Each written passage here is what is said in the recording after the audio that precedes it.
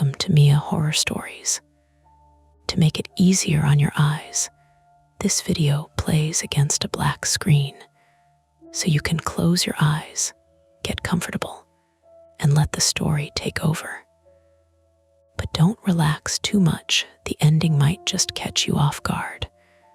Stay with me until the very last word. The first thing that went wrong was my hand. Not the whole hand, just the thumb. It lagged. I was standing in the middle of my living room in Astoria, Queens, with a black VR headset strapped over my eyes and sweat collecting under the foam gasket. And when I lifted my right hand in front of my face, the digital version of it floated up a fraction of a second late. Barely anything. A hiccup. The kind of tiny delay you'd blame on Bluetooth, or low batteries, or the fact that I'd bought the headset used from a guy in Brooklyn who kept calling me boss, even though he looked 16. But then I lowered my hand. The fake hand stayed up, just for half a breath, long enough for my stomach to tighten before it snapped back down and matched me again. "Your tracking's off," Mark said from the couch. "You're standing too close to the window." "I'm not close to the window," I said. "You're literally one step from walking through your plant." "I know where the plant is. You killed the last plant." "That was a basil plant. Basil wants to die." The headset speakers made his voice sound like it was coming from everywhere at once, flattened and bright, with the soft crackle of our Wi-Fi complaining in the background. Outside, the N train rattled over the elevated tracks at Broadway, shaking a loose pane somewhere in the apartment with a thin metallic buzz. In the game, though, I was standing in a glossy white calibration room with no corners. Just clean light, floating menus, and a grid on the floor that bent when I moved. My name is Evan Marlowe, 32, male, born in Ohio, and somehow still apologizing when strangers bump into me. I edit training videos for a medical device company in Midtown, which means most of my workday is spent cutting together footage of calm people pretending not to be terrified of machinery that costs more than my apartment. I am not, by any fair definition, an adventurous person. I triple-check subway routes. I keep 2 phone chargers in my bag. I save receipts for things I know I'll never return. That was partly why I bought the headset. Not for adventure. Not really. I bought it because my therapist had used the phrase controlled exposure during our last session, and because a few weeks earlier, I'd had a panic attack in the elevator at work after it stopped between floors for less than 90 seconds. Nobody died. Nothing even happened. The lights stayed on. The emergency speaker worked. A man from accounting made a joke about being too young to star in a disaster movie, and everyone laughed except me. I stood in the corner with my backpack clutched against my chest, breathing like I'd sprinted up 10 flights. So when I saw a listing for a second-hand VR headset with immersive wellness apps and urban exploration simulator, I convinced myself it was practical. A tool, something modern and adult, like a standing desk, or one of those weighted blankets people talked about like religion. I told Mark it was for work research. He laughed so hard he choked on a pretzel. Mark Hensley, 34, male, was my oldest friend in New York, and the kind of person who believed fear was usually a sign You hadn't read the instructions. He worked as a building systems technician at a hotel near Times Square and could fix a thermostat with a butter knife. But he once tried to cook pasta in an electric kettle. He had a shaved head, a heavy black beard, and a habit of looking at problems like they had personally insulted him.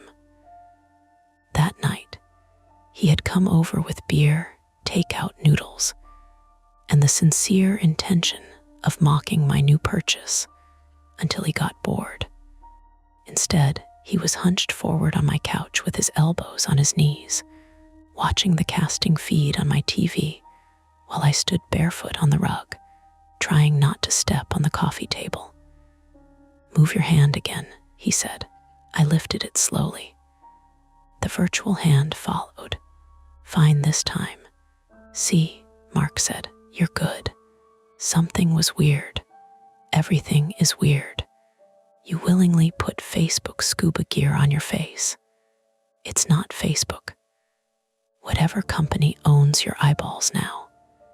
The apartment smelled like sesame oil, cardboard takeout boxes, warm electronics, and the faint radiator dust that came every winter even when the heat barely worked. My living room was narrow, with exposed brick on one side and a window looking across to the laundromat sign that flickered red at night. The letters were supposed to spell wash and fold, but the S had been dying for 6 months. So from my couch, it usually read WAH and fold, like the building itself was tired. On the TV, Mark could see what I saw, though with a slight delay. A menu hovered in front of me. Calibration complete begin. Home mirror begin. Elevator WLKTHROUGH begin. Low light stairwell begin. Subway platform demo Jesus, Mark said. Who designed this? A landlord. It's an exposure app. It's a lawsuit app. I turned my head, and the headset image smeared for a second before sharpening. The foam pressed around my cheeks. My own breath warmed the plastic. Somewhere in the apartment above us, someone dragged furniture across the floor in 3 slow scrapes. Or maybe a chair. Or maybe their dog's crate. Old buildings always made you interpret sounds, whether you wanted to or not. Try the home thing first, Mark said. That sounds least likely to make you pee. I'm not going to pee. You looked like a hostage putting that thing on. I'm fine. Evan, what? You said, don't let me bump into the bookcase 3 times. That bookcase has corners. He grinned. I couldn't see him, but I could hear it in his voice. A third voice came from near the kitchen. He also asked if VR can cause seizures. That's a normal safety question, I said. Lena Park, 29, female, leaned in my kitchen doorway with her sleeves pushed up and a bottle of seltzer in one hand. She lived across the hall, worked nights as a radiology tech at Mount Sinai, Queens, and had the steady, amused patience of someone who had seen people panic for real reasons. I had not technically invited her over. She had knocked to borrow my tape measure, seen the headset box on the table, and stayed because Mark promised, a man conquering technology in real time. Lena was small, with blunt-cut black hair and a silver watch she kept checking because she had a 10 p.m. shift. She had a way of listening that made jokes feel less like armor. I was careful around her, not because she was fragile, but because she was. She noticed things. Start with home mirror, she said. If you're doing this for the elevator thing, don't jump straight to the elevator thing. I wasn't going to. You were staring at it. I'm wearing a headset. You can't see where I'm staring.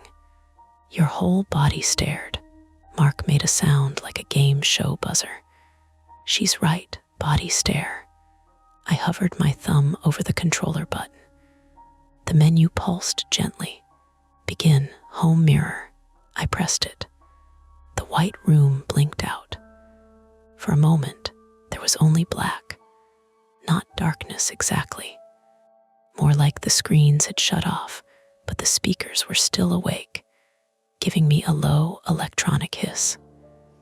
My living room disappeared. Mark and Lena disappeared. I heard myself breathe through my nose, too loud in the headset. Then the world returned. My living room, the exposed brick wall, the couch, the TV, the coffee table with the takeout containers, my dying pothos on the sill, the laundromat sign through the window, red and stuttering. I laughed. Oh, that's creepy. What? Mark asked. It mapped my apartment. No, it didn't. It did. On the TV, the feed must have shown him the same thing because he stopped rustling the noodle carton. Huh, he said. That's actually pretty good. I raised my hands, digital hands again, but now they appeared in my actual room, translucent and pale blue at the edges. The app had recreated the couch with decent accuracy, although the cushions looked too clean and my coffee table had no scratches. It had even placed Lena in the kitchen doorway, though not as Lena. More like a gray human-shaped placeholder, the kind you see in architectural renderings. Mark appeared as another gray shape on the couch, blocky and faceless. That better not be uploading my apartment somewhere, Lena said. It probably already did, Mark said. Smile for the cloud. It's not recording, I said, because the idea suddenly bothered me. You sure? No. The virtual apartment hummed quietly. That was the strangest part. Real life had layers of noise. The radiator clicking, Mark shifting on the couch, Lena's seltzer bottle squeaking under her fingers, traffic sighing on 31st Street. The VR version compressed all of it into a bed of soft, managed sound, like the apartment had been wrapped in felt. I turned toward the hallway. In real life, my hallway was short and dim, with a bathroom on the left, bedroom straight ahead, front door to the right. In the headset, it looked almost identical. Too identical in places, wrong in others. The scuff mark near the baseboard was there. The tote bag hanging from the coat hook was there, but the bathroom door was open. In real life, I was fairly sure it was closed. I had closed it before Mark came over because the sink was full of laundry I hadn't admitted was laundry. Did one of you open my bathroom? I asked. What? Lena said. My bathroom door, Mark said, buddy. I haven't moved. Lena, I'm in the kitchen. Also, I'm not haunting your bathroom. I reached up to lift the headset, but Mark said, wait, don't. The feed is showing it open too. Because the headset is showing it open. No, I mean on the pass-through or map. I don't know, it looks open. The apartment suddenly felt smaller around me. I knew what the explanation was. Of course I did. The headset had scanned the room earlier when the bathroom was open. Or it had misread the shadow. Or Mark had gone in and left it that way and forgotten. Or I had forgotten. That one was always available, that little trapdoor under every certainty. Maybe I had done it myself and lost the thread. Still, my right foot curled against the rug. Lena said, softer, Evan, take the headset off and check. I know, so I did. I slid my fingers under the front edge. The foam peeled away from my face with a damp little sound, and the living room came back in ordinary yellow lamplight. Mark was on the couch, twisted halfway around to look toward the hallway. Lena stood in the kitchen doorway. The bathroom door was closed. I stared at it. The cheap brass knob caught a dull reflection from the lamp. The towel on the outside hook hung still. Nothing moved. Nothing was wrong. It was just a closed bathroom door in a rented apartment in Queens. Mark looked from the door to me. "Well," he said, "that's annoying." Lena frowned. "Put it back on." "Nope," I said. She held up one hand. "Not to keep playing, just to see if it still shows open. I'm not taking requests from the person who said she wasn't haunting my bathroom. I'm serious." That was the problem. She sounded serious. Mark leaned forward and tapped the TV remote, waking the paused casting feed. On the screen, the image was frozen from my last view. Hallway, bathroom door open, black gap beyond it. "Probably just bad spatial memory," he said, but his tone had changed. "Lighter on purpose. The app cached it wrong." "Great," I said. "Haunted cache." "No haunted anything." Lena stepped around me toward the hallway. "I'll check the bathroom." "Don't." She stopped, eyebrows raised. "Why?" The honest answer was stupid, because for half a second I had believed the headset over my eyes. Not completely, not in some dramatic movie way. I wasn't suddenly convinced my bathroom contained a portal or a masked man, or whatever Mark would have called podcast nonsense. It was smaller and worse than that. The image had been clean, convincing, and immediate. My eyes had accepted it before the rest of me had a chance to argue. And now that I'd seen the real door closed, I didn't feel relieved. I felt corrected. "Because it's embarrassing," I said. Lena studied me for a moment, then gave a little shrug and went anyway. The floorboards creaked under her sneakers. She opened the bathroom door, flicked on the light, and we all heard the fan start with its tired, grinding rattle. "Sink full of laundry," she called. "Thank you," I said. "No intruder." "Also good, no portal, mixed feelings." Mark laughed, and the apartment loosened just a little. He got up, stretched, and took the headset from my hand without asking. "Let me try," he said. "I thought it was Facebook scuba gear." "It's still scuba gear. I'm just Jack Cousteau now. Careful with the strap. Evan, I repair commercial boilers. I can manage a hat." He could not manage the hat.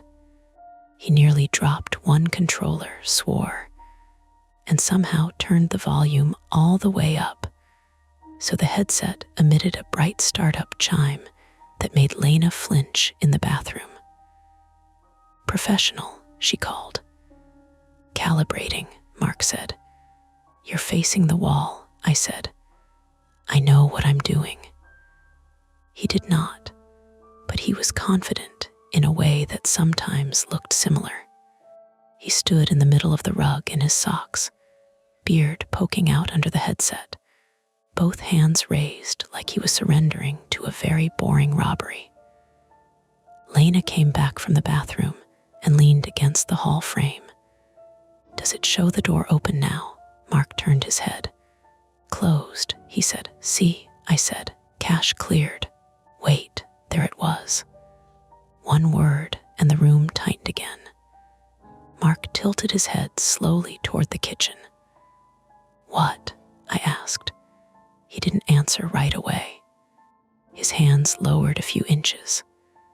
"What?" Lena said. "There's someone by the window," Mark said. The sentence landed badly. Not loud, not theatrical, just wrong. Lena turned toward the window. I did too. There was nobody there.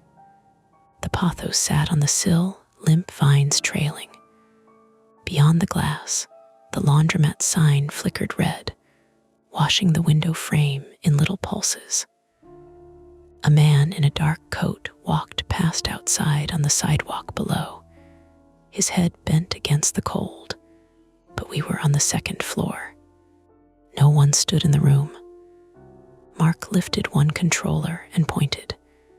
"In here," he said, "not outside. It's like one of those gray placeholder people." Lena looked at me. I hated that look because it asked whether this was part of the app, and I didn't know. "Where exactly?" I said. Mark swallowed. I could hear it. "Beside the plant." "There's nothing beside the plant." "I understand that, Evan. Take it off." He didn't. "Mark, 1 second." The radiator clicked twice. A car horn barked from the avenue. Upstairs, the dragging sound started again, moved 6 inches, and stopped. Mark's head turned as if following something. "It moved," he said. Lena pushed off from the wall. "Take the headset off." This time he listened. He lifted it fast, hairless scalp shining with sweat where the strap had pressed. His eyes went to the window first, then the plant, then the empty patch of floor beside it. Nobody spoke. Headset hung from his hand, still awake, lenses glowing faintly toward the floor. Then a notification pinged from the TV. Not my phone, not Mark's. The casting feed had resumed on its own. The screen showed my living room from the headset's point of view, angled downward from Mark's hand. The gray placeholder figure stood by the window. Tall, featureless, human enough that my brain supplied shoulders, hips, the suggestion of a head turned slightly toward us. Lena stepped closer to the TV. "Is that?" She started. The figure flickered. For 1 frame, maybe 2, it was gone. Then it reappeared near the couch. Mark said, "Nope." He dropped the headset onto the rug. The TV feed tumbled, showing ceiling, brick wall, table leg, and then settled sideways. The gray figure was still visible from that low angle, partly blocked by the coffee table. It had no face, no clothing, just a body-shaped error standing in the room with us, mapped onto empty air. I grabbed the remote and killed the casting. The TV went black. In the sudden reflection, I saw the 3 of us standing there, me barefoot and hunched, Mark with one hand half raised, Lena with her seltzer bottle clenched so tightly the plastic had dented. Behind us, the living room was empty. Lena said, "Unplug it." "It's wireless," Mark said. "Turn it off then." I crouched and picked up the headset. The plastic was warm, warmer than it should have been, maybe, or maybe my hands were just cold. The proximity sensor inside the visor glowed faint red. A tiny fan word, high and insect-like. I held the power button. Nothing happened. I held it longer. The fan kept spinning. "Battery pull?" Mark asked. "It doesn't have one. Everything has one. Not one you can pull without tools." Lena glanced at her watch. "I have to leave in 20 minutes. That ordinary sentence, placed there among all that static fear, almost made me laugh. Of course she did. People still had jobs. Trains still ran. Patients still needed scans. Whatever had just happened in my living room had to fit inside normal life somehow, because normal life did not step aside just because your used VR headset started inventing people. Mark rubbed his beard. "Factory reset it." "Yeah," I said, but I didn't move because the headset had gone quiet. No fan, no hiss. The black visor faced my chest, reflecting a bent little version of the room. I could see Mark behind me in the reflection.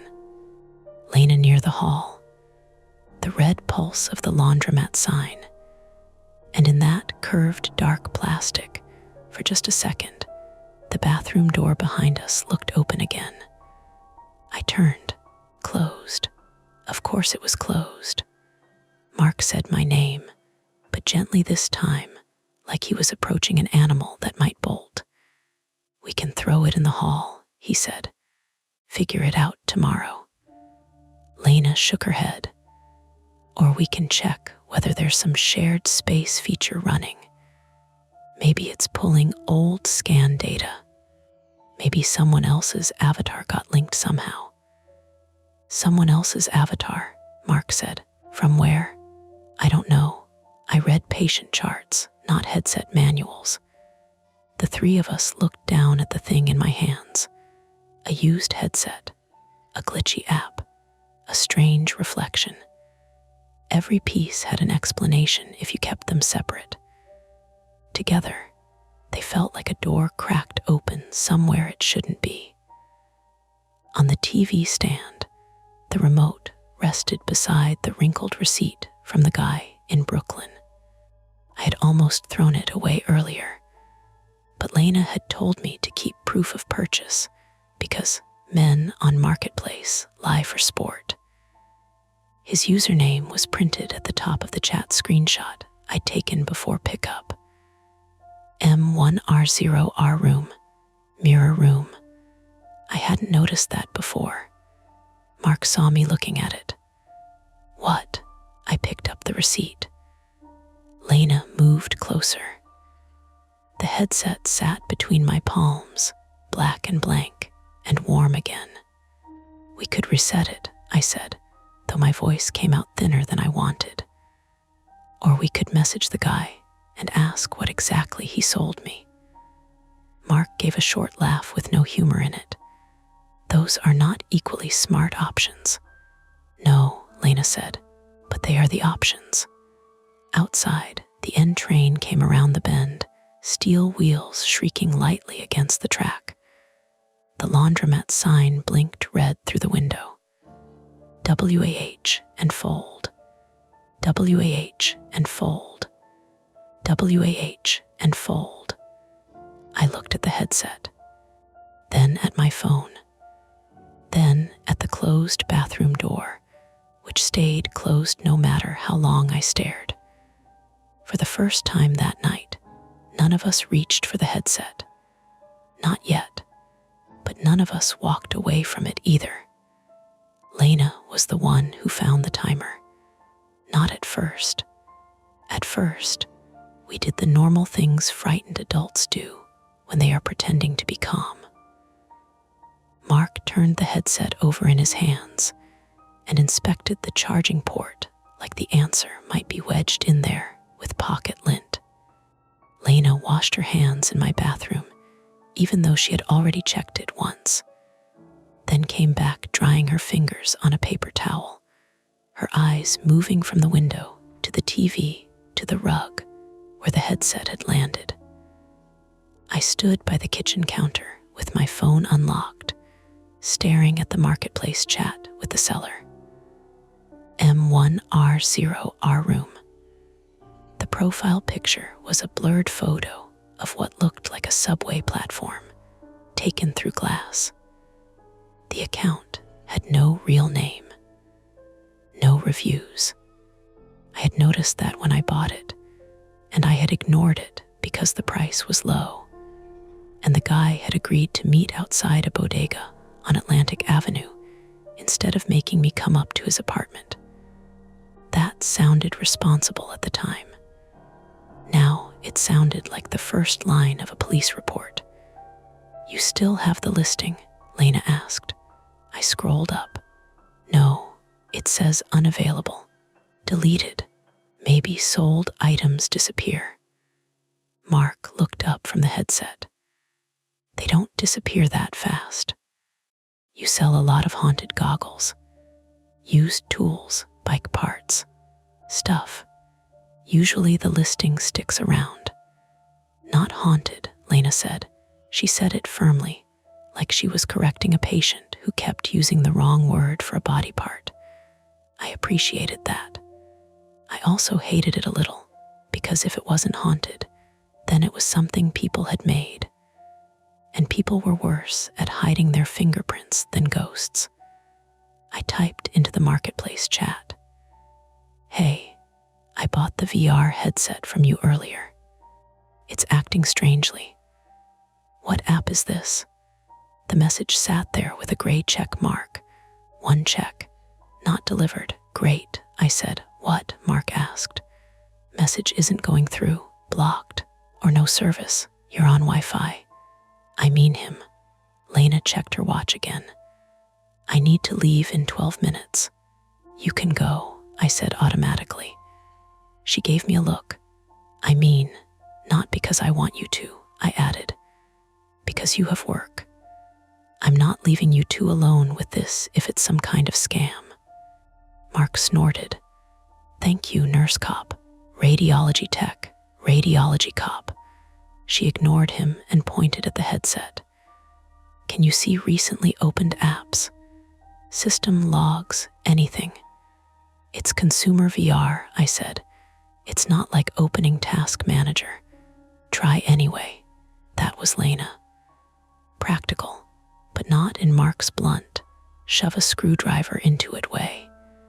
She wanted steps, evidence, things in order.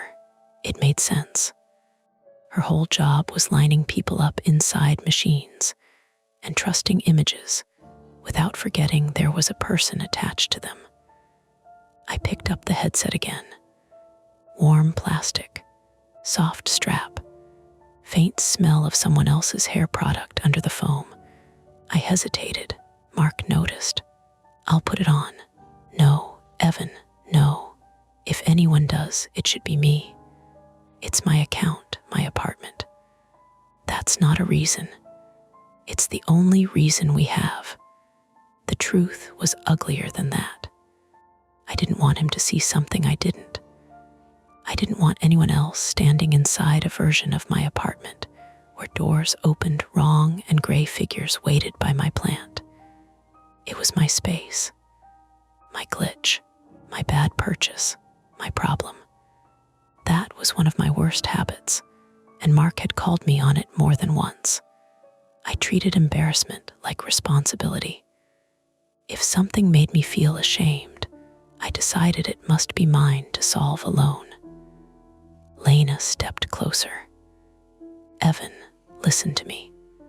Put it on only long enough to get to settings. Sit down first. Mark stands in front of you. I'll watch the real room and the TV. No walking. Fine, I said. It came out sharp. She didn't react except to soften her voice. Fine, I exhaled. Fine. Mark dragged a dining chair into the middle of the rug and tapped the seat. Captain Anxiety, you're thrown. Don't make it cute. I'm making it survivable. I sat. The chair was cold through my sweatpants. Outside, the train went past again, and the apartment vibrated around us. The takeout noodles on the coffee table had gone glossy and congealed. Somewhere downstairs, the laundromat door chimed each time someone entered or left, a tiny electronic ding that climbed through the floorboards. I slid the headset over my eyes. Black. A hiss. Then my living room returned in dim, scanned detail. The VR version had adjusted itself. That was the first thing I noticed.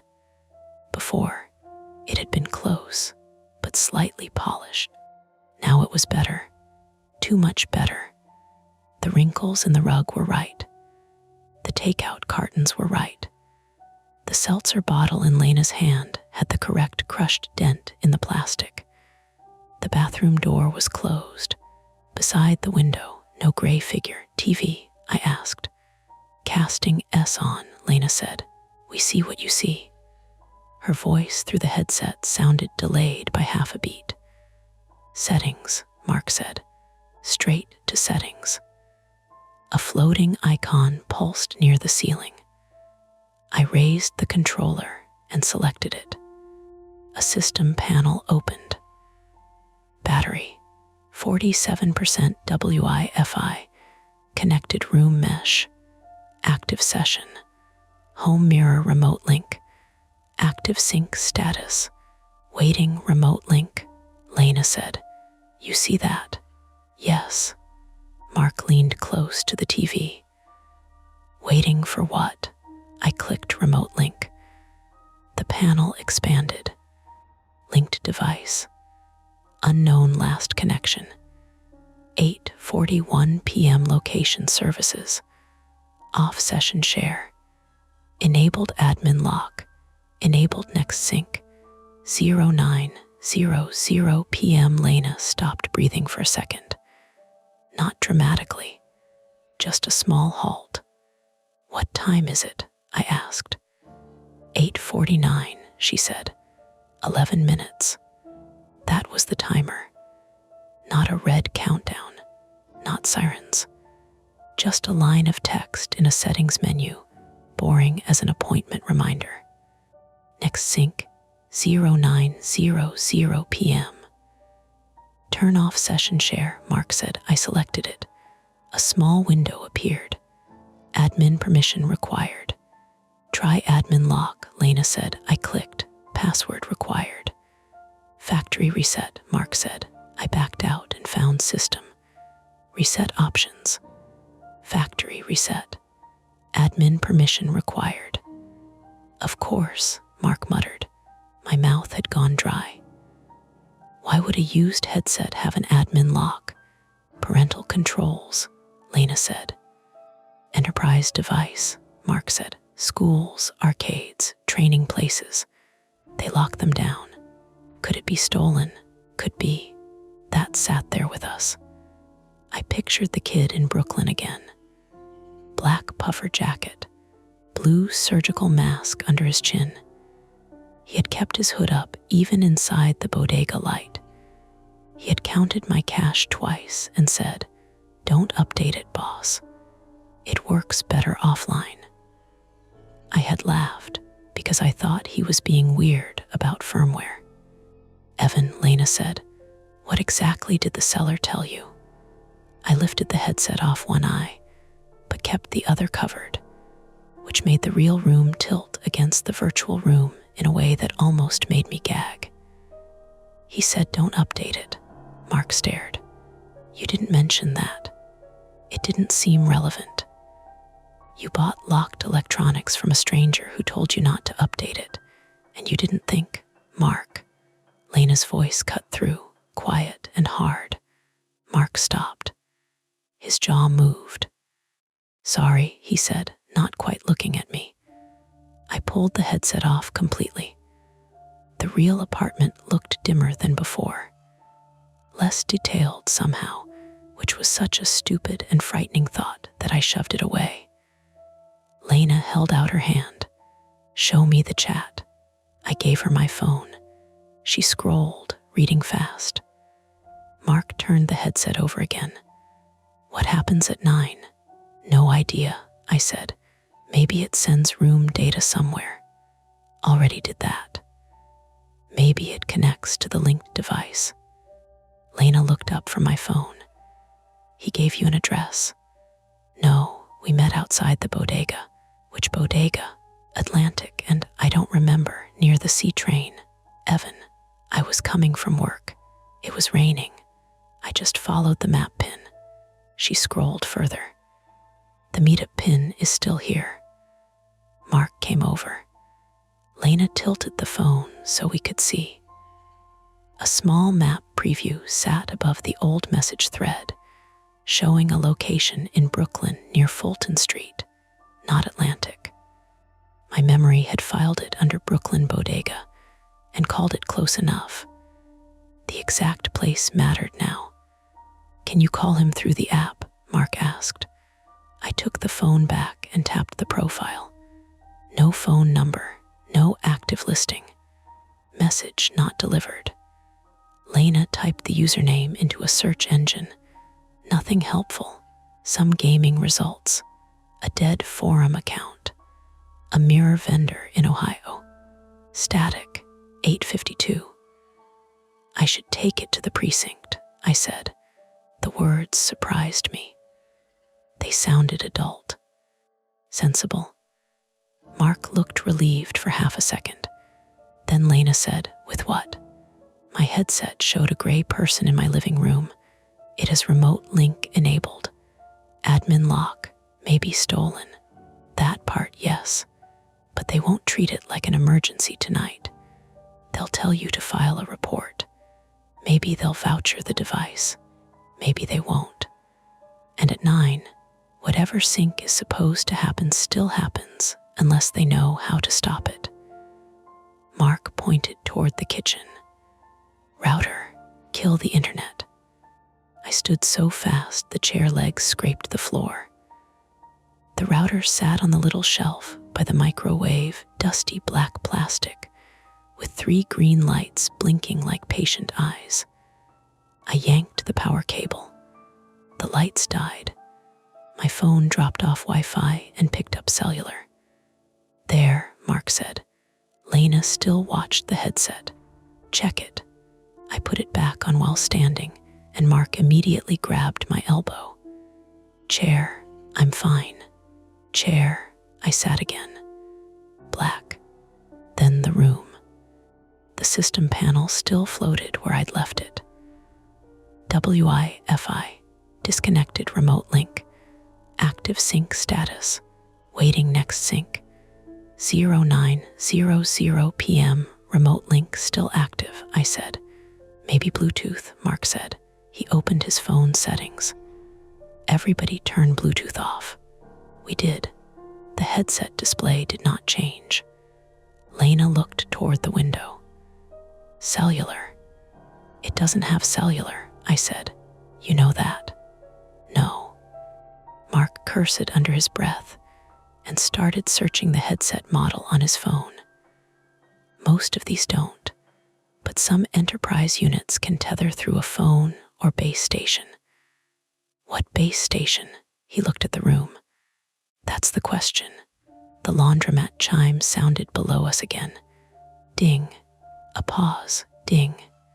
Lena moved to the window and peered down through the blinds. "What?" I asked. "Same man outside." "What same man?" "The one in the dark coat. He walked past earlier." Mark joined her, careful not to move the blinds too much. I stayed in the chair with the headset resting on my knees. I couldn't see the street from there, but I could see their faces angled toward it, both lit red by the broken sign. "He's at the laundromat door," Lena said. "People do laundry," Mark said. "At 8:54 in New York?" I asked. "Yes, they do." Lena shook her head slightly. "He's not carrying laundry," Mark said. "Maybe he works there." "Then why is he looking up here?"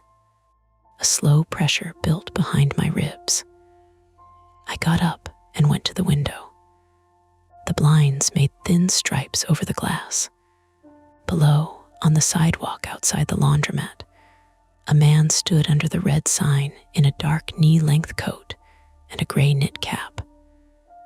White male, maybe 40s or 50s, average height, hard to tell from the second floor. He held something flat against his chest, a tablet maybe, or a clipboard. He was looking at our building. Not directly at my window, I told myself. Buildings have many windows. People look up. People wait for rides. People check addresses. People exist. Then he raised his phone. Mark stepped back. "Did he just take a picture?" "Could be checking messages," Lena said, but she didn't sound convinced. My phone vibrated in my hand. The marketplace chatted updated. 2 check marks, delivered. Then 3 dots appeared. M1R0 our room was typing. I nearly dropped the phone. Mark leaned in. "What's he saying?" The message arrived at 8:55 p.m. You turned off the wrong thing, nobody spoke. The apartment noise seemed to separate into pieces. Radiator tick, refrigerator hum, traffic hiss, the wet click of Lena swallowing, my own heartbeat thudding not in my ears, but in my jaw. Another message came.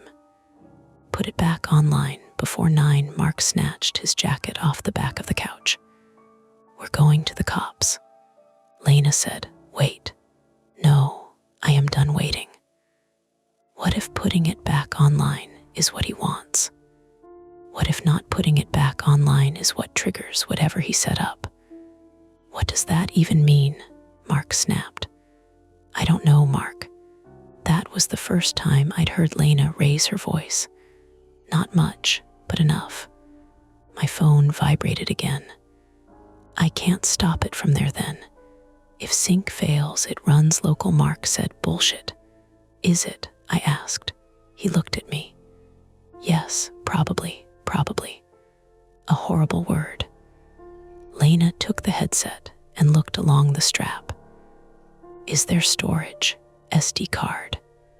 I don't think so. SIM tray. Mark grabbed a butter knife from the takeout bag and started probing seams before Lena slapped his hand away. Don't break it. I'm trying to stop it. You may destroy the only evidence we have. It's not evidence if it hurts someone. Hurts how? Again, nobody answered. At 8:56, the man below crossed the street. Not away from the building, toward it. Mark saw him first. He's coming in. My building's front door had a busted lock. It had been busted for 9 days. I knew this because I had texted the super 3 times and received 3 thumbs up emojis in response, which in New York landlord language meant, die quieter. He doesn't have a key, I said. He doesn't need one, Lena said. The buzzer panel downstairs made a faint metallic clatter through the wall. Or maybe I imagined it. Then came the sound I did not imagine, the front door opening below, heavy and uneven, scraping the threshold. The 3 of us froze. Footsteps entered the lobby, slow, heavy, not trying to hide. Mark went to the door and looked through the peephole, though from my apartment you could only see the 2nd floor landing, not the stairs. Lena grabbed her backpack from the kitchen chair. We leave now and run into him, Mark asked. There's the fire escape. I looked at the window. The fire escape outside my bedroom was legal in the way many old New York things are legal. Painted black, rusted orange at the joints, attached to the building with faith and old bolts. I had opened that window twice in 3 years, once to shake out a rug, once when I burned garlic. We're not climbing down the fire escape, I said. Lena's eyes cut to me. You want to wait? No, I want to call 911. Do it. I dialed with shaking fingers. The line rang once, twice. A dispatcher answered, calm and close.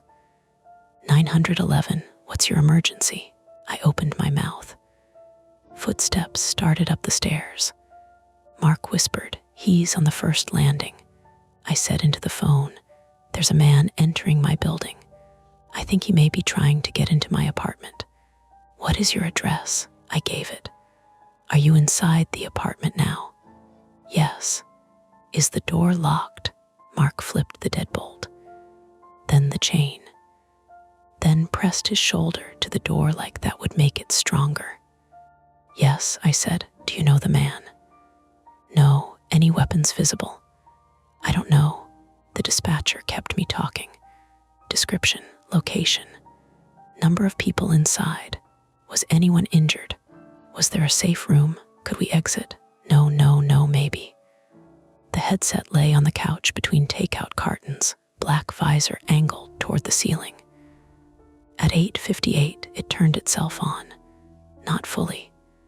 just the lenses glowing inside. A faint spill of light touched the foam. The fan began again, high and steady. Lena stared at it. "Evan," the dispatcher said. "Sir, stay on the line." "I am." A knock came at the door, 3 taps, polite. Mark leaned closer to the peephole and immediately jerked back. "What?" Lena whispered. He shook his head. The knock came again. Then a man's voice muffled through the door. "Evan Marlowe." My name sounded wrong in his mouth. Too flat, like he had read it from a label. The dispatcher heard it. "Is that the individual?" "Yes," I whispered. "Do not open the door." And outside said, "You need to let the sink finish." Mark whispered, "Tell him cops are coming." I did. "They're on their way," I called, and my voice cracked on the last word. The man sighed, not angry, almost disappointed. "That's not enough time." At 8:59, the headset made a soft tone. A notification appeared on my phone, though I had not paired it with the device. "Local session starting in 60 seconds." Lena backed away from the couch. Mark said, "What the hell does local session mean?" The man outside the door said, "It means don't look through it." And then, from inside the headset speakers, loud enough for all of us to hear, my own voice said, "Put it on, Evan." Not a recording I remembered making. Not quite a perfect copy. The rhythm was off, the vowels too clean, but it was close enough that my throat closed around the dispatcher's next question. The headset repeated it. "Put it on, Evan." Mark grabbed it with both hands. "No," Lena said. "I'm smashing it." "Don't," but he had already raised it. From outside, the door came a hard, sudden sound, metal against metal. The man was doing something to the lock. Not kicking, not forcing, working. Mark froze with the headset over his head like a rock. The deadbolt gave one tiny click. Lena's face changed. "Bedroom," she said. The dispatcher was saying police were en route. Stay away from the door. Stay on the line. The deadbolt clicked again. Mark threw the headset into my backpack instead of smashing it, yanked the zipper shut, and shoved the bag against my chest. "Fire escape," he said. "I can't," I said. The words came out before I could stop them. And there it was, the private fear, stripped of therapy language and jokes, and all the careful little systems I built around myself. Tight spaces, bad exits, heights, being trapped between one danger and another with no clean route out. The front door chain trembled. Lena grabbed my wrist. "Can, or he comes in." The headset spoke from inside the backpack, muffled but clear. "Put it on, Evan." Another click at the door. Mark ran to the bedroom and forced the window open. Cold air rushed into the apartment, carrying the smell of wet metal, exhaust, and fried onions from the cart on the corner. The fire escape ladder outside groaned softly in the wind. Lena pulled me toward it. Behind us, the chain snapped tight against the door as the lock finally turned. Not open yet, but close. At the bedroom window, Mark climbed out first, testing the metal platform with his weight. It gave a low, rusty complaint. "Come on," he said. My phone was still connected to 911. The dispatcher's voice sounded tiny and far away from my hand. The apartment door opened as far as the chain allowed. A man's fingers slipped through the gap. Pale, bare, steady. Lena pushed me toward the window. The backpack against my chest vibrated once. My phone lit up with one last message from M1R0R room. He is not there for the headset. The chain at the door began to tear from the frame, and I had to choose.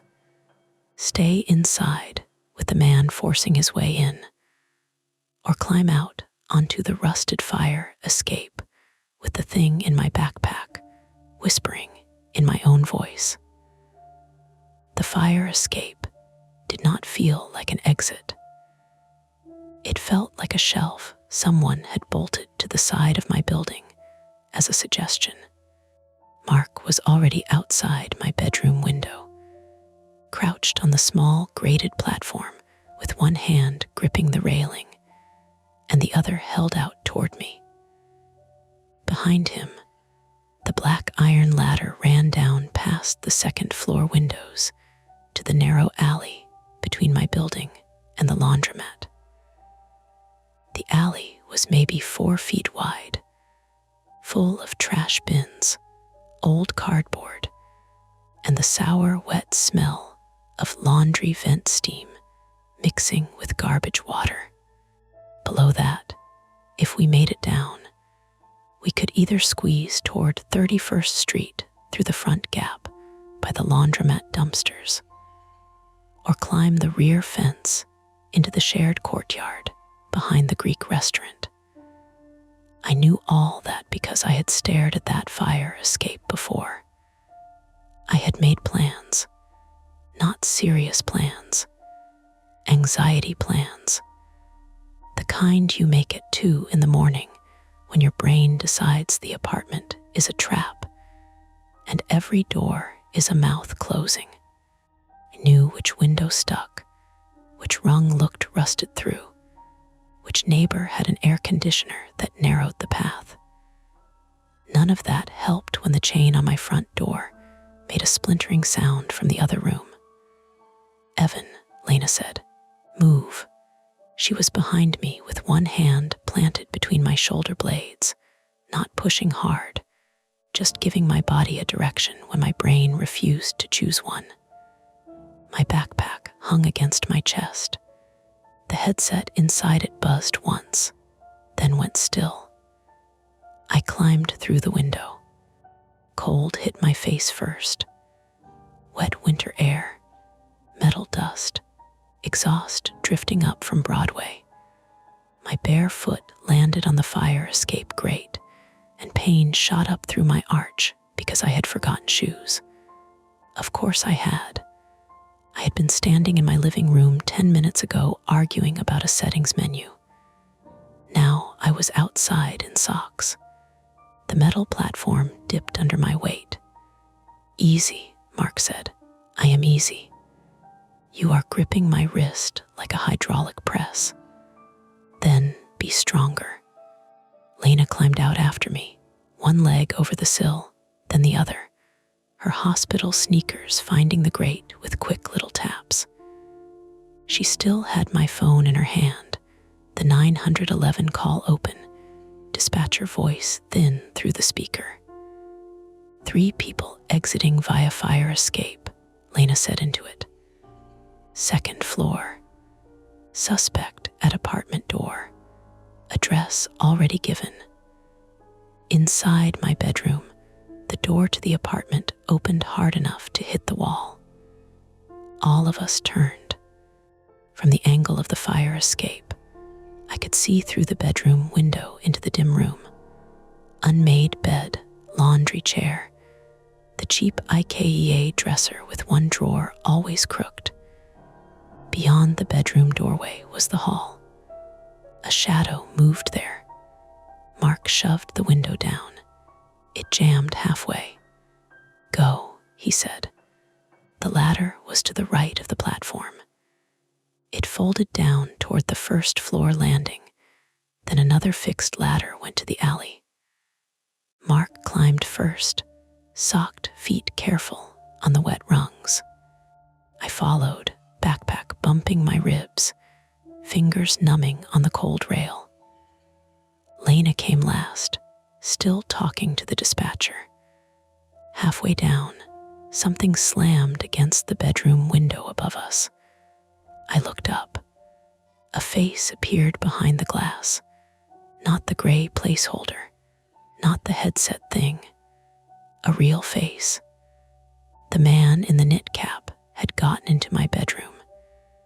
He stood close to the half-stuck window, looking down through the dirty pane.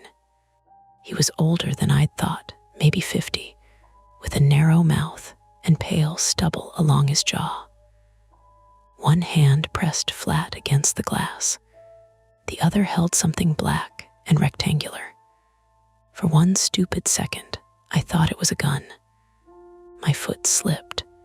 My shin cracked against a rung, and sparks of pain ran down into my ankle. "Keep moving," Mark hissed. The man tapped the rectangle against the glass. Not a gun. A phone. He turned the screen outward. Large white letters filled it. "Do not let HIM wear it." Then he was gone from the window. Misdirection came fast when you were afraid. Your brain grabbed the worst possible label and glued it to whatever you saw. Gun, intruder, monster, threat, phone, warning.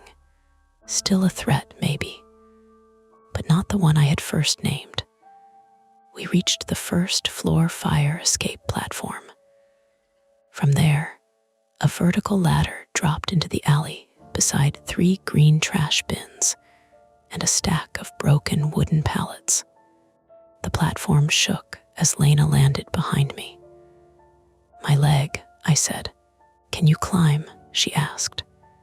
"Yes." "Then climb." The front of the alley was to our left, toward the street and laundromat entrance. Red light from the WAH and Fold sign leaked in from that direction.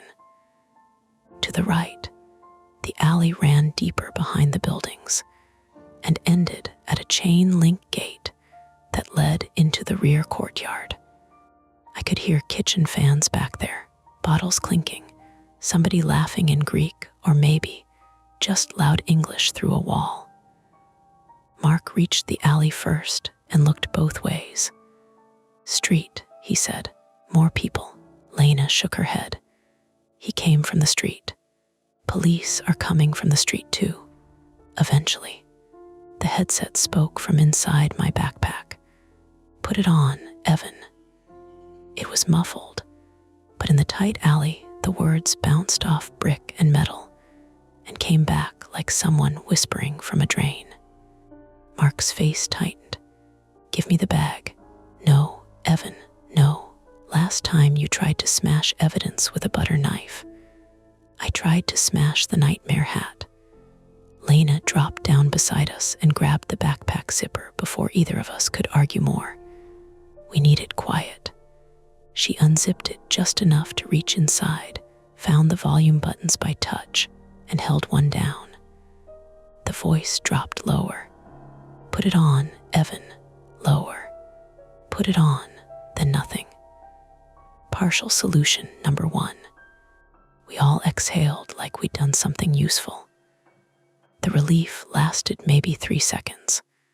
My phone, still in Lena's other hand, buzzed and lit up. Local session started then. Audio muted then. Visual prompt active. Lena handed the phone back to me like it had grown warm. "What does that mean?" Mark asked. I didn't answer because I had seen the next notification. Proximity required. 30 FT below that was a shrinking distance indicator. 28 FT, 30 feet from what? Lena said. From upstairs came a heavy thud. The man moving through my apartment. Maybe toward the hall. Maybe toward the front door. Maybe looking for us. The distance on my phone changed. 26 FT us, I said. The number dropped to 25. Mark looked up the fire escape. Headset has a tracker. Or phone does, Lena said. Mine, yours, his, the headset. I don't know. We started toward the street end of the alley. The ground was slick. My socks soaked through immediately, cold water pushing between my toes. My shin throbbed where I had hit the ladder. Every few steps, the backpack shifted, and the hard edge of the headset dug into my sternum. At the alley mouth, we could see 31st Street, parked cars tight to the curb, laundromat windows steamed opaque, the elevated train tracks cutting black lines overhead. People moved past in coats and hats. Ordinary people. A woman with a stroller. 2 teenagers sharing fries.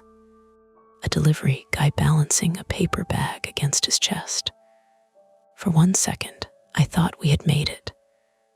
Then Mark stopped so fast I bumped into him. The man in the dark coat stood half a block away near the bodega awning, between us and the brighter stretch toward Broadway.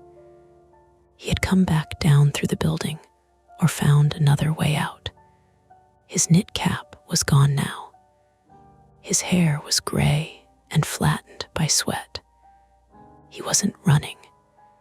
He was watching the alley mouth and holding his phone low against his thigh. "Back," Lena whispered.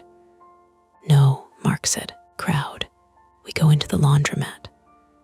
That was our second attempt. People, lights, cameras, a public place. It worked, partially. The laundromat door chimed when we shoved inside. Warm, damp air wrapped around us. The place was long and narrow, with washers along the left wall, dryers stacked on the right, folding tables down the center, and a change machine near the back beside a bulletin board covered in apartment ads and lost cat flyers. Fluorescent lights hummed overhead. A Spanish soap opera played on a TV mounted in one corner with the volume low. Machines churned and thumped. Detergent smell coated my tongue. 3 customers looked up. An older woman folding towels. A college-aged guy in pajama pants scrolling his phone. A father with a little girl sitting on top of a laundry cart, her boots swinging. Lena went straight to the counter window at the back, where a woman in a blue sweatshirt was sorting quarters into paper rolls. "Hi," Lena said, breathless but controlled. "We need help. There's a man following us. Police are already called." The woman looked at us over the top of her glasses. Mark pulled the laundromat door shut behind us and stood beside it. My phone showed proximity required, 30 FT 32 FT. For the first time, the number was above 30. I almost laughed. Then it dropped. 31 FT 30 FT. The headset vibrated inside the bag. Not sound now. Movement. A steady, insistent pulse against my ribs. The woman behind the counter said, "You want me to lock door?" "Yes," Lena said. "No," Mark said at the same time. We all looked at him. "If she locks it and he gets in, we're boxed," he said. The older woman folding towels had stopped moving completely. The little girl asked her father, "Are they making a video?" That did something awful to me. The idea that we looked like content. A prank. A viral setup. A group of adults stumbling into public fear and being quietly sorted into entertainment. Lena lowered her voice. "Call 911 again from your phone," she told the laundromat woman. "Tell them suspect is outside WAH and fold under the N train, same address as the call." The woman reached for the landline. The door chimed. Everyone turned. Not the man. A delivery driver came in holding 2 tied bags of laundry, earbuds in, oblivious. He squeezed past Mark with a muttered apology and dumped the bags near the counter. The little girl laughed. The misdirection should have relieved us. It didn't. It just used up the last clean edge of our nerves. The distance indicator on my phone hit 29 FT. The headset gave one hard buzz. The screen changed. Visual prompt active, then my phone camera opened by itself. Not fully. Not like I had tapped the app. The screen became a live view of the laundromat through my phone, with a faint, translucent overlay hovering in the middle. A pale blue hand, pointing toward the back. I nearly threw the phone. "What?" Lena asked. "It opened the camera. Turn it off." I didn't turn it on. The overlay hand pointed again, toward the bulletin board. Mark crossed the laundromat and grabbed my wrist to see the screen. "Is it trying to guide you?" "I don't want guidance from the murder goggles." At the door, the man in the dark coat appeared outside the glass. The laundromat woman made a small sound and spoke faster into the phone. Mark stepped between us and the door. The man did not try to enter. He held his phone up again, screen facing the window. "Not safe in public." People in the laundromat began turning toward him now. The college guy stood, phone raised halfway, already filming or ready to. Lena said, "Why would public not be safe?" The answer came from the headset, not aloud, but through my phone. The camera overlay shifted, framing the laundromat's ceiling corner. There was a security camera there. Then the phone screen flickered. For a second, the laundromat on the screen was empty. No customers, no machines running. No Lena, no Mark, no me. Just the same long room, lights dimmer, floor wet, back door open. Then the real camera view snapped back. I gripped the phone so hard my thumb hurt. "Evan," Lena said, "the app is showing me something else. Don't look at it. I'm not wearing the headset." "Still, don't look." She was right, and I hated that. The problem had escaped the headset. It was on my phone now, my own phone. The little square of certainty I used for maps, money, messages, proof that the world was where I left it. Mark grabbed the phone from me and turned it face down on a dryer. Better, the dryer beneath it buzzed and shook. A notification tone came from the phone anyway. Then another. Then all the dryers along the right wall stopped at once. The laundromat fell into a strange half-quiet. Washers still sloshed on the left. The soap opera kept whispering. But the heavy, dry thump vanished, and everyone noticed. The counter woman looked toward the back office. Power, the light stayed on. The change machine beeped. Mark said, "Not power." The washers stopped next. One by one, the room filled with error chirps. The bulletin board at the back caught my eye because the phone overlay had pointed there. Lost cat, English tutor, room for rent, handwritten flyer for piano lessons, and near the bottom, half covered by a curling takeout menu, a white sticker with a black QR code and the words, "Mirror room, private beta scan to continue session." I stared at it. "Mark," I said. He followed my eyes. His face hardened. That wasn't there by accident. The man outside slapped his palm once against the glass. Not hard enough to break it. Hard enough to make everyone jump. He shook his head. Lena saw the sticker too. "Is this laundromat part of it?" "Part of what?" Mark said. "I don't know, but the headset guided us here." "No, we chose here." "Did we?" That landed badly because I had no answer. The counter woman shouted that police were on the way and the man outside needed to leave. He didn't move. He just lowered his phone and looked up the street, like he had heard something we hadn't.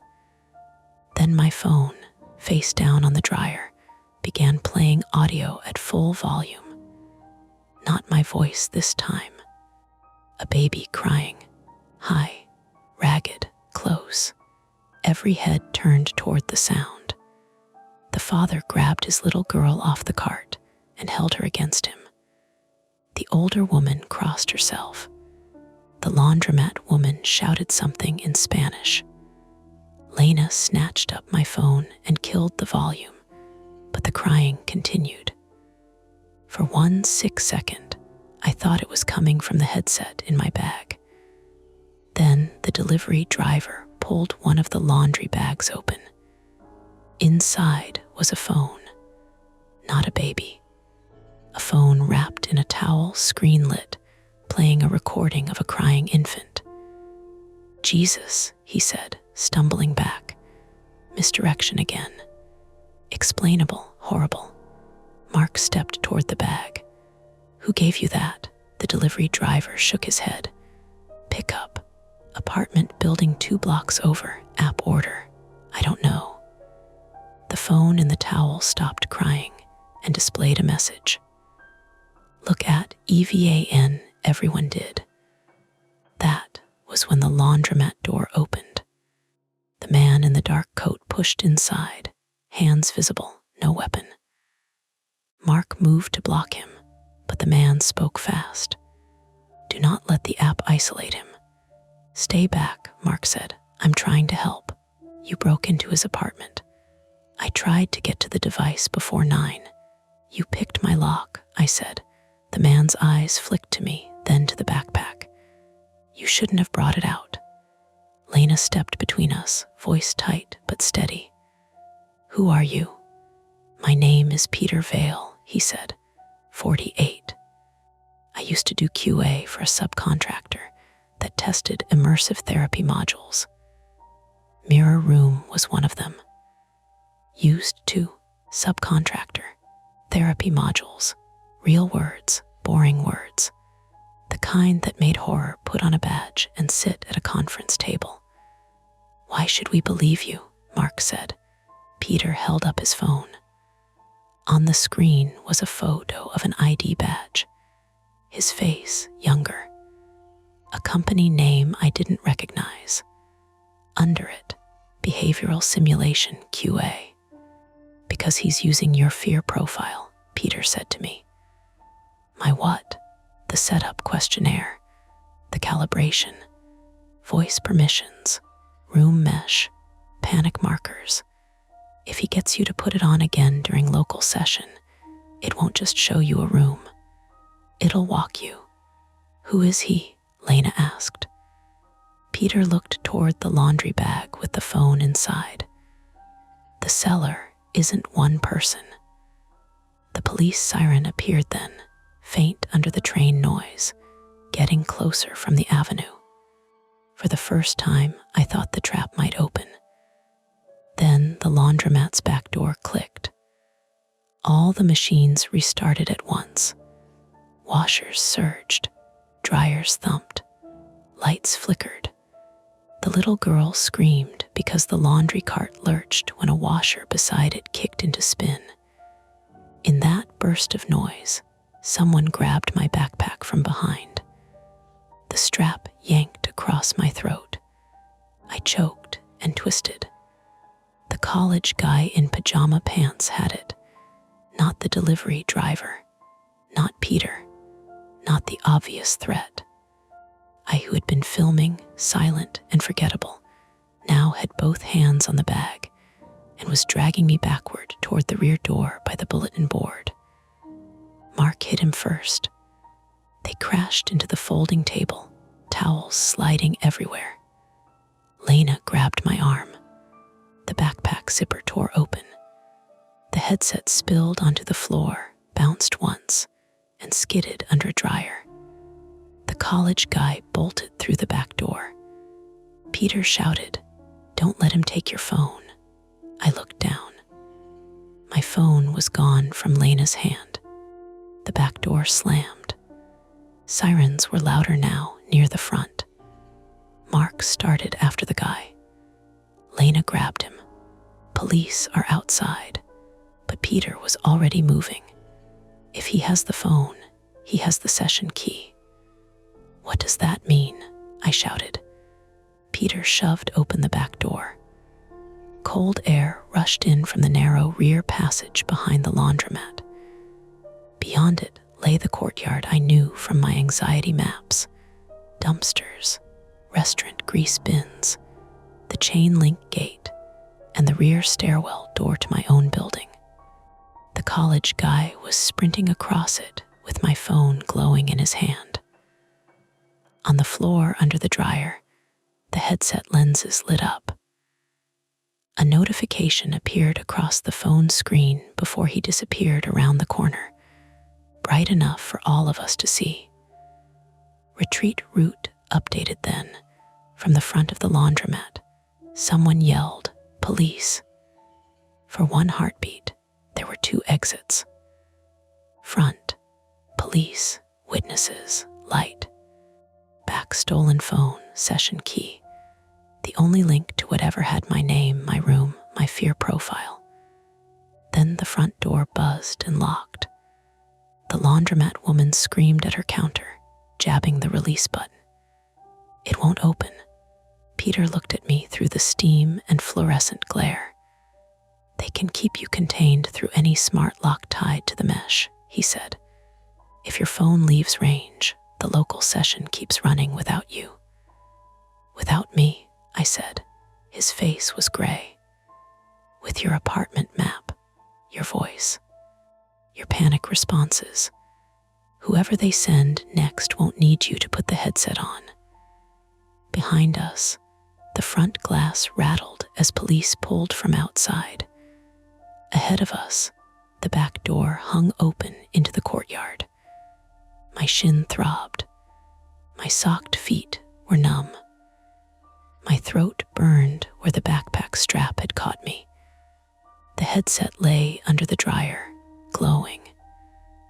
My phone vanished around the rear corner, and the only way forward was deeper into the dark service passage behind the laundromat, away from the police lights, after the person who had stolen the one thing that could either prove what was happening or finish it without me. There was no going back. The back passage behind the laundromat was narrower than it looked from inside. That was the first bad thing. The second was the steam. It blew from a vent low in the brick wall, hot and wet, turning the air into a gray smear. My socks slapped through puddles of detergent runoff and old rainwater. The pain in my shin had become a hard pulse. Every step made it bloom. Ahead of me, Peter Vale moved fast for a man who had just broken into someone's apartment, and then tried to explain himself under fluorescent lights. He had one hand on the wall, guiding himself along the service passage toward the courtyard. Mark stayed close behind him, breathing hard through his nose. Lena kept one hand on my elbow, not dragging me, not exactly, but reminding me I still had a body that could move. Behind us, through the laundromat, the police were still at the front door. "Back door," someone shouted inside. A washer slammed into spin cycle. Metal rattled, the little girl cried. The laundromat worker yelled in Spanish. The whole building sounded like it was chewing itself apart. Then the back door swung shut behind us. Not slammed, pulled. Lena spun. The door clicked. "Mark," she said. Mark threw his shoulder into it. It didn't open. "Smart lock?" I asked. "Mag lock," Peter said. "Aftermarket, cheap, strong enough." "Why would a laundromat back door have a mag lock?" Peter looked at me over his shoulder. "Because someone wanted a choke point." That was all the breath we got. Ahead, the passage opened into the courtyard. It was shaped like a rough rectangle behind 3 buildings. My apartment building on the left, the laundromat directly behind us, and the back of the Greek restaurant on the right. At the far end stood a chain-link gate that led to the rear alley, padlocked from the outside. 2 green dumpsters sat beside it. A metal grease bin hunched under the restaurant's exhaust fan, which blew warm garlic and meat smoke into the cold. Above us, fire escapes zigzagged up brick walls like black ribs. College guy in pajama pants was halfway across the courtyard. He had my phone. Its screen glowed white in his hand. "Stop," Mark shouted. The guy looked back. He was younger than I'd thought, early 20s. White, thin acne along his jaw, hair plastered to his forehead. His pajama pants had cartoon planets on them. He looked ridiculous. Terrified, too. Then he held my phone up to his face like it had told him to. He smiled. Not because he was happy, because he was watching something on the screen. Peter swore. "Don't let him scan the gate." "What does that mean?" Lena asked. The guy reached the chain-link gate and angled my phone toward the padlock. A pale blue overlay flashed across the screen. Even from 30 feet away, I saw it, a digital hand, pointing. The same one that had guided me inside. "Evan," Peter said, "your phone is paired to your room mesh. If he feeds it new routes, he can make the session think this whole block is part of your safe space." Safe space. Not safe for you. Safe for the program. Mark was already running. No hesitation, no plan, just Mark.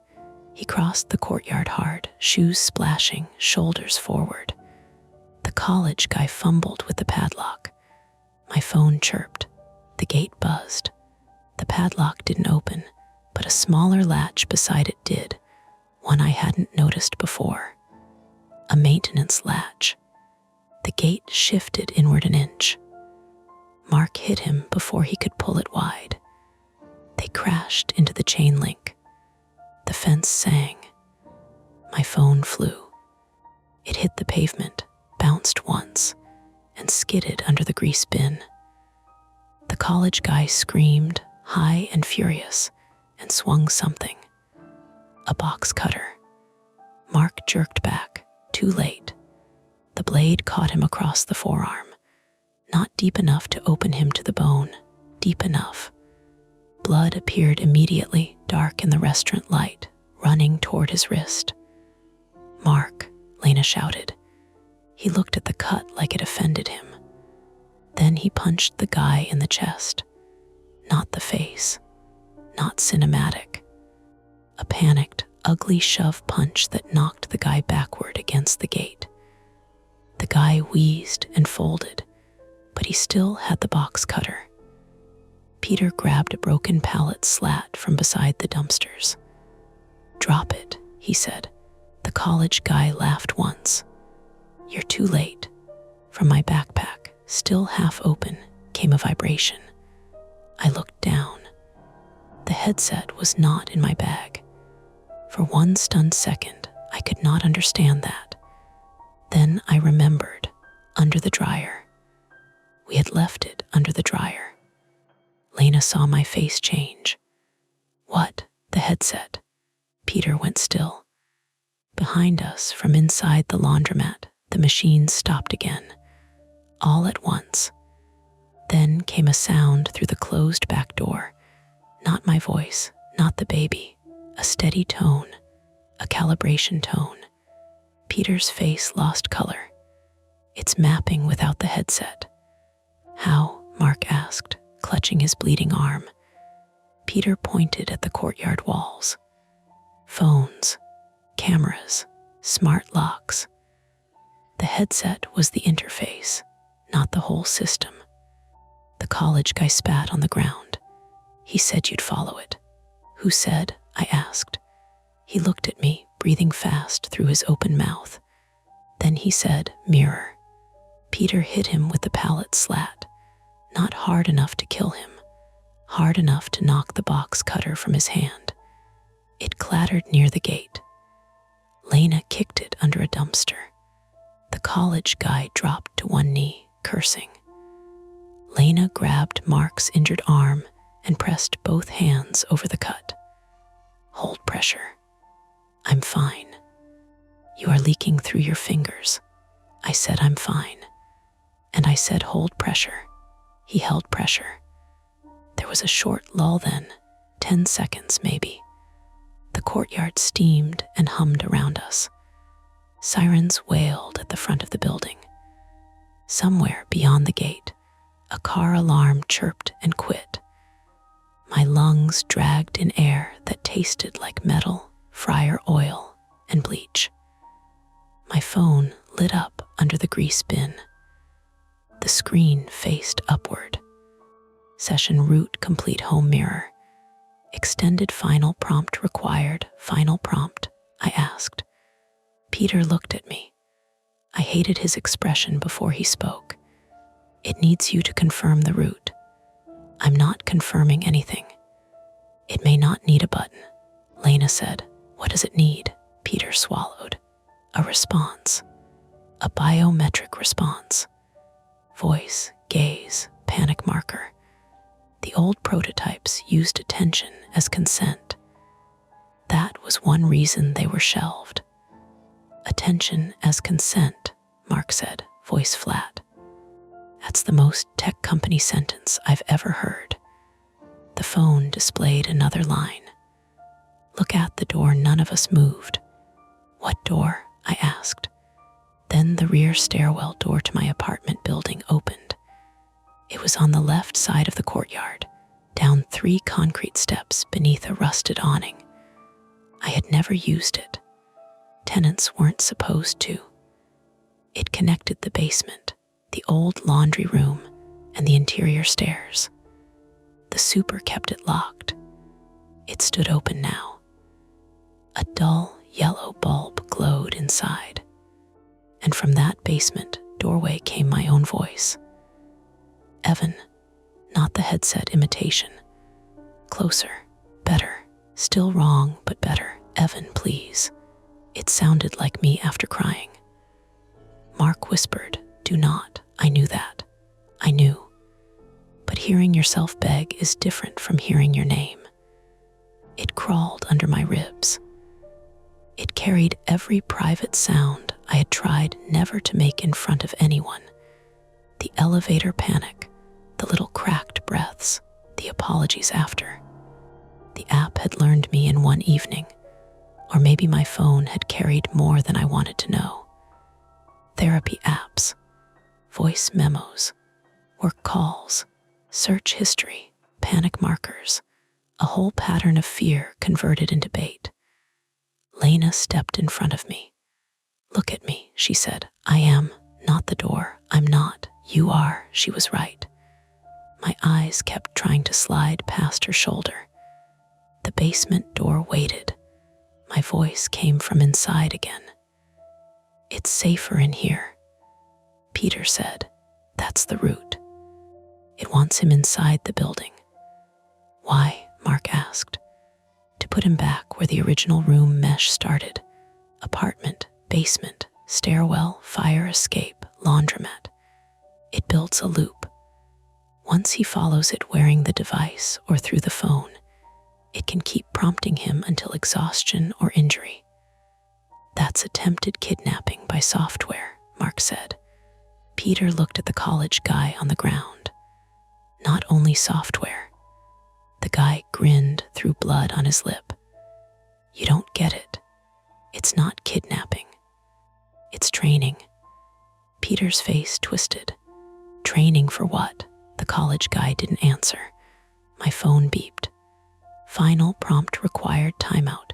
02:002 minutes." "What happens at timeout?" Lena asked. Peter shook his head. "Could default, could wipe, could hand off to another device." "Another device where?" He looked at the rear stairwell door. Inside the basement, something moved. A small sound. Not footsteps exactly. A scrape, like furniture dragging above us earlier. The upstairs dragging sound. Not upstairs, below. All night I had heard it through the building and told myself it was a chair, a dog crate, a neighbor. Now it came from the basement stairwell. Slow, heavy, 6 inches at a time. Mark went pale under his beard. Someone else is in there. Lena grabbed my wrist. Police are at the front. We wait. We're locked back here, Peter said. They'll get through. In 2 minutes, the phone under the grease bin changed. Timeout. 0142, the basement voice whispered. Evan, I can't breathe. My chest tightened so violently I doubled over. There it was. Elevator between floors. Corner. Backpack clutched to my chest. Men laughing kindly because they didn't know what else to do. Air suddenly too thick to use. Lena crouched with me. Count the courtyard. What? Map it out loud. I can't. Yes, you can. Left side. I dragged in air. Building door, 3 steps. Rusted awning. Right side. Restaurant wall. Grease bin, fan, far end. Gate, dumpsters, mark. Good, near side. Laundromat door, locked. You, Peter. Where are you? Courtyard. Where is the voice? Basement. Is it you? No, say it. It's not me. Again. It's not me. The pressure eased enough for me to stand. Mark had wrapped his overshirt around his forearm. Blood already spotted through. He picked up the broken pallet slat Peter had dropped and shoved it through the gate gap, jamming the maintenance latch so it couldn't open farther. Phone, he said. We need your phone. It's under the grease bin, Lena said. Mark looked at the bin. It was a square metal container on casters, pushed against the restaurant wall, heavy, slick, smelling of old fat. Of course it is. He tried to move it one-handed. It didn't budge. Lena joined him. Peter, too. The 3 of them strained. The bin shifted half an inch, wheels stuck in a crack. The phone kept beeping. Timeout. 0106, the college guy on the ground started laughing again. Don't need the phone, he said. Peter turned. What did you do? The guy looked at me. His pupils were huge. He already looked. I froze. Lena said, no. The phone flashed. Gaze accepted a new prompt appeared. Voice confirmation required my own voice came from the basement. Say yes, Evan. Mark lunged at the basement door. Lena grabbed him with both hands. No, he's in there. Exactly. Someone's dragging something in there. And if you go in, you vanish too. Police are outside the wrong door. Mark shoved away from her, wild with pain and fear. I am not standing here while some freak uses his voice to bait him into a basement. The bravery of that nearly broke me because it was real and stupid and exactly Mark. He was hurt. He was bleeding. Was still trying to make himself the wall between me and the thing. So I did the only useful thing I could think of. I picked up the box cutter from under the dumpster. Lena saw me. Evan, I didn't go toward the basement. I went to the QR sticker, not the one in the laundromat. Another one half hidden on the courtyard side of the back door frame. Same black square. Same small text. Mirror room private beta. Everything had been prepared. The laundromat, the alley, the courtyard, the gate, the back door. Prepared meant installed. Installed meant wires. Mark, I said, where does a mag lock get power? He blinked, then understood. Door frame, control box, usually above or inside. Can we cut it? Maybe, Lena said with a box cutter. Mark was already at the back door looking up. No, but we can break the cover. Peter joined him. There, above the door, partly hidden by a dusty plastic shield, was a small black access box with a cable running into the brick. Mark stood on an overturned milk crate, swayed, cursed, and smashed the pallet slat into the cover. Once, twice. The third hit cracked it. His injured arm slipped. He almost fell. Lena steadied him. Again, she said. He hit it again. The cover popped open. Inside, wires, red, black, white, green, a tiny LED. Mark laughed once, breathless. Finally, a problem from Earth. Timeout. 0035, the basement voice changed. Not mine now. Lena S. Evan, he's bleeding too much. Mark stopped. Lena's real face went slack. From the basement, her copied voice said, "Please help him." Mark looked at the door. The system had found him too. Maybe from the laundromat, maybe from our phones, maybe from every voice that had bounced around the night. "No," Lena said, and this time her voice shook. "Mark, wires," he stared. The basement voice repeated, "Help him." "Mark," I shouted. He snapped back. "What wire?" Mark blinked hard at the access box. "Power is usually red, but if I cut wrong, it could fail locked." "Then don't cut wrong," Peter said. "Thank you, QA guy." He held out his hand. "Box cutter." I gave it to him. His fingers were slippery with blood. He cut the red wire. Nothing. The LED stayed on. Damn it. Timeout. 0019, the basement door opened wider. Inside, at the bottom of the steps, something white moved. A face. No. A mask. A cheap white plastic mask. The kind sold at Halloween stores, worn by someone standing in the basement shadow. Real person, real body. One gloved hand on the railing. In the other hand, a tablet glowing blue. Central threat, not ghost, not glitch. A person running prompts from the dark, using the system and our fear like handles. Peter saw the tablet and made a small, devastated sound. That's the admin console. The masked person raised the tablet. The phone under the grease bin chimed. Voice confirmation required the basement speaker. Now using my mother's voice from some stolen voicemail or old cloud backup, said, "Just say yes, honey." That cost me more than I expected. I had not talked to my mother in 3 weeks because she kept asking if New York was too much for me, and I kept pretending it was. My mouth opened.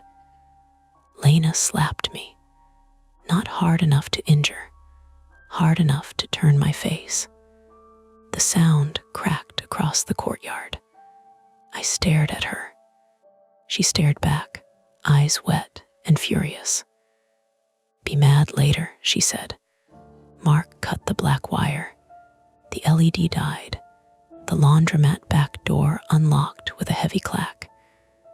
At the same instant, Peter ran at the basement stairs. The masked person retreated.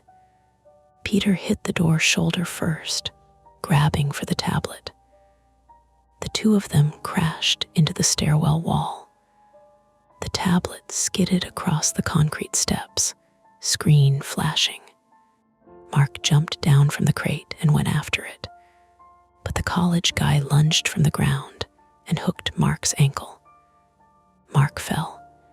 His head struck the pavement with a dull, awful sound. He did not get up right away. "Mark," Lena screamed. That broke everything open. I ran. Not away, toward the tablet. My shin burned. My socks slipped. The basement voice shouted in 3 different stolen voices at once, overlapping. Mine, Lena's, my mother S. All telling me to stop. Yes, look, please, put it on. I grabbed the tablet off the bottom step. The masked person seized my wrist. Up close, I could see eyes behind the white plastic. Male, maybe 30. Brown eyes, human, frantic. Give it back, he said.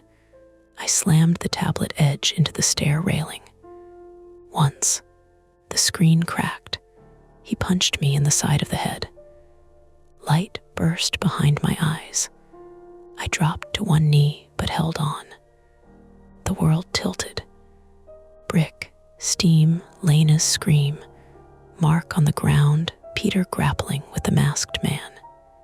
I hit the tablet again. It split at the corner. The screen went black. Every speaker stopped. The basement went quiet. The phone under the grease bin went dark. From the laundromat, the back door flew open. 2 uniformed officers came through with flashlights and raised voices, followed by the laundromat worker pointing and crying. Real light, real commands, real hands. Get on the ground. The masked man tried to run deeper into the basement. Peter tackled him at the knees. They both went down hard on the concrete. An officer moved past me. Another grabbed the college guy. Someone yelled for medical. Lena was already beside Mark, pressing fingers to his neck. Pulse, she said, and it came out like a prayer she refused to let become one. He has a pulse. I crawled to them. Mark blinked once. Did we win? He mumbled. Lena laughed and sobbed at the same time. Shut up. My hands were shaking too badly to touch him. Across the courtyard, the police dragged the masked man up the basement steps. His mask had cracked along one cheek. He looked smaller without the dark around him. Peter sat on the bottom step, one eye swelling, both hands raised where officers could see them. The tablet lay broken near the railing. My phone stayed under the grease bin, black and silent. For a few seconds, the world was only ordinary damage. Blood on Mark's sleeve, a cut on Peter's eyebrow, my bare feet numb and filthy, Lena's palm print hot on my cheek, police radios spitting codes, the restaurant fan blowing garlic smoke over all of us like dinner, was still happening somewhere. Then one officer kicked the backpack while clearing the courtyard. The VR headset slid halfway out. It should have been off. It was not. The lenses glowed faintly. No voice came from it. No prompt. No copped mother. No crying baby. Just a tiny reflection in the dark visor. My living room, not the courtyard, the couch, the rug, the window, the bathroom door. Open. I looked away before it could ask me to look closer. And for once, I knew that was not victory.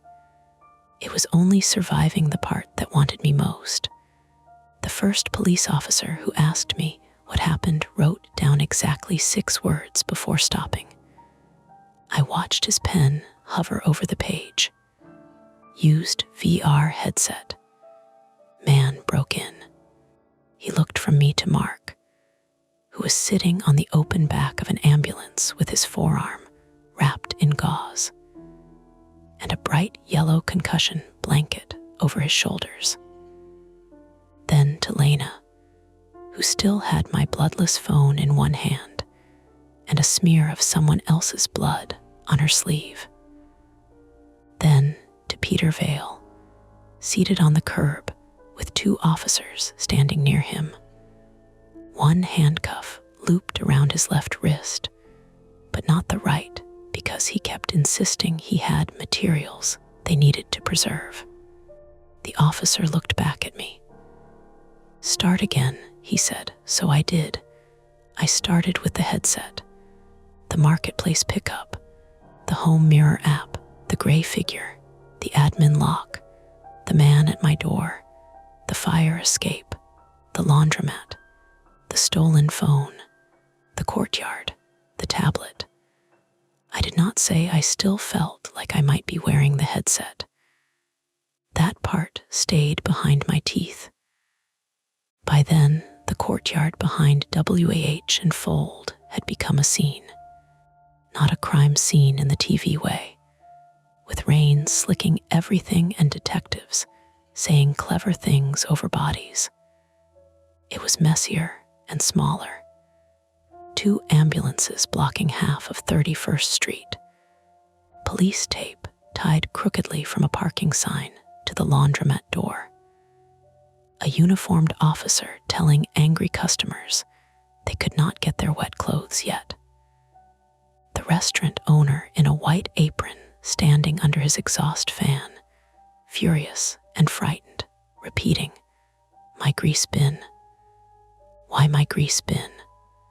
My phone had been retrieved from under it with a pair of blue gloves. The screen was cracked across one corner, but it still worked. That seemed unfair. The tablet was dead. The headset should have been dead. Everything should have broken cleanly, with a satisfying end to it. Instead, my phone lit up when the evidence tech touched it, showing the lock screen photo of me and Mark at Coney Island 2 summers earlier. His beard shorter, my eyes half closed from sun.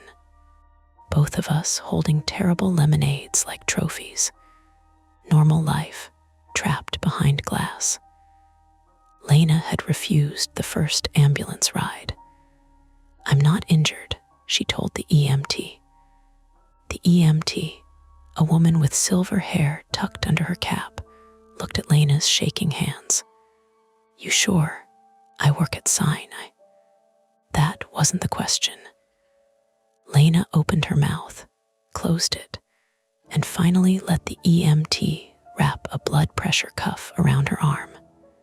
Mark accepted treatment only after Lena told him very calmly that if he passed out in the courtyard, she would tell every nurse in Queens he had tried to treat a box cutter wound with vibes and masculinity.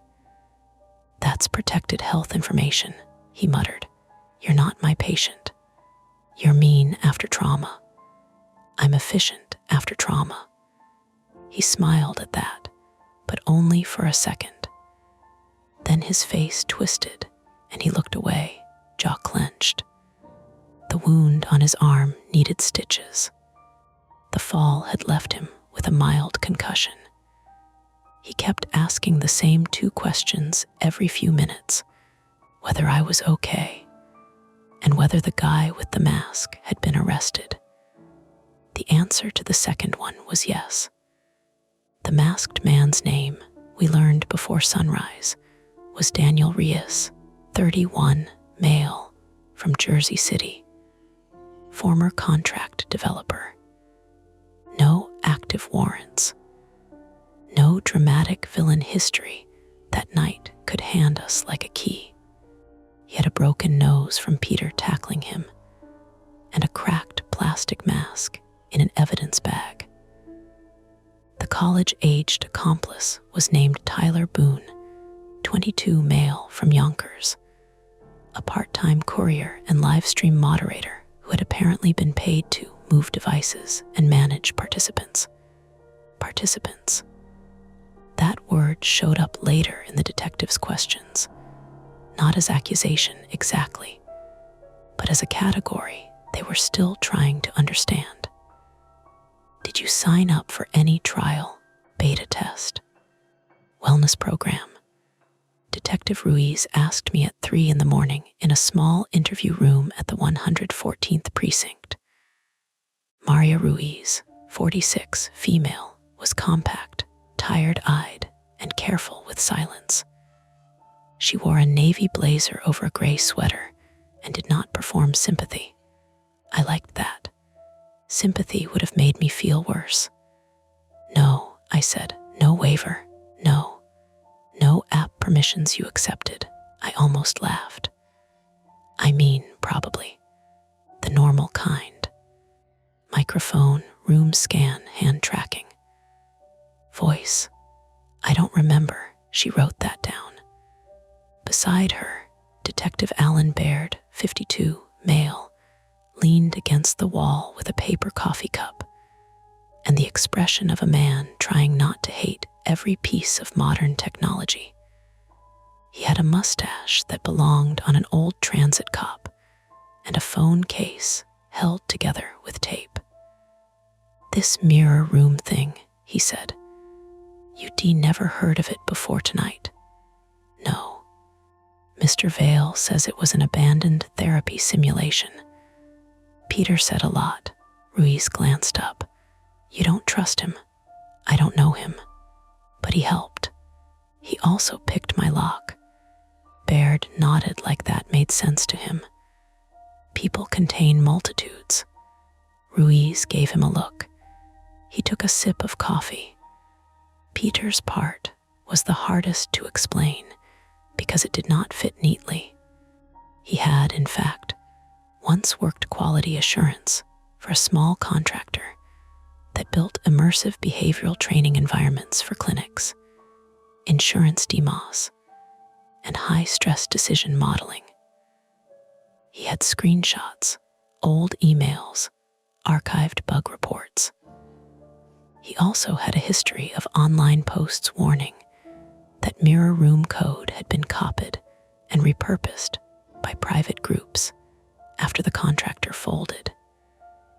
He had seen my seller's username appear in a private forum 3 weeks earlier, he said.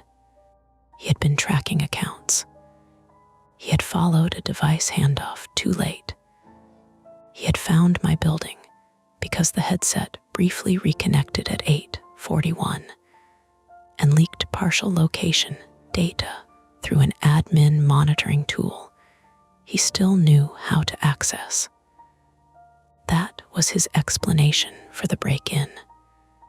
Detective Ruiz wrote it all down. No one said it was legal. No one said it was impossible. I sat under fluorescent lights with a paper cup of water and a hospital blanket over my shoulders, and I kept waiting for the room to smear at the edges. It didn't. That almost made it worse. At Mount Sinai, Queens, they cleaned the cut on my temple where Daniel had punched me with his knuckles, or the edge of the tablet, or both. The doctor said I had a mild concussion too, plus bruised ribs and a shin contusion. My feet were scraped and filthy from the fire escape and courtyard. They washed grit out of my left heel while I gripped the bed rail and tried not to apologize every time I flinched. Lena finally let someone look at her after Mark was treated. Her blood pressure had spiked. Her hands would not stop trembling when she tried to sign discharge paperwork. I'm fine, she said. The nurse looked at her. Lena sighed. I am not fine, but I am functional. That's a start, the nurse said. Mark got 7 stitches. He insisted it was 6, until Lena counted the knots and said, 7, in the same voice she had used when telling me to map the courtyard. By daylight, the city had done what it always does after something terrible. It made room around it without stopping. The laundromat reopened by noon with one handwritten sign taped to the door. Back machines out of order. The bodega guy on the corner told a reporter he always knew something was weird upstairs, even though he had once asked me if I lived in Brooklyn. Someone posted a shaky video of us in the laundromat online, but it was taken down after the police contacted the platform. Then reposted. Then stitched into a joke by someone who thought the crying baby phone was staged. Mark saw it first. "Don't look," he said. So of course I did. There we were, damp, scared, badly lit. Me with the backpack against my chest. Lena arguing with the laundromat worker. Mark by the door. The comments were exactly what you would expect. People saying fake. People saying viral marketing. People saying they would have handled it better. The video ended before the back door, before blood, before the basement voice used my mother. I closed the app and put the phone face down. Then I turned it off. Then I put it in a kitchen drawer. Then I took it back out 30 seconds later because I needed to text my mother. I told her there had been an incident, that I was physically okay, that I would call after sleeping. She called immediately. I let it ring because I could not bear to hear her real voice yet. Then I hated myself for that. When I got home 2 days later, my apartment door had a new lock. The super installed it himself while avoiding eye contact and saying, "Crazy world, huh?" Every 4 minutes. The bathroom door was closed. I stood in the entryway staring at it until Mark, who had been ordered not to lift anything heavier than a grocery bag, and was therefore carrying exactly 1 grocery bag with great resentment, bumped my shoulder. "You want me to open it?" he asked. "No, you sure?" "No," he waited. That was new. Mark was not good at waiting. Usually he filled silence with jokes or instructions. Now he stood beside me with his bandaged arm held stiffly against his side and let the apartment exist around us. Radiator ticking, refrigerator hum, someone upstairs moving a chair, just a chair, probably.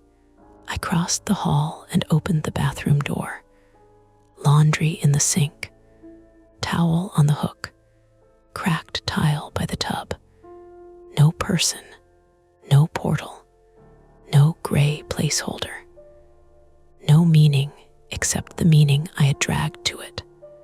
Sat on the closed toilet lid and laughed once, then covered my face because the laugh had nowhere to go. Lena came by that evening with soup I did not ask for and 3 printed pages. "I made a list," she said. "Of course you did. Passwords, device permissions, router reset, credit freeze, account recovery, therapist appointment, tenant complaint, police follow-up. Did you sleep? No. Did you eat?" She ignored that and taped the list to my fridge with a magnet shaped like a tiny tomato. We did most of it together.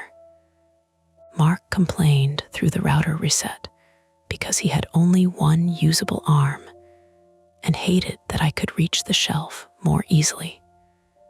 Lena changed my account passwords with the grim focus of someone scrubbing instruments.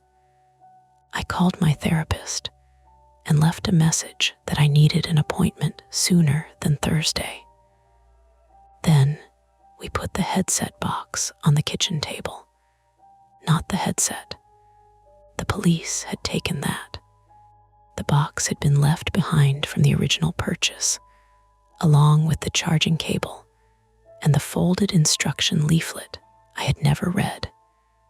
The box was plain white. On the bottom, beneath a sticker with the model number, Mark noticed a second label. Small, almost transparent. A QR code. None of us scanned it.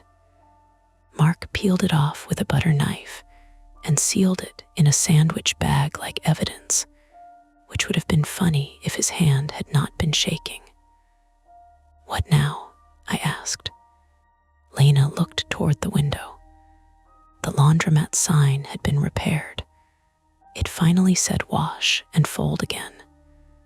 "Now we give that to Ruiz," she said. "And then we don't buy used headsets from strangers." Mark snorted. A hard rule, but fair.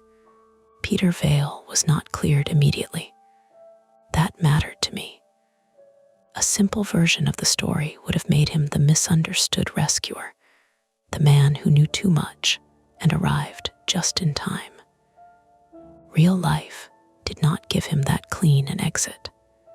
He was charged first with unlawful entry and possession of burglary tools because the lock picks were in his coat.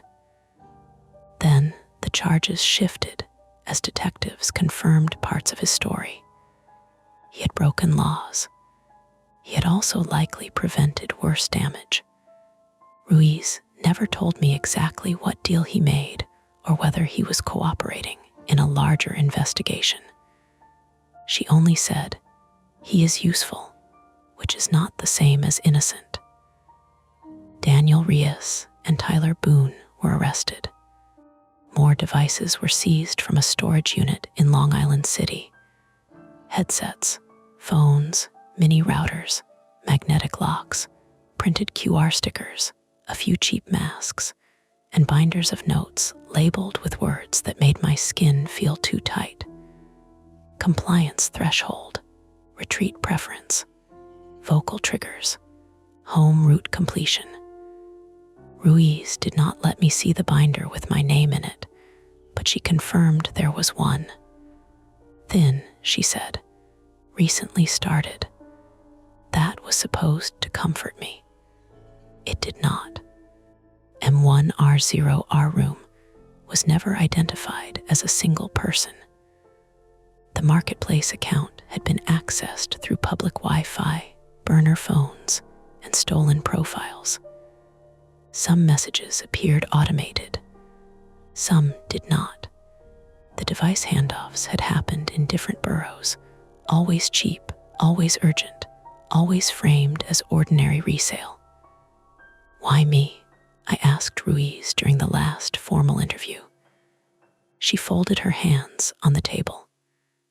"Possibly opportunity," she said. "You answered the listing. You had the right kind of apartment. You used the app. Your profile gave them usable responses. That's not an answer." "No," she said. "It's what we have." The almost ordinary reality returned in pieces. Mark went back to work after a week and called me from a hotel boiler room to complain that his stitches itched, and his boss had told him to avoid hero nonsense on company time. Lena returned to night shifts and texted me pictures of hospital vending machine dinners with ratings out of 10. I started taking the elevator again, but only when it was crowded. I told myself that counted. I bought blackout curtains. I stopped using voice assistants. I kept my phone camera covered with a sliding plastic tab mark installed while making a speech about analog solutions for digital idiocy. Sometimes, when the N train rattled past and shook the window, I still looked at my hands. Not because they lagged, because I expected them to. That was the crack the night left in me. Not the belief that I was trapped in VR. I knew I was. The doctors, detectives, stitches, paperwork, insurance claims, and my electric bill all made a strong case for reality. The crack was smaller, a distrust of smoothness. If a door opened too quietly, I noticed. If my phone took half a second too long to wake, I set it down and waited. If someone in a video call froze with their hand raised, I had to look away until the frame caught up. 3 weeks after the arrests, Detective Ruiz called to say I could pick up some property. Not the headset. That remained evidence. My phone. They had wiped it after imaging the data. New operating system. New passwords. Clean, she said, clean. I took it home in a brown envelope and left it on the kitchen table for 6 hours before turning it on. Mark was there. Lena too. We had made it a rule without saying it. No new devices alone. The phone booted normally. Apple logo, hello screen. Setup prompts. No strange apps. No overlays. No pale blue hand. I breathed. Mark said, see. Lena said, don't rush him. I went through the setup slowly. Wi-Fi. Face ID skipped. Location permissions denied. Microphone permissions denied wherever possible. The phone asked if I wanted to restore from backup. I chose no. Fresh start. The home screen appeared empty except for default apps. Calendar, photos, messages, camera. Then a notification appeared, not from an app, from the system. One item could not be restored. I stared at it. Mark leaned in. That normal, Lena said, probably. I tapped for details. The notification vanished. No error log. No file name. Nothing, just gone. We sat very still. Outside, the laundromat sign glowed steady red. Wash and fold. Complete, repaired, ordinary. From the bathroom, the pipes ticked once. Mark stood and opened the bathroom door without asking. Empty. He checked the tub, the sink. Behind the shower curtain, which I had not used since the night because I had thrown it away and bought a clear one. Nothing, he said. Lena touched my shoulder. System restore errors happen. I know, they do. I know. And I did know. That was the worst part. The explanation was right there. Plausible, boring, clean. But for the rest of the night, I left the bathroom light on. Not because I believed something was in there. Because I had learned that belief was not the gatekeeper I thought it was. Sometimes your eyes accept a thing before the rest of you can argue. Sometimes a door is closed and you still remember it open. The shadows fade for now, but the stories never end. Don't forget to hit like, subscribe to Mia Horror Stories, and join our community of horror lovers. If you're hungry for more, check out the next video. Just remember, the scariest part is often the one you don't see coming. Hey friends, it's your girl Mia. This is Mia Horror Stories. And tonight's story, my smart thermostat keeps dropping to freezing. And it displays, he is cold, is told in darkness. Green will stay black, so you can simply listen, imagine, and feel every moment without distraction. Trust me, the build-up matters, and the ending is where the real chill hides. So don't look away, and don't leave early. At 2:17 in the morning, the heat clicked off. Not ramped down, not paused the way it did when the schedule switched from home to sleep. It snapped off with a little plastic tick from the hallway wall, followed by the soft sigh of air dying in the vents above our bedroom door. The kind of sound you only notice when the house is already too quiet. I lay there under the duvet, listening. The next sound was my wife's foot dragging against the sheet. Ben, she mumbled. I heard it. No, look. She had one eye open, her phone lighting her face blue from the pillow. On the screen, the thermostat app showed our house in a neat little graphic, all calming curves and friendly icons. Indoor temperature, 61 degrees F and falling. Target temperature, 32 degrees F. Below it, in the place where it usually said eco mode or sleep schedule, there was a message I had never seen before. He is cold. My name is Ben Mercer, 36, male, originally from Erie, Pennsylvania, which means I grew up hearing adults describe bad whether like it was a moral test. Lake effect builds character, my father used to say, while our windows turned white at the edges. I moved to North Carolina 15 years ago and became soft enough that a 40-degree morning made me complain. I work remotely as a claims adjuster for a mid-sized insurance company, which is a dull way of saying I spend most of my week looking at photos of ruined kitchens, dented bumpers, collapsed sheds, and people trying very hard to sound reasonable while asking for money. My wife, Laura Mercer, 34, female, is from Columbus, Ohio, and teaches second grade at an elementary school in Durham. She has the kind of patience that makes strangers tell her too much in grocery store lines. She also keeps a mental inventory of every sound our house makes: the refrigerator rattle, the pine branch against the east gutter, the settling pop in the living room wall when the heat runs too long. She knows all of it. So when she sat up fully and whispered, "That's not normal," I believed her before I believed the app. We lived in a narrow rental house in Hillsborough, North Carolina, about 15 minutes northwest of Durham, in one of those older neighborhoods where every property seemed to have been remodeled in a different decade.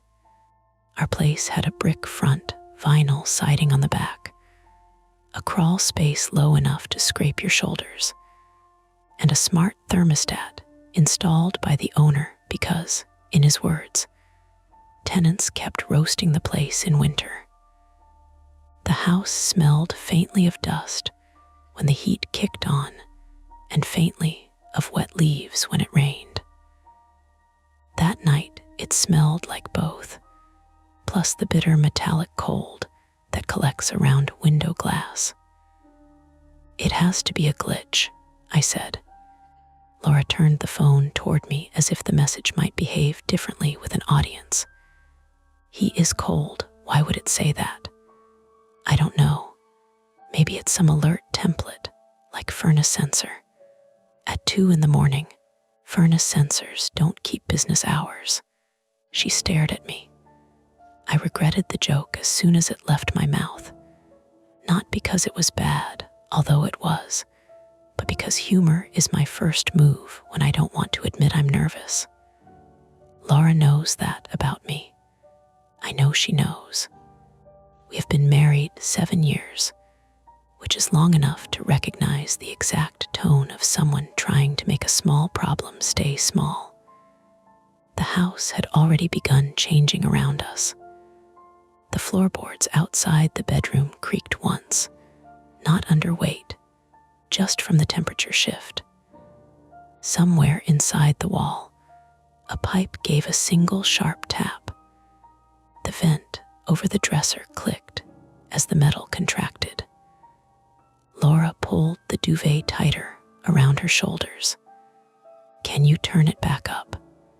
I opened the app on my own phone. Same screen, same target. I tapped the plus button. 32 became 33. Then, before my thumb lifted, it jumped back down. "Ben, I see it." I tapped again. This time I held my finger on the button and watched the numbers race upward. 41, 42, 43, 44. The app lagged for half a second, like it was thinking. Then the screen refreshed. 32 degrees F. "He is cold." The hallway thermostat made another small tick. I got out of bed too fast and stepped into cold that had gathered along the floor. It bit the arches of my feet. Our old dog, Mabel, lifted her head from the blanket pile beside Laura's dresser and let out one confused huff, her gray muzzle pointed toward the bedroom door. Mabel 12, female, was a beagle mix with cloudy eyes and stiff hips, adopted before Laura and I got engaged. She had the survival instincts of a throw pillow, but she knew when Laura was upset. She stood, shook herself, and her collar tags made a tiny, nervous jingle. "It's okay, Mabe," Laura said, though her voice made it clear she was talking to herself. I pulled on sweatpants and a hoodie. "I'll check the thermostat. Take your phone. It's 10 feet away. Take your phone." So I did. Our bedroom opened into a short hallway that led past the office on the left, the bathroom on the right, then into the living room and kitchen. At night, with the lights off, the house always looked longer than it was. The smart thermostat glowed on the wall outside the office, a pale circle at chest height. Its display usually showed a fat white number and a little orange flame icon when the heat was running. That night, it showed 32, and beneath it, in blocky black letters, "He is cold." Seeing it on the wall was worse than seeing it on the phone. The app could be wrong. Apps are wrong all the time. My banking app once told me I had negative $12,000 for a full, thrilling minute.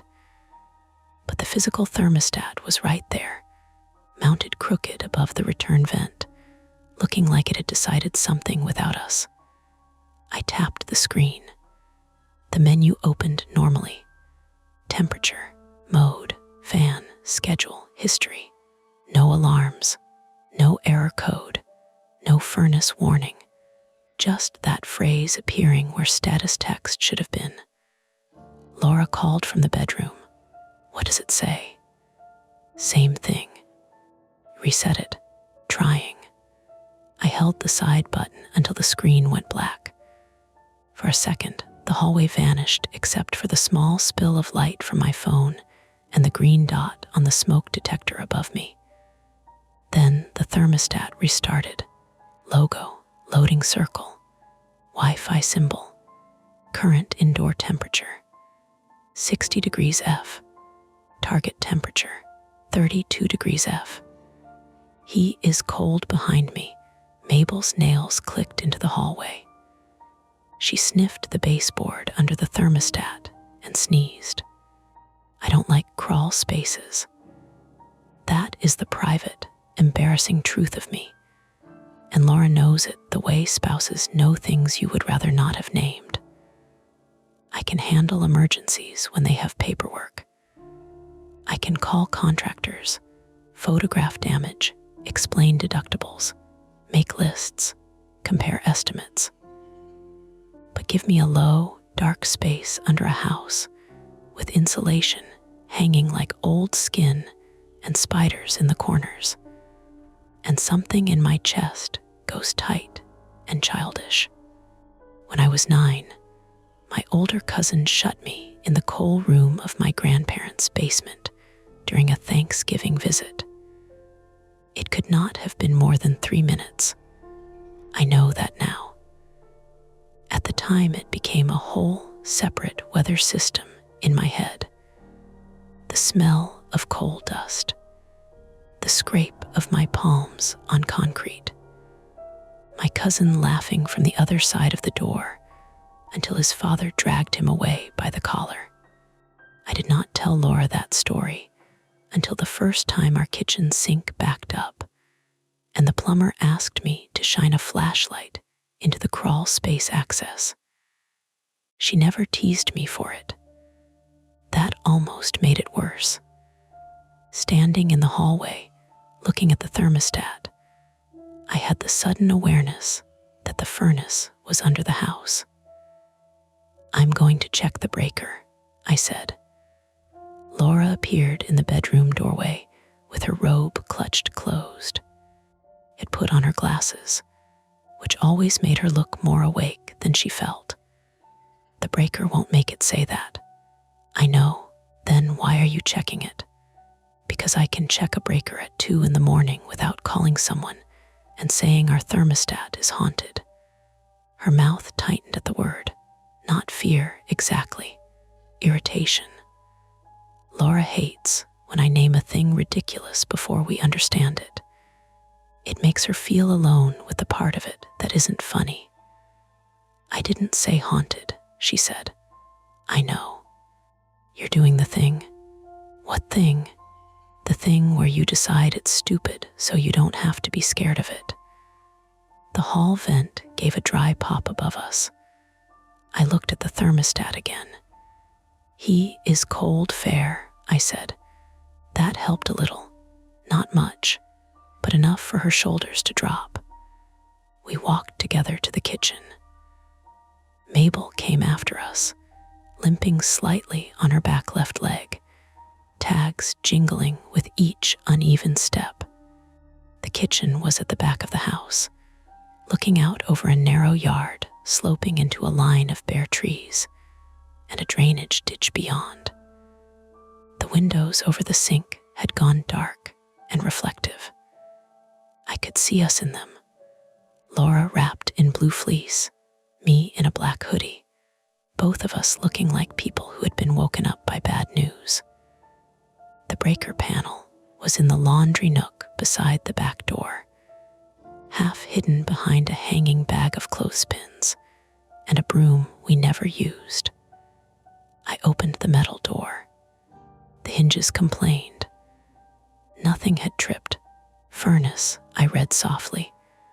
Kitchen, bedrooms, lights, all fine. Could someone have hacked it?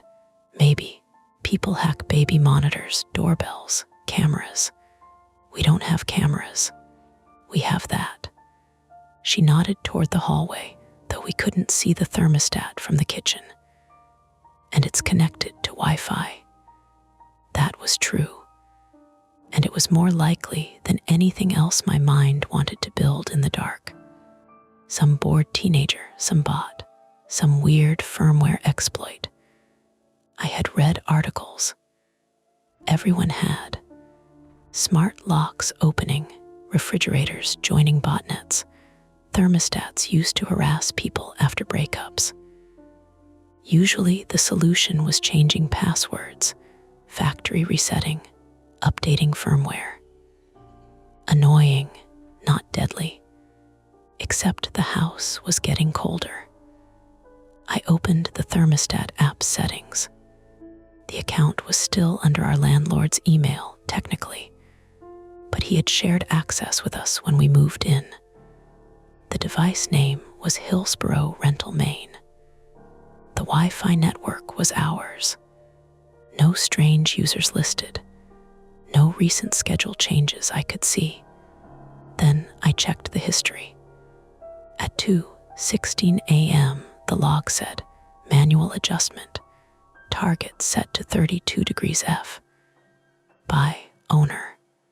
Owner, I said. Laura leaned in. Owner like Mr. Ainsley. Mr. Ainsley was our landlord, though nobody called him Mr. except Laura, because she could not stop being a teacher after 3:30.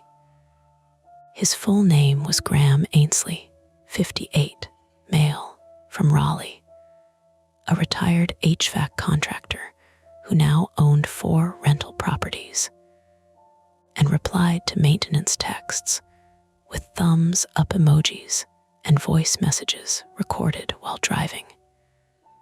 He was not warm exactly, but he was reliable. The dishwasher leaked in August. He had shown up with knee pads, a shop vac, and a story about copper prices that lasted 20 minutes. He wouldn't be awake, I said. That's not an answer. No, I mean, maybe his account got compromised. Call him. At 2:20, Ben, I looked at my phone. The target temperature still read 32. The current temperature had dropped to 58. Okay, I said. I called Graham Ainsley. It rang 6 times, then went to voicemail. Hi, this is Graham. Leave your name, number, property address, and a brief description of the issue. Text is better. Laura watched me. I hung up and texted, "Sorry to bother you so late. Thermostat keeps setting itself to 32 and displaying weird message. He is cold. Heat won't stay on. Is this you or any system issue?" 3 dots appeared almost immediately.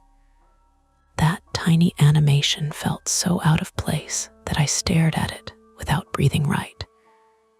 Graham was awake, or someone was on his phone. The dots blinked, vanished, blinked again. Then his reply came through. "What? Another message. I didn't touch it." Then, "Send picture." I took a photo from the hallway, my phone camera overexposing the thermostat so the letters looked harsher than they did in person. I sent it. Graham called 10 seconds later. His voice came through thick with sleep and alarm. "Ben, what the hell is that? I was hoping you'd tell me. I've never seen that message."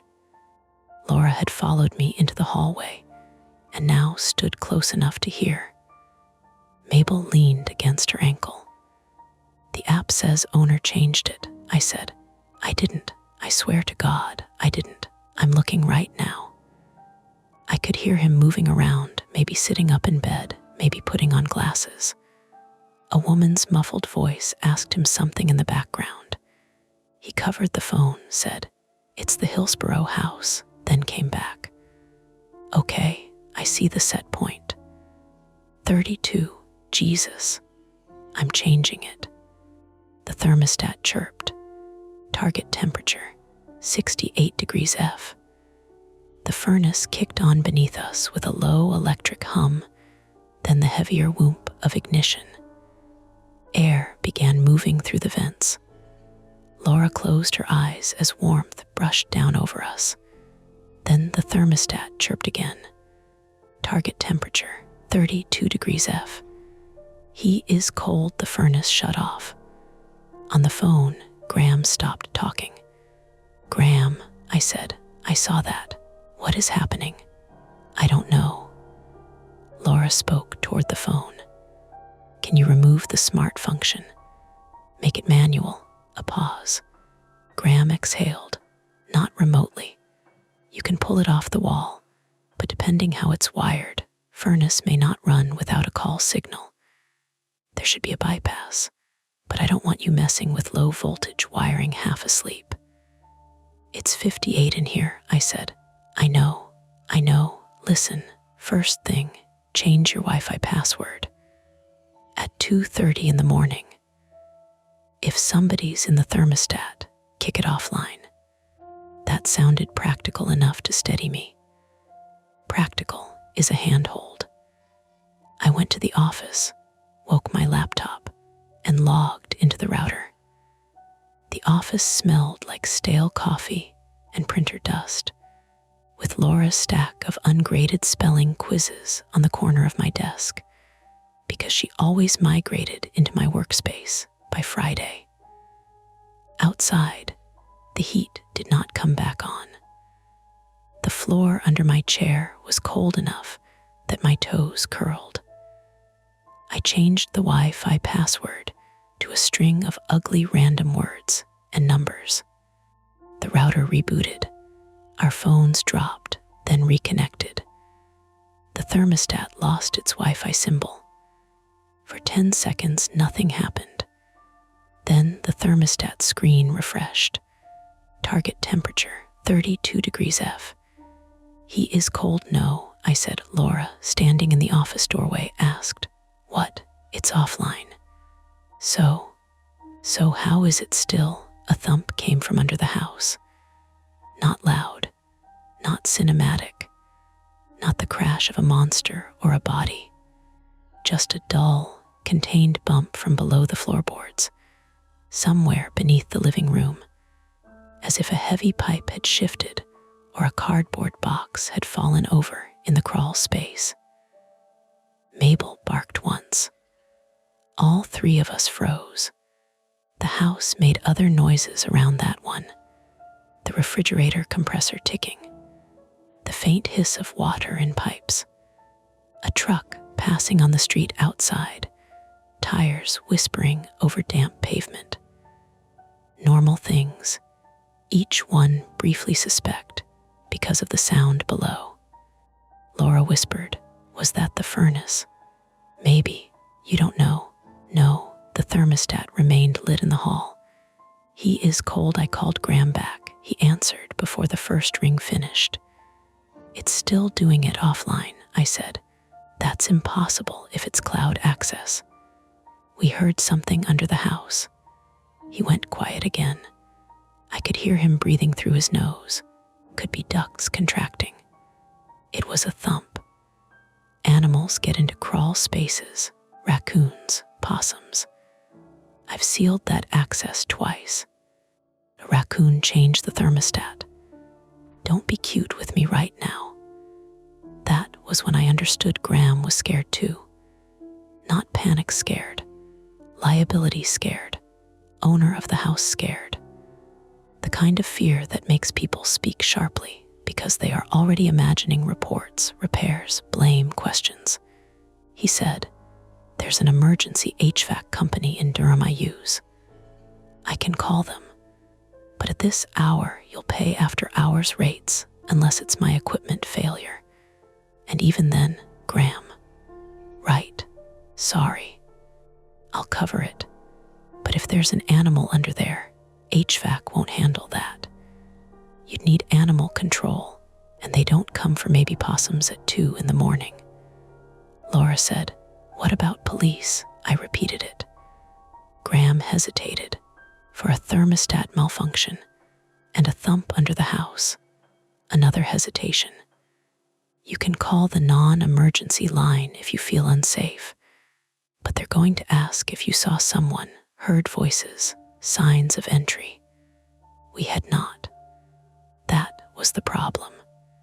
Everything had an explanation if you kept each piece separate. A hacked thermostat, a firmware bug, a landlord account glitch, a furnace noise, an animal in the crawl space, a cold house in January. None of those deserved panic by itself. Together, they made the hallway feel narrow. Laura went to the front door and checked the deadbolt. Then the chain.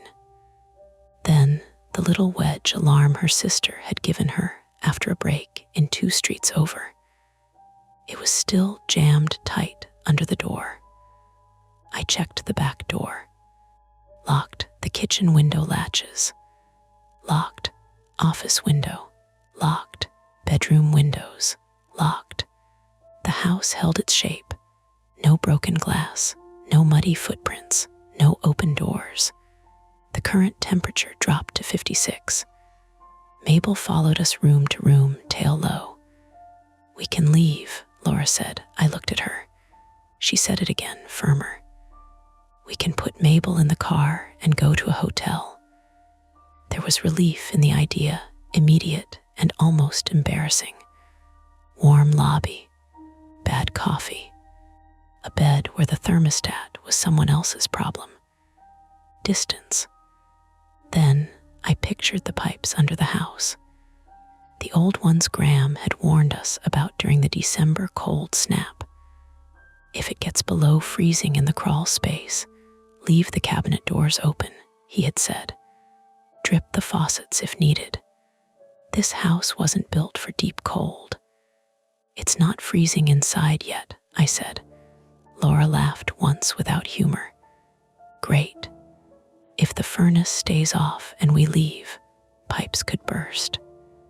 That is a landlord problem. It becomes a us problem if our stuff floods. Our stuff is not worth staying in a house that is acting weird." She was right, mostly. But my mind had already started stacking obligations like sandbags. The dog's medication in the kitchen cabinet. Laura's school laptop. My work files.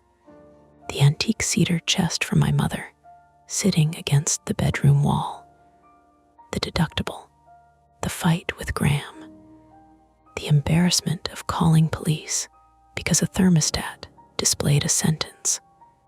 And under all of that, the crawl space door outside near the back steps, with its rusty latch and warped plywood panel. Another tap sounded below us. This one was lighter. Then a scrape. Laura gripped my wrist hard enough to pinch skin. We stood in the living room, not speaking, while the thermostat glowed down the hall. The scrape came again, slow and short, from beneath the floor near the return vent. It might have been an animal. It might have been metal dragging as ducts contracted. It might have been something loose shifting in a current of air. It might have been nothing we needed to see. Graham's voice crackled from my phone. I had forgotten he was still there. Ben, I raised the phone. Yeah, I'm getting dressed. I'm 25 minutes out if roads are clear. Don't go under the house. That should have settled it. Do not go under the house is a clear instruction. A sane instruction. The kind I wanted badly to obey. But the thermostat chirped. 68 degrees F. For one beautiful second, the furnace kicked back on. Then another chirp. 32 degrees F. He is cold, and from under the living room floor, directly beneath the vent, came 3 quick knocks. Not a pipe, not settling. Knock, knock, knock. Mabel began to growl, low and trembling, pointed toward the floor. Laura whispered, "We're leaving." I looked at the back door, then at the hallway closet where we kept the heavy flashlight, the one with the cracked rubber grip. Then at the thermostat. The house was dropping degree by degree, and something under it had just answered the heat. We had a choice then. Leave and wait for Graham outside in the car, letting the house go cold behind us, or open the crawl space access long enough to see whether there was an animal, a broken duct, or some other ordinary thing we could explain before it got worse. Laura had her car keys in her hand. I had the flashlight in mine. Neither of us moved. Laura chose first. She slipped her shoes on without sitting down, one heel crushed under her foot, keys clenched between 2 fingers like she expected to need them for more than driving. The sound of the metal teeth clicking against each other was small, but it filled the living room because neither of us was talking. "We're going to the car," she said. "Now." I had the flashlight in my right hand and my phone in my left, Graham's voice still coming from the speaker. "That's the right call," Graham said. "Go outside. Wait for me there. I'm leaving now." The thermostat chirped behind us. Laura flinched so hard her shoulder hit the doorframe. Target temperature, 68 degrees F. The furnace kicked on under the house with that low electrical hum again. A breath later, warm air pushed through the living room vent, carrying the dusty, toasted smell of heat that had been sitting idle in metal ducts. Then another chirp. Target temperature, 32 degrees F. He is cold, the furnace died. From beneath, the floor came a soft, dragging scrape, like something being pulled across the dirt under the joists. Laura did not whisper this time. "Ben door." I nodded, ashamed that she had to say it twice. My feet were still planted in the living room because some stubborn, stupid part of me had begun measuring the situation in property damage. Pipes, furnace, insurance, liability. The kind of words I understood too well. I could already hear the adjuster version of myself asking whether we made reasonable efforts to prevent loss. Laura saw it in my face. "No," she said. "I didn't say anything. You were about to. I was just thinking if the pipes freeze. If there's someone under our house, the pipes can have the house. That shut me up. Graham said, "There's no reason for anyone to be under there." The crawl space door locks from the outside with a hasp. "Does it actually lock?" Laura asked. A pause. "It has a latch," Graham said. "That's not the same." "No," he admitted. "It's not." We moved toward the front door. Mabel limped after us, growling so low it sounded like a motor struggling to start. The front hall was colder than the living room, the old glass around the door leaking night air in thin, invisible lines. I slid the chain free and turned the deadbolt. The metal was cold enough to sting. When I opened the door, the wedge alarm at the bottom screamed. It was a cheap device, all plastic and panic, meant to shriek if someone forced the door. In that tiny house at almost 3 a.m, it went off like a fire alarm. Laura cursed and dropped her keys. Mabel barked and scrambled backward, nails skidding on the floor. I kicked the wedge away with my socked foot, and the alarm cut off mid-wail, leaving my ears fizzing.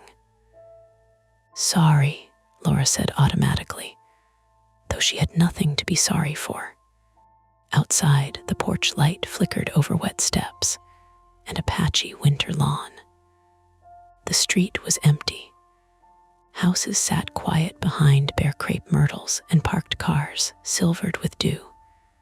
Across the road, the Hendersons' inflatable snowman, still left out from Christmas, sagged over itself in the yard, its little internal fan whining weakly.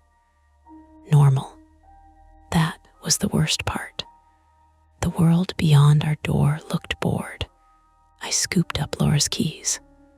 "Come on." We got as far as the porch. Her Subaru sat in the driveway under the basketball hoop Graham had never removed. My old Civic was parked at the curb. Both cars were filmed with moisture. When Laura pressed the unlock button, the Subaru lights blinked once. Then nothing. She pressed it again. Nothing. "Battery," I said. It blinked. She pressed harder, as if the fob might respond to pressure instead of signal. "Come on." Mabel trembled against my shin. The cold air hit harder outside, damp and mineral, carrying the smell of wet leaves from the ditch behind the house. Somewhere down the block, a dog barked twice and stopped. Laura walked quickly to the Subaru and tried the handle. Locked. She jabbed the button again. Nothing. "Use the key inside the fob," I said. "I am aware there is a key inside the fob." That snapped out sharper than she meant. She exhaled through her nose, then dug her thumbnail into the release slot. Her hands were shaking enough that she dropped the little metal key onto the driveway. It bounced once with a clean, bright tick. I bent to pick it up. From the side of the house, near the back steps, something knocked against wood. Not 3 knocks this time. One hard thud. Laura and I both turned. The crawl space access was around that corner, beneath the kitchen window. I could not see it from the porch, but I could picture it exactly. Warped plywood panel, rusty hasp, cinder block step, clay dirt banked against the foundation. Graham had once told me the access had swollen in the humidity and had to be kicked shut. Another thud came. Then a muffled scraping, followed by a sound that was almost human only because of the rhythm. Breath, pause, breath. Mabel barked toward the side yard and pulled backward at the same time, her old body unable to decide which instinct had seniority. Laura said, "Car now." I handed her the key. She opened the driver door manually. The Subaru's alarm went off. The horn blasted in short, furious bursts, lights flashing against the side of the house, against our bedroom window, against Laura's face. She fumbled with the fob, pressing unlock, lock, panic, anything. The horn kept going. "Start it," I shouted.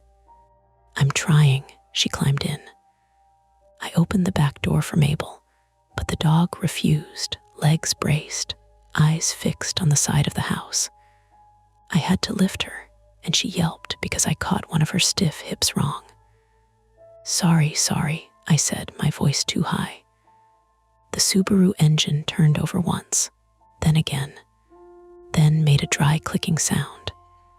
"No," Laura said from inside. No. The dashboard flickered like a bad fluorescent tube. The alarm died. The porch light seemed louder when it was over. Laura tried again. Click, click, click, dead battery. I stared at the car, then at my Civic on the street. "We'll take mine. My school bag is in here. Leave it. My laptop, leave it." She looked up at me through the open car door, and for half a second I saw the fight in her. The teacher brain cataloging responsibilities, student records, lesson plans, parents waiting for emails. The same stupid gravity that had nearly kept me inside for pipes. Then another thud came from the side of the house. She got out. Graham's voice burst from my phone. "What was that horn, Ben?" "Laura's car is dead," I said. "What? The Subaru battery's dead. Take your car. We are. Do not go near the crawl space door." I heard you. But I was already thinking about the Civic key. It was not in my pocket. I had taken my phone, the flashlight, and nothing else. My keys were in the ceramic bowl on the kitchen counter beside the mail. Inside. Laura realized it at the same time I did. "You don't have them." "I'll grab them." "No, they're 10 feet from the back door." "No, Ben. I can see the counter from the door. We are standing outside because something is wrong inside. We can't stand here in pajamas until Graham arrives. We can go to neighbor." That was reasonable. It was the most reasonable thing said all night. We could wake the Hendersons across the street. Or the old man 2 houses down who walked every morning at 6 with a reflective vest and a mug. We could be embarrassed in someone else's warm living room. I looked across the street. The Hendersons' house was dark except for a porch camera with a tiny red indicator glowing above the doorbell. Their driveway was empty. I remembered then that Laura had said they were visiting their daughter in Asheville. The old man's house had no lights. Maybe he was home. Maybe not. My phone vibrated. A notification from the thermostat app. Emergency alert. Indoor temperature 54 degrees F. Auxiliary heat failure. Below it, another notification arrived. Occupancy detected. Basement crawl zone. I stared at the words until they lost shape. Laura leaned in. "What is that? We don't have a basement." "What is crawl zone?" "I don't know." Graham said, "Read that again." I did. He swore softly. "That thermostat doesn't have a crawl zone. You installed it." "I know what I installed." "Could there be a sensor?" Laura asked. "No," Graham said. "Not unless somebody added one." The side yard went quiet. That quiet was not peaceful. It was attentive. The problem finally hardened into something I could not explain away. The furnace had to run. The house was losing heat. One car was dead. My keys were inside. Graham was at least 20 minutes out.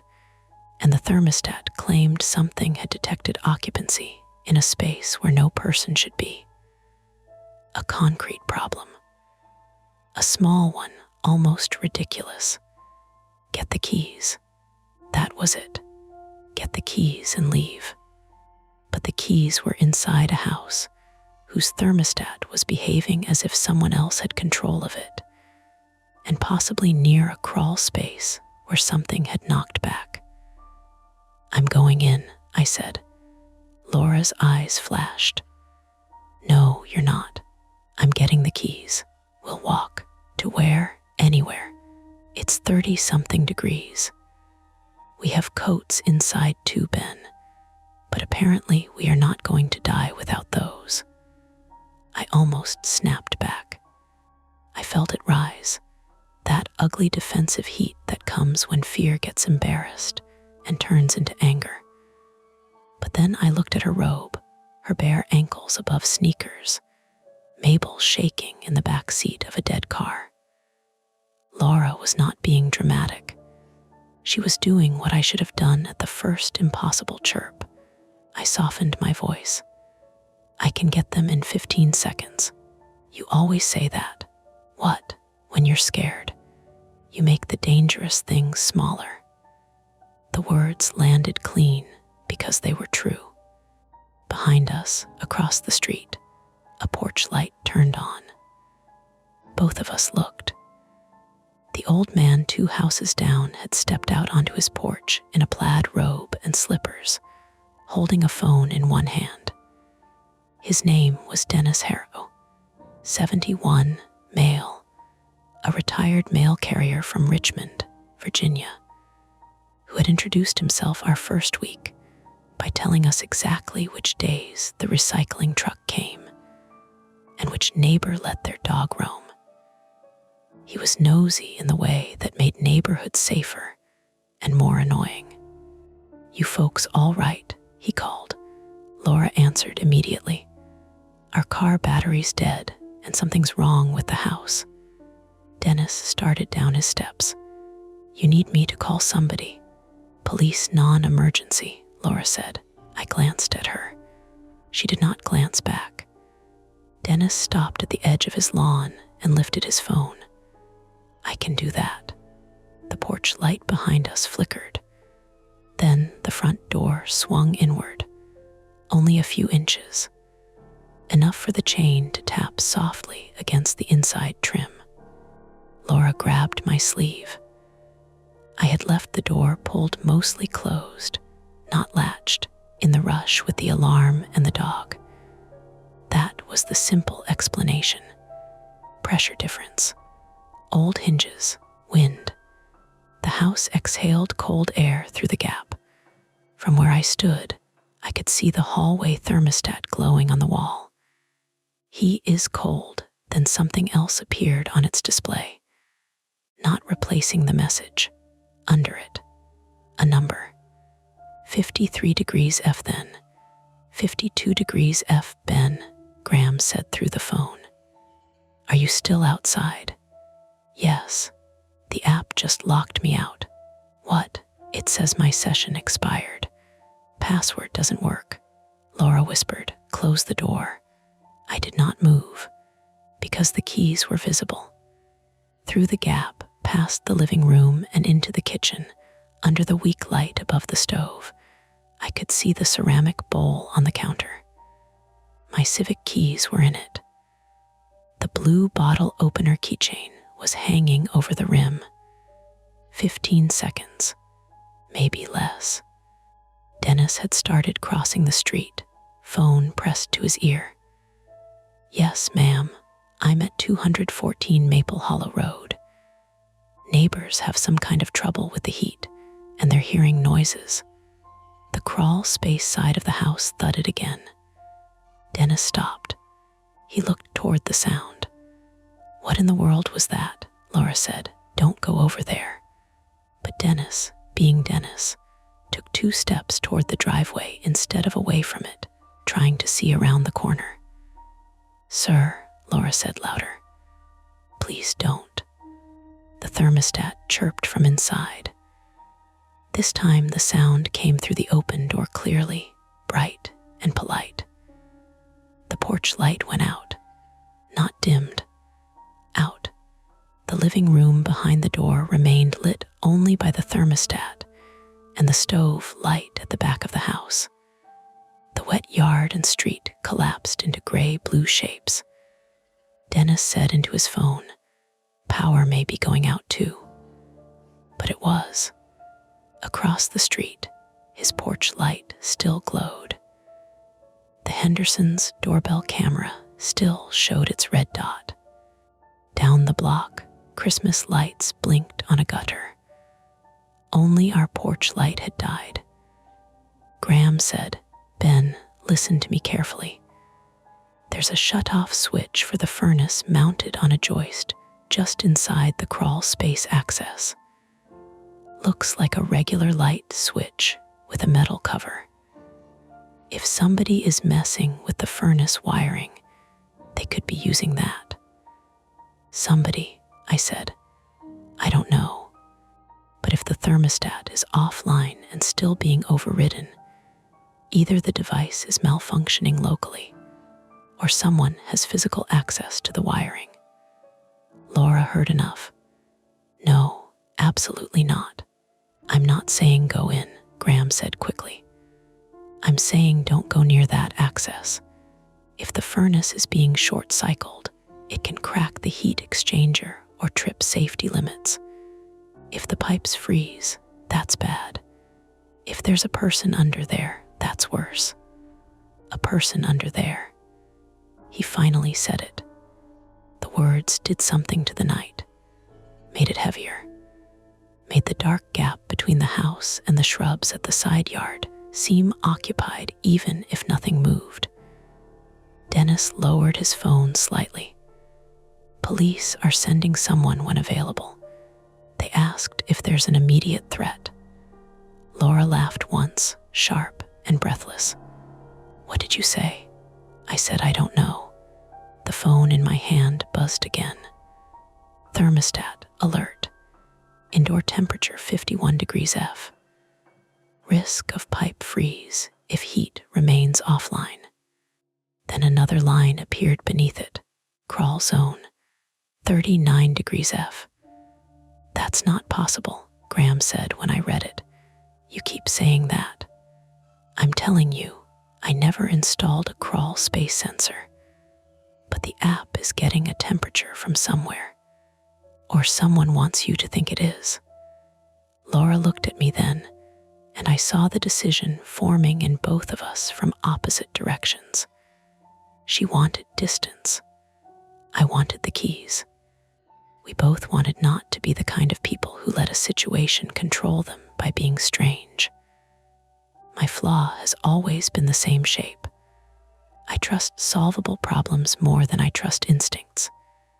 Give me a form, a claim number, a broken object, a measurable loss, and I can move. Put me in front of a wrong feeling, and I will poke at it until it becomes evidence, sometimes long after any sensible person has stepped away. "I'm getting the keys," I said again. Laura's face tightened. "Ben, I am not going under the house. I'm not checking the crawl space. I'm stepping inside, grabbing the keys, and coming out." "Leave the door open," she said. "I will. Do not let it close behind you." "I won't. Give me your phone." That stopped me. "Why? So if the door shuts, you don't lose the only line to Graham." I almost argued. Then I handed it to her. She handed me her phone in return, flashlight already on. That little exchange made the whole thing feel worse. Practical. Planned. Like we were preparing for something that could go wrong in more ways than one. Dennis came closer, standing at the end of the driveway now. "Want me to go with you?" "No," Laura and I said together. He raised both hands. "All right." I stepped onto the porch. The boards were wet through my socks because I had never put shoes on. Cold soaked in immediately. I pushed the front door open with the flashlight instead of my hand, as if distance mattered. The house smelled wrong. Not like gas. Not smoke. not anything that would have made the choice simple. It smelled like cold dust, old insulation, and something damp from underneath. A clay-heavy odor that usually stayed sealed below the floor. The furnace was off, but the vents seemed to breathe faintly anyway, carrying the crawl space into the rooms. The ceramic bowl waited on the kitchen counter. I took one step in. The floor creaked. Laura said from outside, "Keys and out." I know.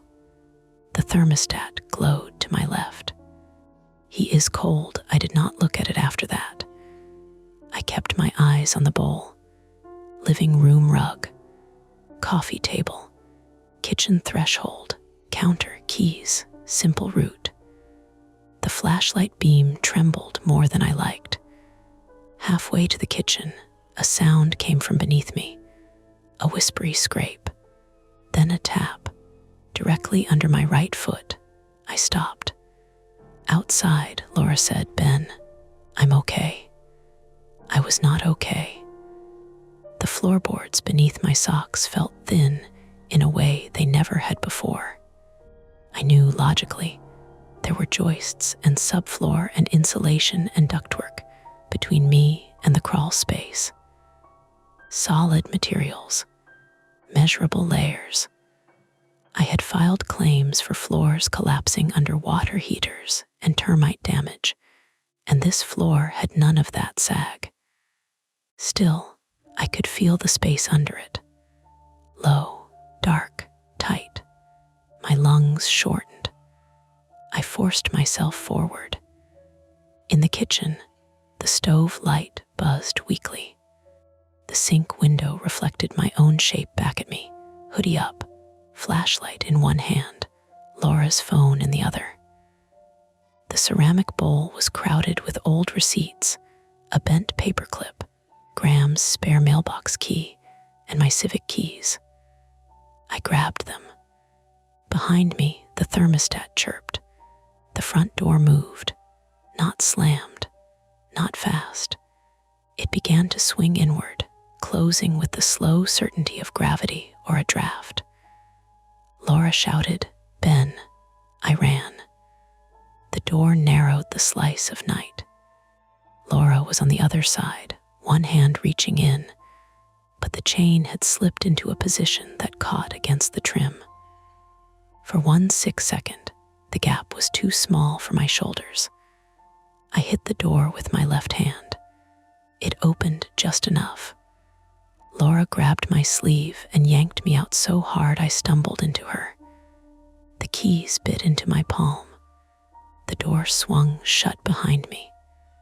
Click, not the deadbolt, not the chain, the latch. We stood on the porch, breathing hard, while Dennis stared from the driveway. "Got them?" Laura asked. I opened my hand. The civic key was there. So was the little brass mailbox key, but not the fob. The key ring had snapped. The black plastic fob, the part that disarmed the civic alarm and unlocked it without setting the horn off, was still in the ceramic bowl. I looked at Laura. She understood before I said it. The thermostat chirped inside the locked house. Then, from the side yard, the crawl space access banged open with a flat wooden crack that echoed across the driveway. Mabel howled from inside the dead Subaru. Dennis backed away. Laura gripped the civic key in her fist, her voice low and shaking. "We are not going back in." But the house was locked. The fob was inside. The crawl space door was open. The police were not there yet. Graham was still miles away, and something under our house had just found a way out. For about 3 seconds, nobody did anything. The crawl space door hung open around the side of the house, out of sight from the porch, but perfectly visible in my head. I knew its exact angle somehow. Kicked wide, warped plywood showing its pale inner edge, black dirt smell spilling out. Then Dennis whispered, "Oh, hell no," and that broke the spell. Laura moved first. She yanked open the Subaru's back door and reached for Mabel. The dog had gone rigid on the seat, paws planted, cloudy eyes fixed toward the side yard. Her growl had turned into a thin, continuous whine. "Come on, baby," Laura said. "Come on." Up. Mabel resisted until Laura got both arms under her chest and lifted. The dog yelped again, and Laura's face folded with guilt. I know, I'm sorry." The sound from the side yard stopped. That was worse than the banging. Dennis backed into the street, still holding his phone.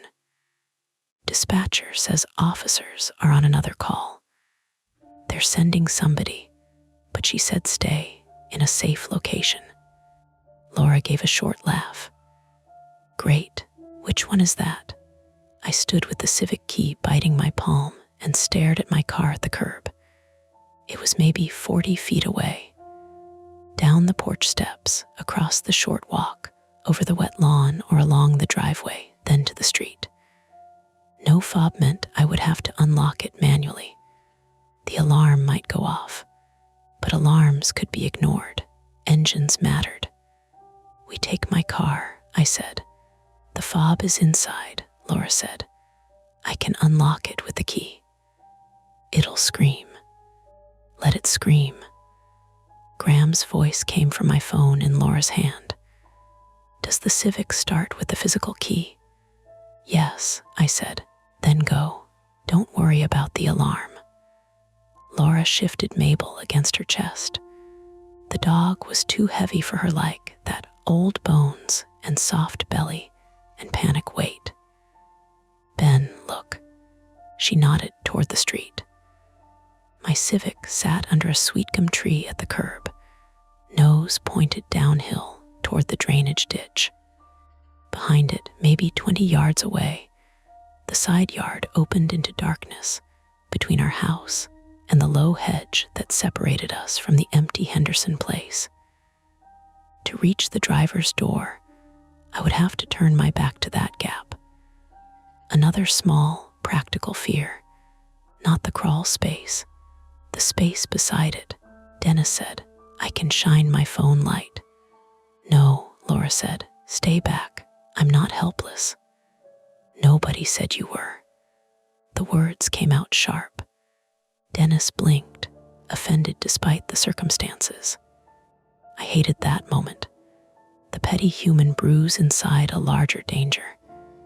Dennis was scared and trying to be useful.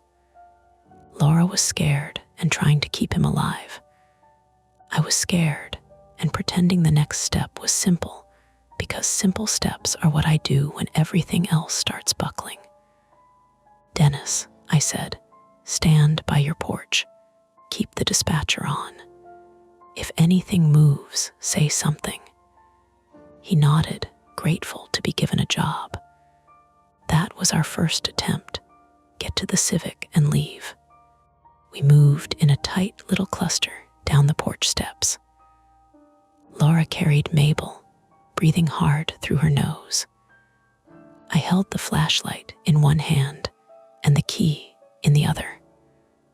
The porch boards were slick under my socks, and by the time I hit the concrete walk, cold had numbed the soles of my feet. The yard sloped slightly toward the curb. I had never noticed how uneven it was until I was trying to cross it in the dark, while not looking toward the side of my own house. The flashlight beam jumped over wet grass, the mailbox post, Laura's dead Subaru, the black line where driveway met street. Dennis stood across the road under his porch light, small and pale in his robe. The crawl space door knocked once in the wind, just wind. I told myself that. At the Civic, I shoved the key into the driver's door. My hands were stiff enough that I missed the slot and scraped paint. The second try worked. The lock turned. The alarm exploded. It was higher than the Subaru's, more frantic. A shrill electronic yelp that bounced off the houses and made Mabel twist in Laura's arms. Laura nearly dropped her. "Start it," she shouted. I slid into the driver's seat. The dome light came on, weak yellow, showing fast food napkins in the cup holder and an old insurance lanyard on the passenger floor. I jammed the key into the ignition and turned. Nothing. Not clicking. Not grinding. Nothing. For half a second, my mind refused the information. I turned it again. The dashboard stayed black. The alarm kept screaming. "No," I said. "No, come on." Laura stood outside with Mabel, face white in the flashing hazard lights. "What? It's dead. That's not possible. You keep saying that tonight." I popped the hood release by habit, as if I was going to diagnose a dead car in freezing wet socks with something moving near my crawl space. The alarm cut off abruptly after its programmed cycle. Silence rushed in around us. Then Dennis called from across the street. "Your interior light's not on." I looked up.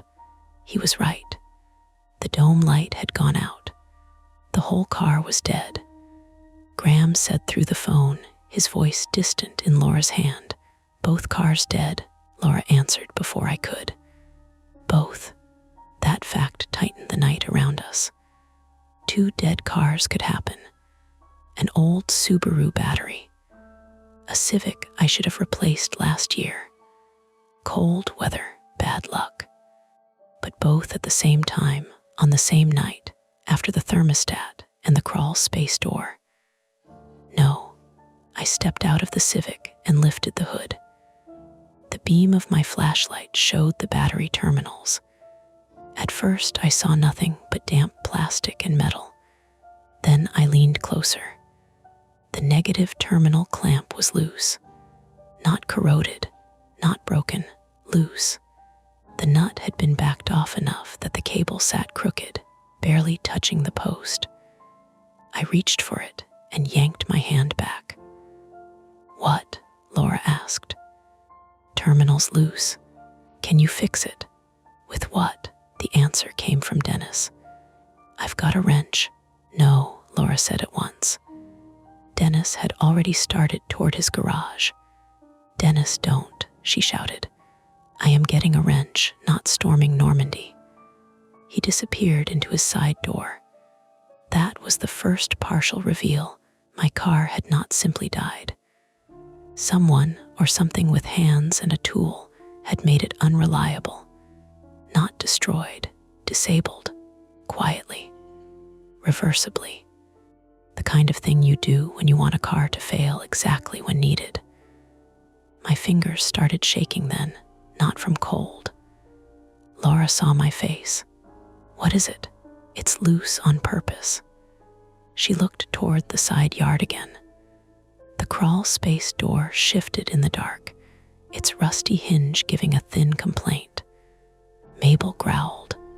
Dennis came back with a small adjustable wrench and a heavy coat over his robe. His slippers slapped wetly on the pavement as he crossed. "Here, stay in the street," Laura said.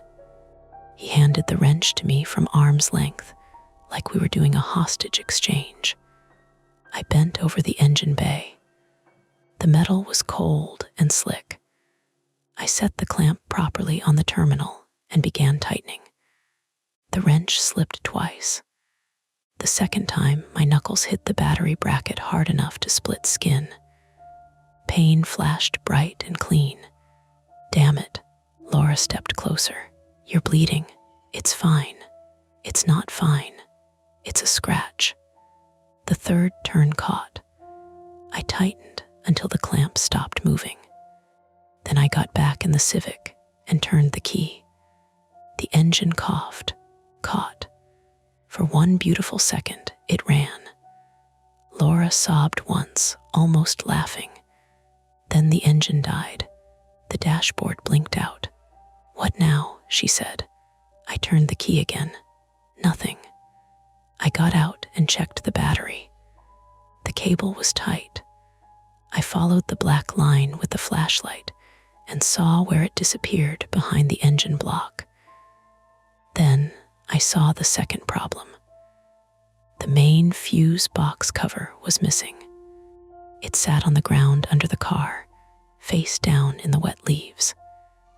Inside the fuse box, 2 large square relays were gone.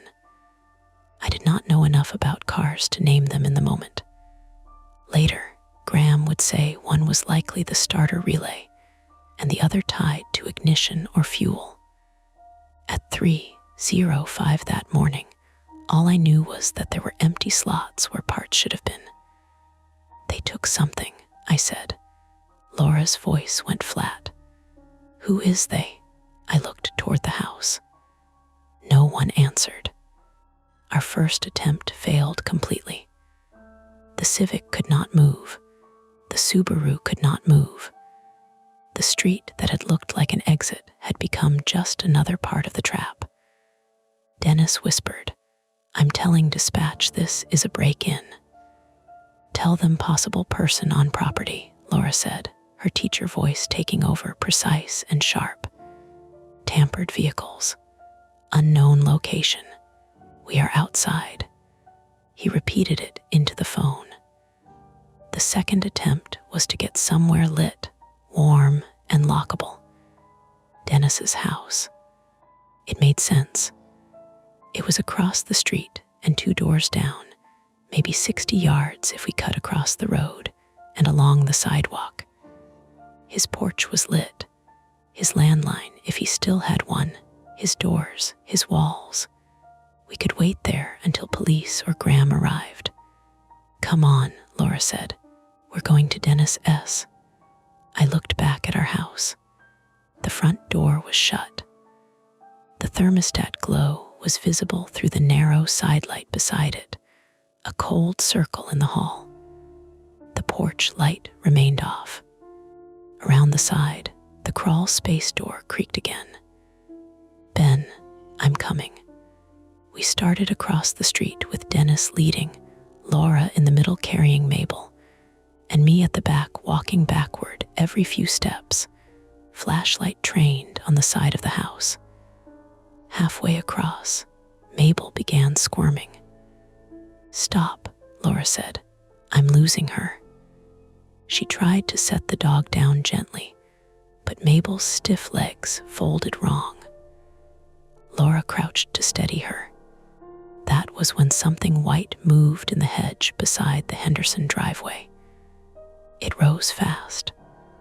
Laura screamed. Dennis shouted, "Jesus."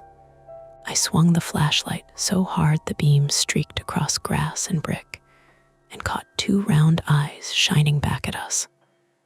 For one wild second, it looked like a face. Then the shape unfolded into an inflatable snowman. The Hendersons' sad Christmas decoration had been tugged loose by the wind or by its own failing fan. It lifted, collapsed, lifted again, its painted smile crumpling and expanding as air pulsed through it. The internal blower made a strained, buzzing whine. Misdirection. Stupid, harmless. None of us laughed. Laura pressed one hand to her chest. "I can't do this." "You can," I said. "Don't coach me." "I'm not. You are. You're using your calm voice." Dennis said, "Leave the dog. I'll carry her." Laura rounded on him. "No." Mabel, as if offended by the whole discussion, limped 3 steps toward Dennis's house on her own, then stopped and looked back at our place. The thermostat app chimed from Laura's hand. She looked at the screen. "Ben." "What?" She turned it toward me. The app showed a map like floor plan I had never seen before. Not detailed, not architectural.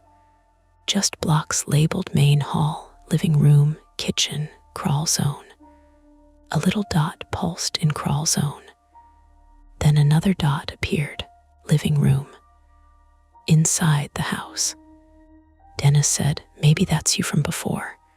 "I'm outside," I said. The dot moved from living room to hall, toward the front door. Laura lowered the phone as if it had grown hot. Our house remained physically still. Front door closed, windows dark, porch light dead. The thermostat glow vanished. The hallway went black. Dennis's porch behind us suddenly looked very far away. "Move," I said. We did. Laura half carried, half dragged Mabel the rest of the way.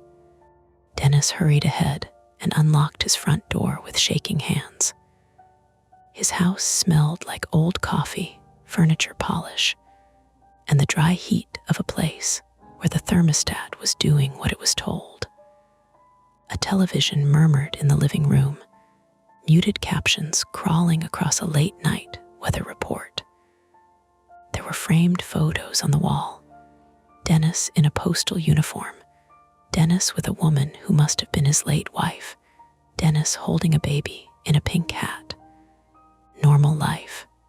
Shelves, lamps, a crocheted blanket, a ceramic dish of peppermints.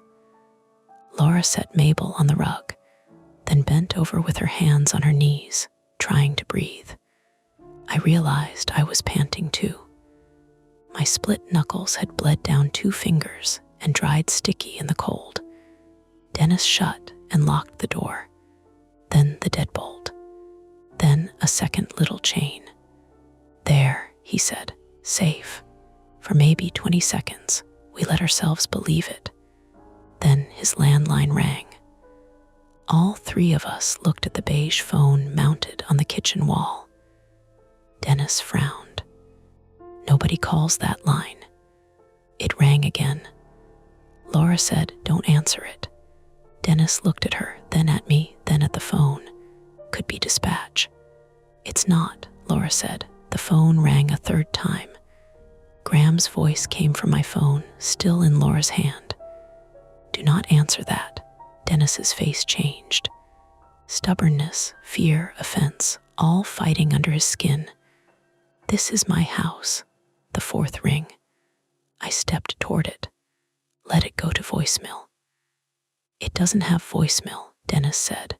The 5th ring cut off. The kitchen fell quiet, except for the refrigerator hum. Then my phone buzzed in Laura's hand. Not the thermostat app this time. A text from an unknown number. "Tell Dennis to look out his back window." Laura made a sound I had never heard from her before. Not a scream, not a sob. Something caught in the throat.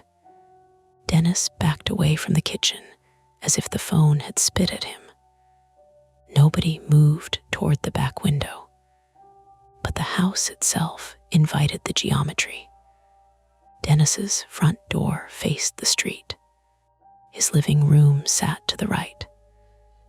The kitchen ran along the back, with a small window over the sink looking toward his fenced backyard. Then beyond that, through gaps between houses, toward the drainage ditch and the rear of our property. The message wanted us at that window, which meant the sender knew where we were or could guess. "Blinds closed?" I asked. Dennis nodded slowly. "Most of them." The kitchen blind was not. It hung halfway down, crooked, the lower half of the window exposed to the dark backyard.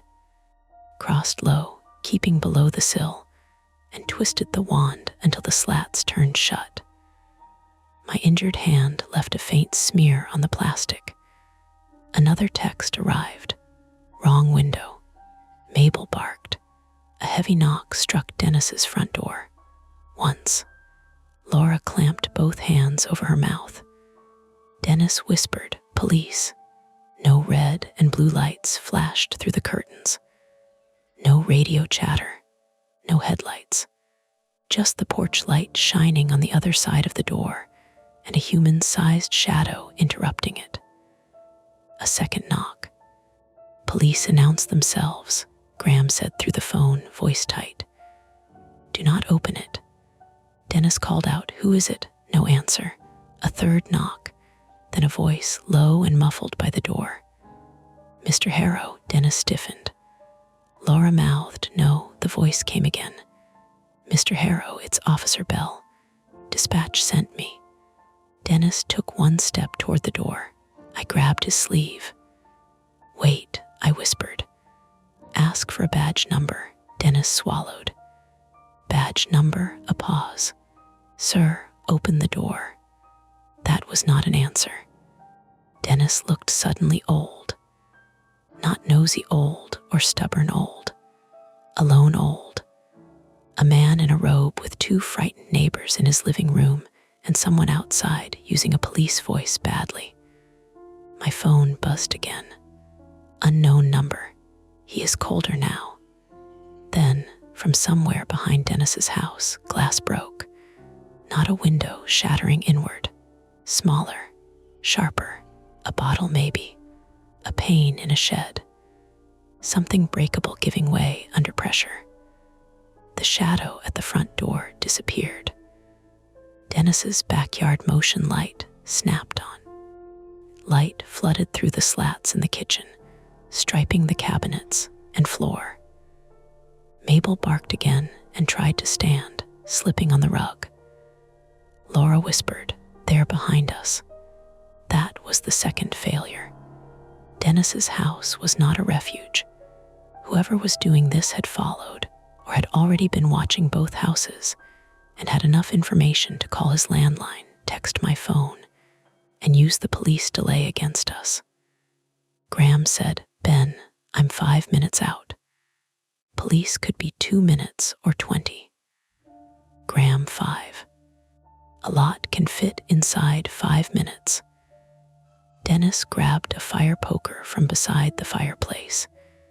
His hands shook so hard the iron rattled against the stand. "No," Laura said. "We stay together." "We can't just stand here," Dennis said. A scraping sound came from Dennis's back door.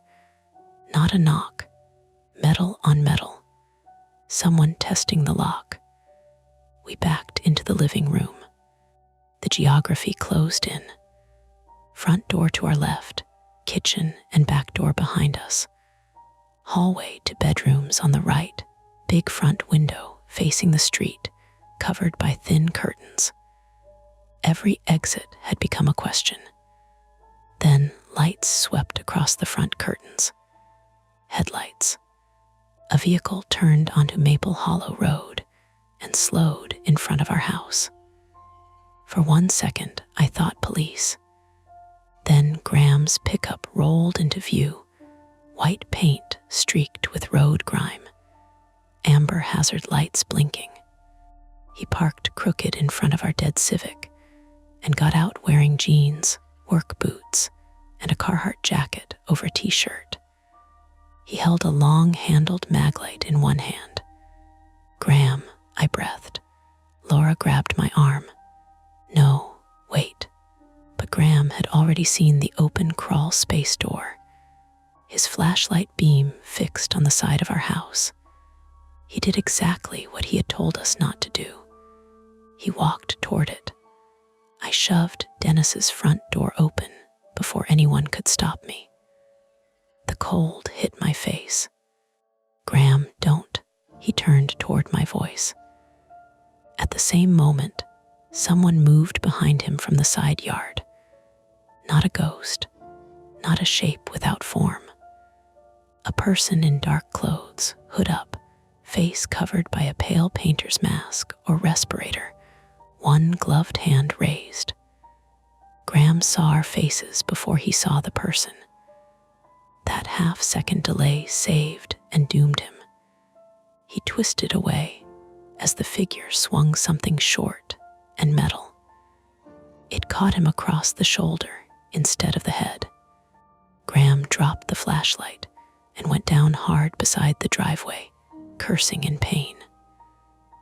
Laura screamed his name. The masked person bolted toward the back of our house. I ran before I thought, across Dennis's porch, down the steps, into the street. Behind me, Laura shouted, "Ben, no." But Graham was on the ground, and the figure had come from the crawl space, and the police were not there, and every instinct I had ignored all night came crashing into one stupid forward motion. I reached Graham as he tried to sit up.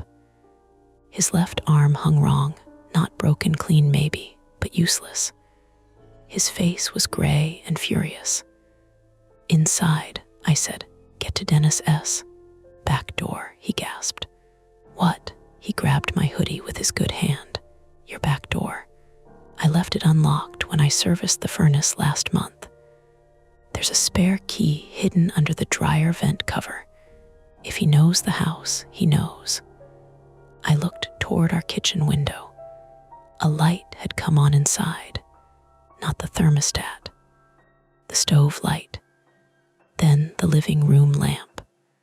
Someone was in our house. Laura was still at Dennis's door with Mabel behind her and Dennis beside her holding the fire poker. The masked figure had vanished around the back. Graham could barely stand. Our cars were disabled. Dennis's house had just been tested at both doors. And then, from inside our house, the thermostat app on Laura's phone chimed loud enough for me to hear across the street. Laura looked down. Her mouth opened. "What?" I shouted. She raised the screen toward me, though I was too far away to read it. Then she yelled, "It says the furnace is locked out." Graham groaned. "Safety limit." "What does that mean?" I asked. "If it's been short-cycled too much, it won't restart until reset." The air seemed to thin. "No heat," Laura called. "No heat," Graham said. "Not without getting under there." A siren wailed in the distance. For 1 second, hope. Then the living room window of our house cracked outward. A spiderweb split ran across the glass from inside impact, but it did not break fully. Something had struck it from within. Once, twice, a third time. The masked person was not escaping. They were driving us away from the front, toward the side, toward the crawl space access. Dennis shouted, "Police are coming." The siren faded the wrong direction, passing somewhere beyond the main road. Not for us. The masked figure appeared in our front doorway. They held something in one gloved hand. The missing civic relays. They tossed them onto the porch. The small black plastic cubes bounced once and disappeared between the boards. Then the figure stepped back inside and shut the door. The lock clicked. Point of no return arrived without drama. A human being had taken our house, disabled our cars, injured Graham, locked the furnace out, and now held the only warm, enclosed place we had. The temperature was dropping. Mabel could not keep walking. Graham could not fight. Dennis's house was no longer secure. And the only way to restore heat or understand the setup was through the open crawl space door at the side of our house. The place I had spent years avoiding. Laura crossed the street toward me, carrying Mabel's leash in one hand and my phone in the other. Her face was wet, whether from tears or cold I could not tell. "Ben," she said, voice shaking but level. "We can't run." Behind her, Dennis helped Graham to his feet. Behind me, the crawl space door creaked open wider in the wind. A damp breath came out from under the house. Clay, mold, cold metal. I looked at the black rectangle beneath the kitchen window. Then I picked up Graham's fallen maglite. I had spent years imagining the crawl space as smaller than it was. That sounds comforting until you're standing in front of it at 3 a.m. with a flashlight in your bleeding hand and a masked man inside your house. Smaller meant tighter. Smaller meant less room to turn around. Smaller meant if someone came in after you, you would not run so much as scrape yourself backward through dirt. The plywood door hung crooked beneath the kitchen window. Its rusty hasp had been bent outward, not broken clean, just forced hard enough to warp the screws. The opening was a black rectangle about 3 feet high, rimmed with damp clay and old spider webs. Cold air crawled out of it along the grass. Laura stood beside me with my phone, her robe pulled tight, Mabel's leash wrapped twice around her wrist. Mabel had given up growling. She stood with her head low and her sides fluttering. Dennis had one arm under Graham's good shoulder near the curb. Graham was upright but pale, his left arm clutched against his chest. Every few seconds, his knees dipped like the ground was trying to take him. "Don't go under," Graham said. His voice was thin. "You just said the furnace has to be reset from under there," I said. "I said it could be. And the back door is compromised. And there's a man in your house." "Exactly." Laura looked at me, and for once she didn't argue right away. That scared me more than if she had. The map on the thermostat app still showed dots. 1 in living room, 1 in kitchen, 1 pulsing in crawl zone, too steady to be a glitch. Graham had explained, between clenched breaths, that someone could have clipped cheap temperature sensors to the thermostat's accessory wiring or spoofed inputs through a service module if they knew the system. He was guessing. We all were, but the words helped because they kept the world mechanical. Not haunted, rigged. The masked man had our house. He had our cars. He had the heat. He had the advantage of knowing where doors and vents and wires were. But he had made one mistake. He had gone back inside. The crawl space, terrible as it was, led under him. "Graham," Laura said, "where is the furnace from here?" He swallowed. "Straight in about 8 feet, then right. Main trunk duct runs down the middle. Furnace is toward the living room. Shut-off switch on the left joist. Reset button on the unit maybe. Red or yellow. Don't touch anything bare. Don't cut anything. If you smell gas, get out." "Can we turn it off from the breaker?" I asked. "In the house?" "Of course." Dennis said, "Police are still coming." No one answered him. In the distance, there were no sirens now.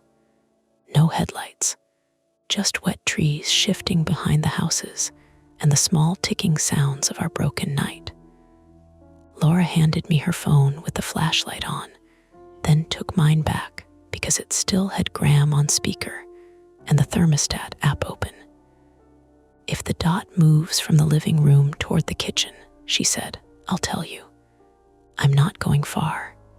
You are going under the house." I wanted to say something brave. I wanted to make a joke. Nothing came. She touched my wrist, below the blood on my knuckles. "You do not have to pretend this doesn't scare you." That almost undid me. So I nodded and got down on my knees. The first thing the crawl space took was dignity. There is no heroic way to enter one. You crawl. You put one hand in mud, then the other. You lower your face toward a smell like wet cardboard, mouse droppings, rust, and cold earth.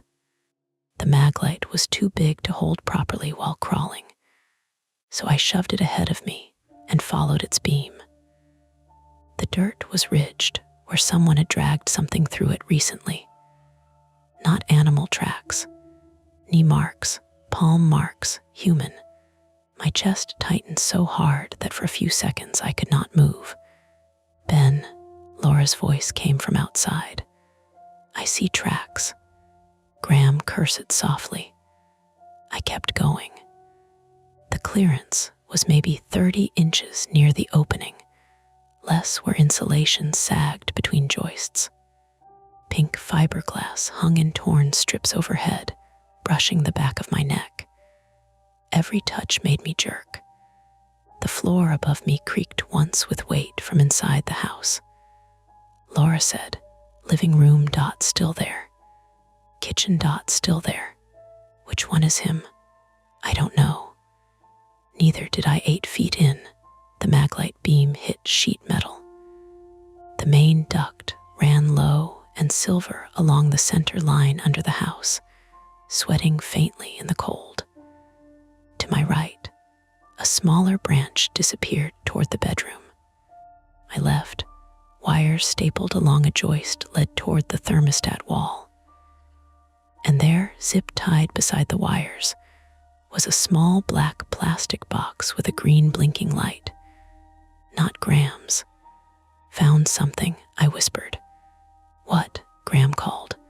A box on the thermostat wire, blinking light, zip ties.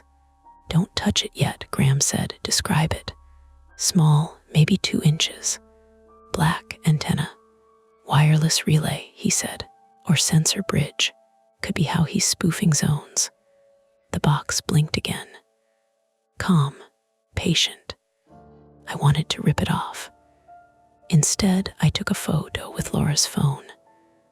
The flash burst white against the joists, and above me, the floor creaked again.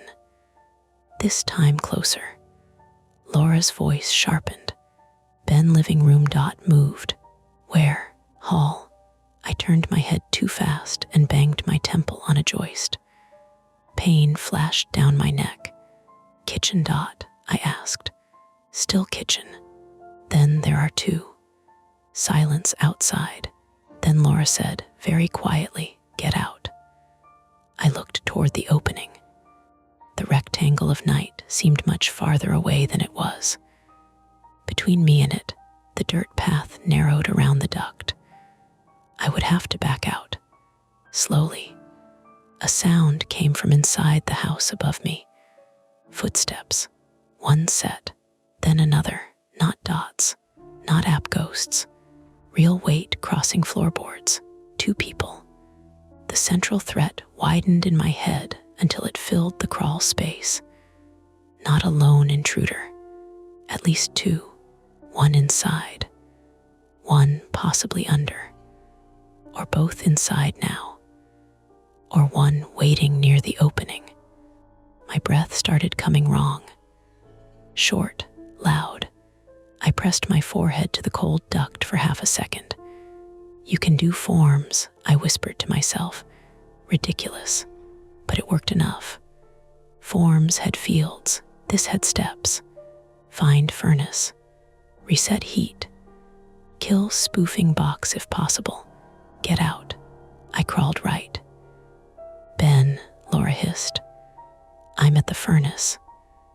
That was not entirely true, but close enough to become true if I kept moving. The furnace crouched in the dark like a metal cabinet on blocks, ducks feeding from it in thick rectangular throats. The service panel had been removed and set neatly on the dirt. A work light lay nearby, unplugged. Someone had been down here long enough to work carefully. On the side of the furnace, taped with blue painter's tape, was a printed label. He is cold, not on the thermostat. On paper, the letters had been cut from a shipping label, blocky and black. Oh, it was a photograph in a clear plastic sleeve. A young man, maybe 20, pale hair, thin face, smiling awkwardly in a winter coat. I stared at him. Graham, I said. Who is he? What? There's a picture taped to the furnace. Graham did not answer at first. Then, in a voice I barely recognized, he said, "Oh God," Laura said. "Who is it?" Graham breathed once, then again. "My nephew, Ethan." The name sat under the house with me. "Ethan who?" Laura demanded. "Ethan Ainsley, my sister's boy. I is his picture under our house." Graham made a sound like pain, not from his shoulder. "He died in one of my rentals, 6 years ago, not this one." The masked man above us walked across the kitchen. A cabinet opened. Graham kept talking, words spilling now. "Furnace failure, carbon monoxide, old unit, bad exchanger. I bought the property after. It wasn't mine when it happened, but his father blamed me because I'd inspected it once. Said I missed it. I didn't. I swear I didn't." "His father?" I asked. Graham said, "Martin." Above me, a voice called through the floor. "Graham," male, muffled, raw. Graham closed his eyes outside. I could hear it in the way his breath vanished. The voice shouted again from inside our house. "You remember him now?" Laura whispered into the phone. "Ben, get out." The kitchen dot on the app moved, toward the back door, toward the crawl space opening. I looked at the furnace. The service panel was off, wires exposed. The reset button was visible, red and recessed near a warning label. Beside it, the furnace switch on the joist had been flipped off. There was a simple way to restore heat. Flip switch, reset safety, replace panel, maybe. There was also a man coming to the crawl space opening. I moved fast, badly. I flipped the switch. Nothing happened. I pressed the red button. A mechanical click. The furnace blower started with a low whir, then stopped almost immediately. "Panel interlock," Graham said. "Panel has to be on." The panel was 3 feet away across dirt. Behind me, grass rustled near the crawl space entrance. Laura screamed, "Ben, he's coming." The beam of another flashlight cut into the crawl space from outside. I killed my light. Dark slammed down. There is dark, and then there is under house dark, where you can feel insulation above you like a lid. I heard my own breath, heard the furnace ticking, heard someone outside kneel in wet grass. A man's voice, closer now, said, "I know you're in there." Not theatrical, not monster deep. Tired, angry, human. "Martin," Graham called from somewhere outside. "This is over." The man laughed once. It broke in the middle. Over. He froze on a bathroom floor because you told them the furnace was fine. That wasn't my property. You signed the service tag. Silence. That one hit Graham. The flashlight beam swept left, then right, across the dirt. It passed over the furnace panel, the duct, the knee tracks. I flattened myself behind the furnace housing. My cheek pressed into cold metal. Fiberglass dust scratched my throat. I could see the panel. I could reach it if I stretched. The beam came closer. A gloved hand appeared in the opening, then a knee. Not Martin, maybe. This person was smaller, dark hoodie, pale painter's mask. 2 people. The one entering the crawl space held a metal pry bar. I grabbed the furnace panel and dragged it toward me. It scraped across dirt. The masked person froze. I shoved the panel onto the furnace as best I could, missing the lower slot. It clanged. The masked person lunged. I hit the reset button again. The furnace ignited. Not explosively. No fireball. Just a heavy whoomp and the sudden roar of blower air moving through metal. But in the crawl space, inches from my face, it was enormous. The duct shuddered. Dust burst from seams. The masked person flinched and hit their head on a joist. I drove the mag light forward into their shin. They screamed. Female. The pry bar swung blindly and caught my left forearm. Pain bloomed hot and immediate. My fingers went numb. I thought the bone had broken. Maybe it did. I dropped Laura's phone into the dirt. The woman crawled toward me anyway, mask askew now, hair spilling out from under the hood. I kicked backward, heel hitting her shoulder. She grabbed my ankle. I panicked then. Not brave, not controlled. I thrashed like an animal. My sock came off in her hand. My heel slammed into the duct. She clawed higher, catching my sweatpants. The crawl space shrank to her glove on my leg, and the furnace roaring and the dirt in my mouth. Outside, Laura shouted, "Mabel, no." A beagle bark cut through everything. Mabel, old and limping and furious, shoved her head into the crawl space opening and bit the woman's wrist. The woman screamed again and let go. Laura grabbed Mabel by the harness and dragged her back before the pry bar could swing. The bar struck the edge of the access frame with a wooden crack. I pulled myself toward the opening. Then Martin stepped into view behind Laura. No mask. Late 40s maybe. White male, gray beard, eyes rimmed red, face twisted with grief that had fermented into something harder. He held Graham's fallen maglite in one hand and what looked like a small black phone or controller in the other. "Move away from there," he told Laura. She did not. Dennis came from the side with the fire poker. Martin turned and hit him in the ribs with the maglite. Dennis went down on one knee, wheezing. Not unconscious, not heroic, hurt. Graham tried to stand and failed. The woman in the crawl space was still between me and the opening, clutching her bitten wrist. Her mask had fallen away completely. She was younger than Martin, maybe early 30s, with a narrow face and terrified eyes. "Claire," Martin snapped. "Get out, Claire." She looked at me, then toward the opening, then back at the furnace. The furnace kept running. Heat was moving into the house.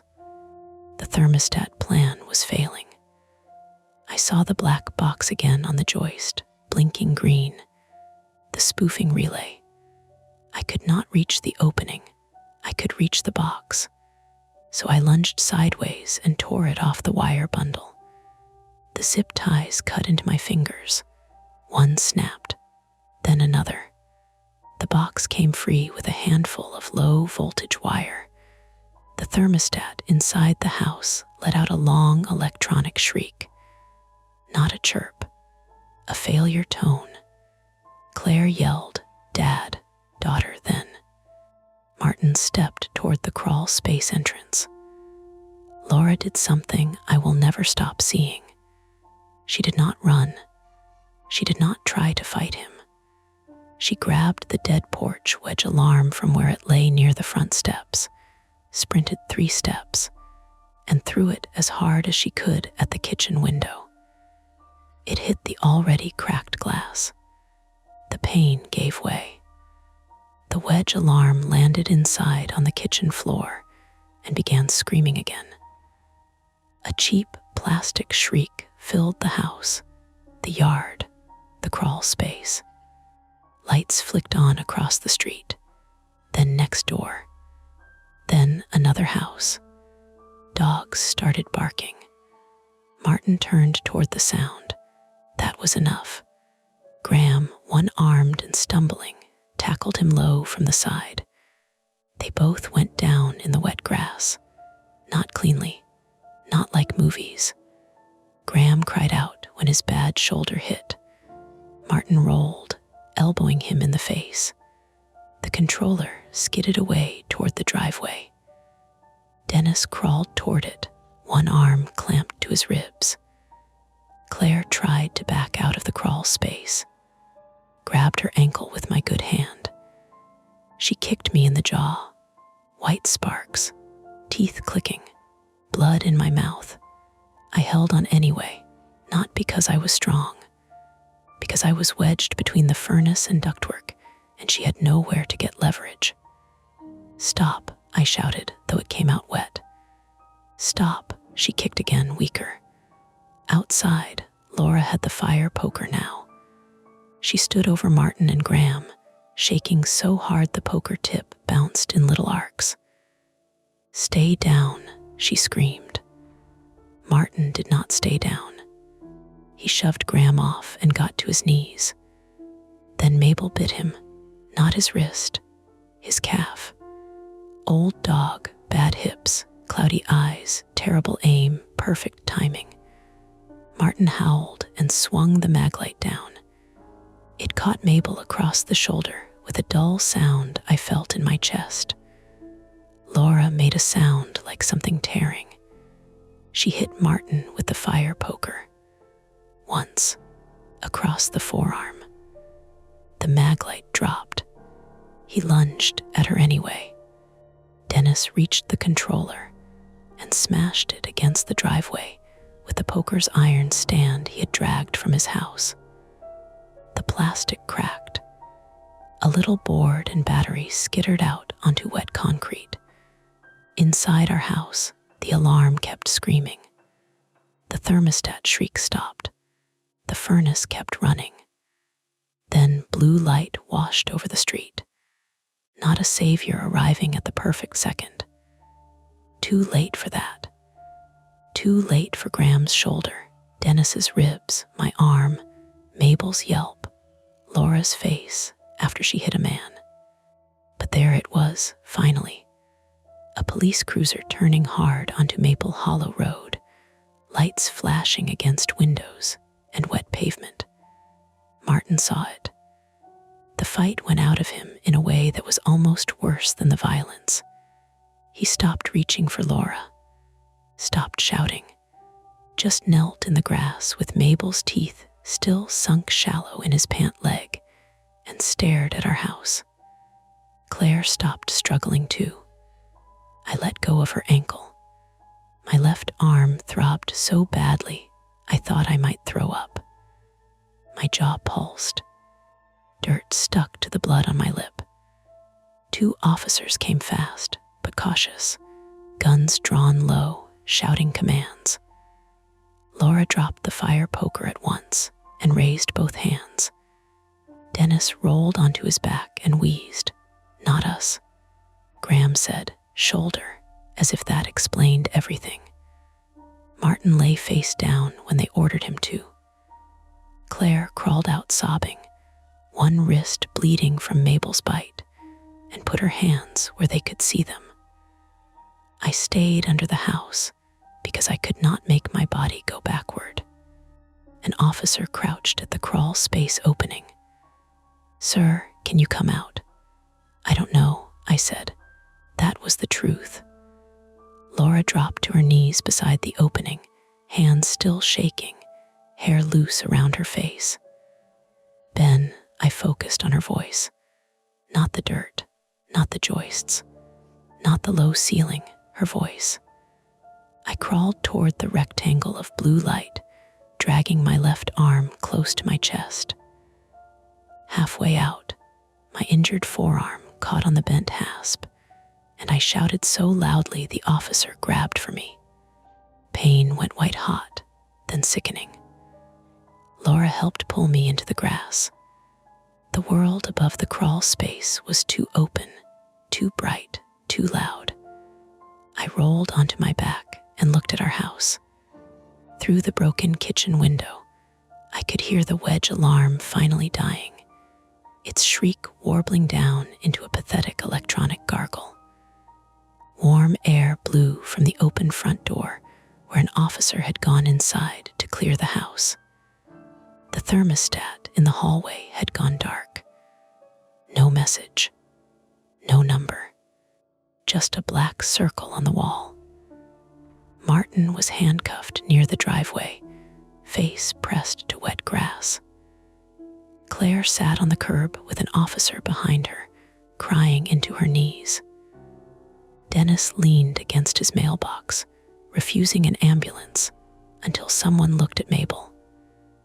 Graham sat on the porch steps, blood under his nose, his bad arm held tight against his body. Mabel lay on Laura's robe in the grass, breathing, hurt, but breathing. Laura knelt beside her, one hand on the dog's ribs, the other reaching blindly for me. I took it. Her fingers were freezing. Inside the house, the furnace kept running like nothing had happened. That was the sound that stayed with me. Not the alarms, not the glass, not the shouting. The heat. A steady, ordinary rush through the vents, pushing warm air into rooms we no longer wanted to enter. The first paramedic who looked at me asked if I knew what day it was. I said, Tuesday. Laura said, it's Thursday. The paramedic looked at her. She looked at me. I said, I work from home. That was enough to make the paramedic smile, not because it was funny, exactly, but because people in emergency work seem grateful when fear gives them anything normal to hold. He shined a penlight into my eyes anyway. His name was Adam Pike, 29, male, from Greensboro, and he had the calm, practiced voice of someone who had seen people much worse off, but still knew better than to say so. He told me I probably had a mild concussion, a badly bruised forearm, maybe a hairline fracture, and a cut inside my mouth that would make eating feel personal for a few days. Laura sat on the curb 10 feet away with a blanket around her shoulders, holding Mabel's leash in both hands, even though Mabel was already in the back of an animal control van on her way to an emergency vet in Durham. Laura's hands kept making the leash shorter, winding it around her fingers until they turned pale, then unwinding it and starting over. Is she going to be okay? She asked for the 4th time. The animal control officer, Sandra Bellamy, 46, female from Chapel Hill, had been patient the first 3 times. She was still patient on the 4th.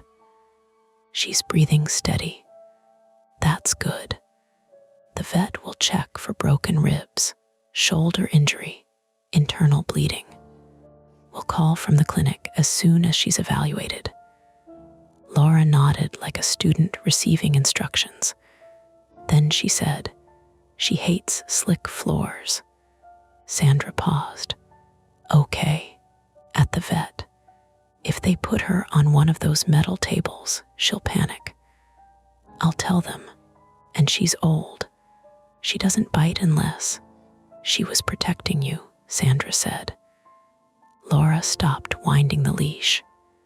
Across the yard, 2 officers stood near Martin Ainsley, while a 3rd photographed the broken crawl space door, the bent hasp, the footprints under the kitchen window, and the place where Dennis had smashed the little black controller on the driveway. Martin sat cuffed in the back of a cruiser, with his head tilted against the window. He had stopped shouting. That made him look less dangerous somehow, which bothered me. The rage had been easier to understand than the stillness. Claire sat in another cruiser, one wrist bandaged, face turned away from everyone. She had not looked at her father since they pulled her from the crawl space. When an officer asked if she wanted medical attention beyond the wrist, she said, ask him if Ethan was cold when they found him. The officer did not answer. Neither did Graham. Graham Ainsley was on our porch steps, wrapped in an emergency blanket that reflected the cruiser lights in nervous silver flashes. His left shoulder had been dislocated. The paramedics had not reduced it there because he was older than he wanted to admit, and because his blood pressure was doing something that made them use careful voices. He kept refusing transport until an officer named Rachel Kim, 38, female from Cary, told him he was free to refuse medical care, but not free to interfere with an active crime scene by passing out on it. That got him into the ambulance. Before they loaded him, he called my name. I went over with Adam's hand under my elbow, which irritated me until I tried walking without it and nearly stepped sideways into the boxwood hedge. Graham's nose had bled down into his mustache. He looked smaller than he had when he arrived, all the contractor's certainty knocked out of him. I didn't know Martin was out, he said. Out of where? He closed his eyes. A treatment place, not prison. He had a bad year after Ethan. Then 5 bad years. The paramedic near him said, "Sir, we need to go." Graham ignored him. "I should have told you, not about him maybe. I don't know about Ethan, about the history." "It was another house," I said. "That doesn't mean it stays there." I had no answer for that. He looked past me toward our front door. An officer had propped it open, and warm air spilled out into the cold night like the house was wasting something precious. Inside, every light was on. Living room, kitchen, hall, bedroom, office. It looked exposed, almost indecent, with strangers walking through it in boots. "I'll pay for the repairs," Graham said. "All of it."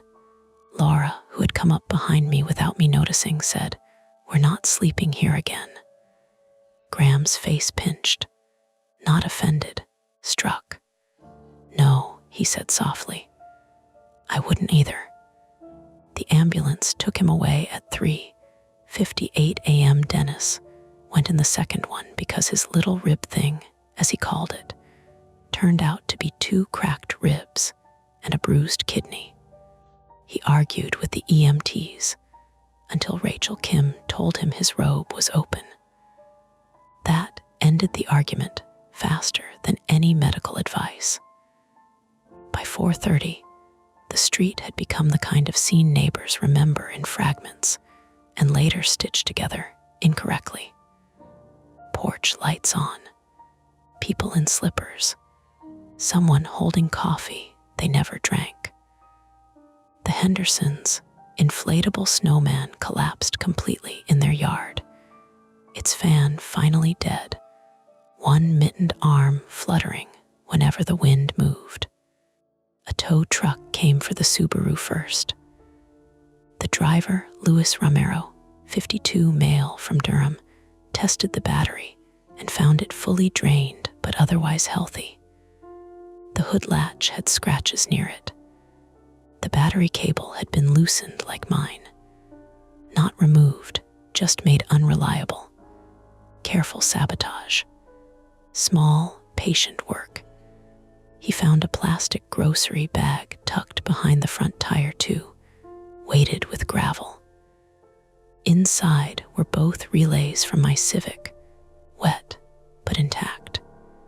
They wanted the cars disabled, not stolen, Officer Kim said. "Why leave the parts?"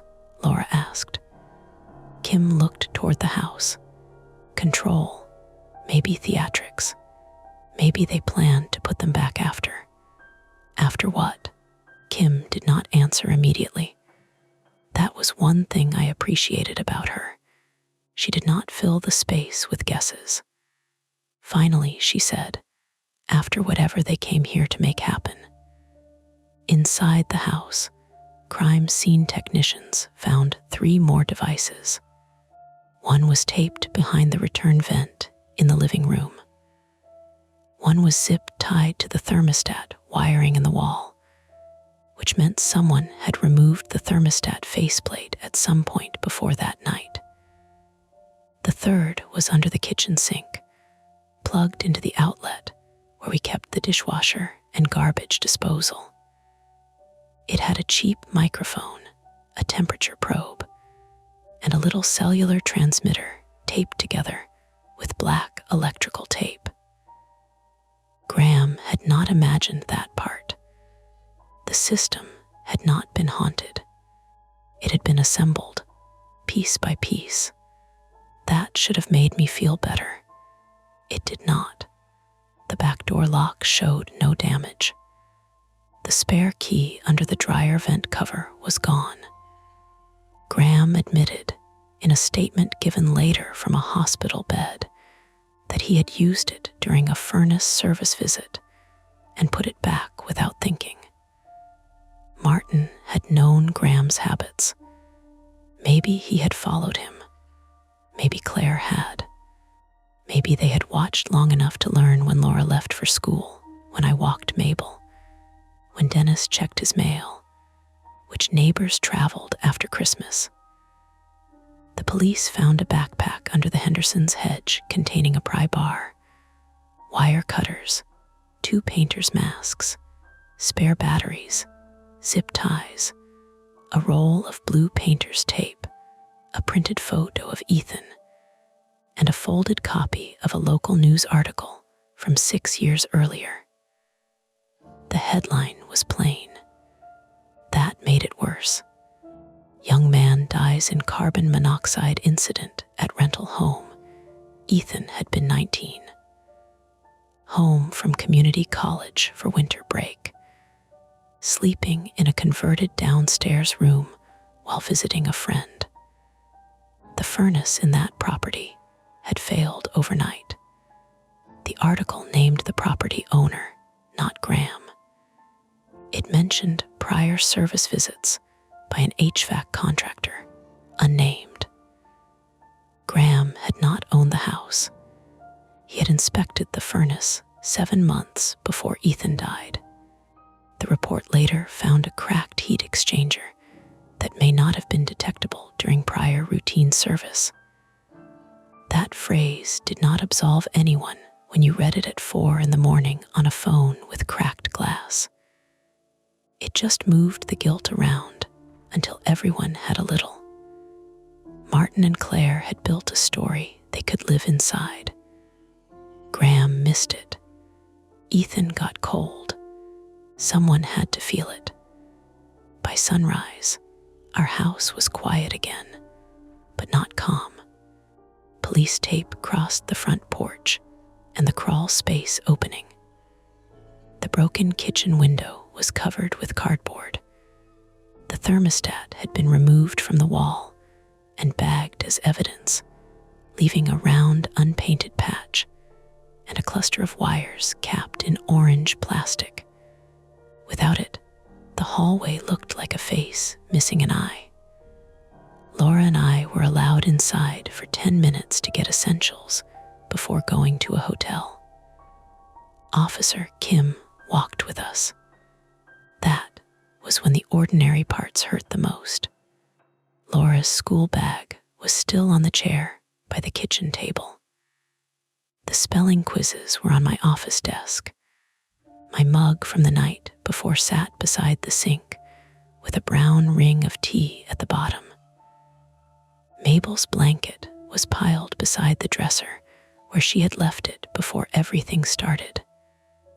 One corner was still warm from the heat.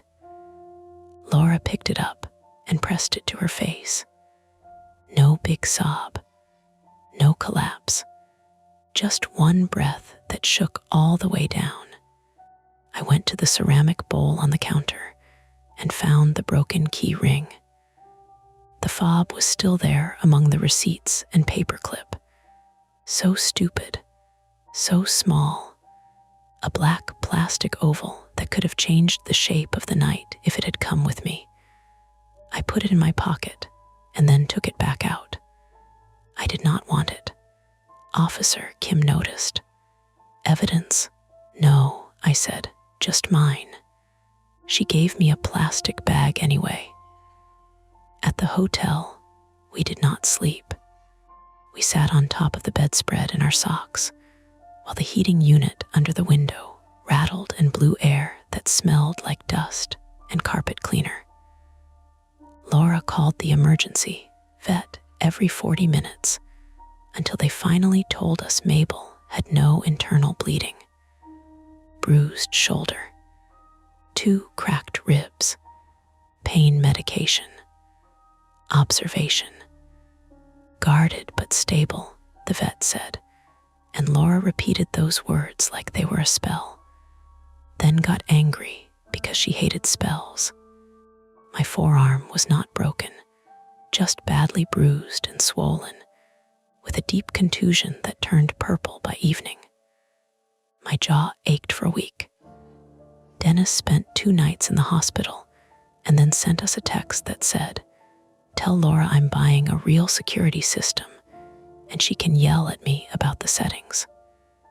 Graham sent one message through Officer Kim, not directly. "I understand if they never want to speak to me. Tell them I'm sorry." Laura read it twice and set the phone face down. "We don't owe him forgiveness today," she said. "No, maybe not ever. No." But a few days later, she asked if he was still in the hospital.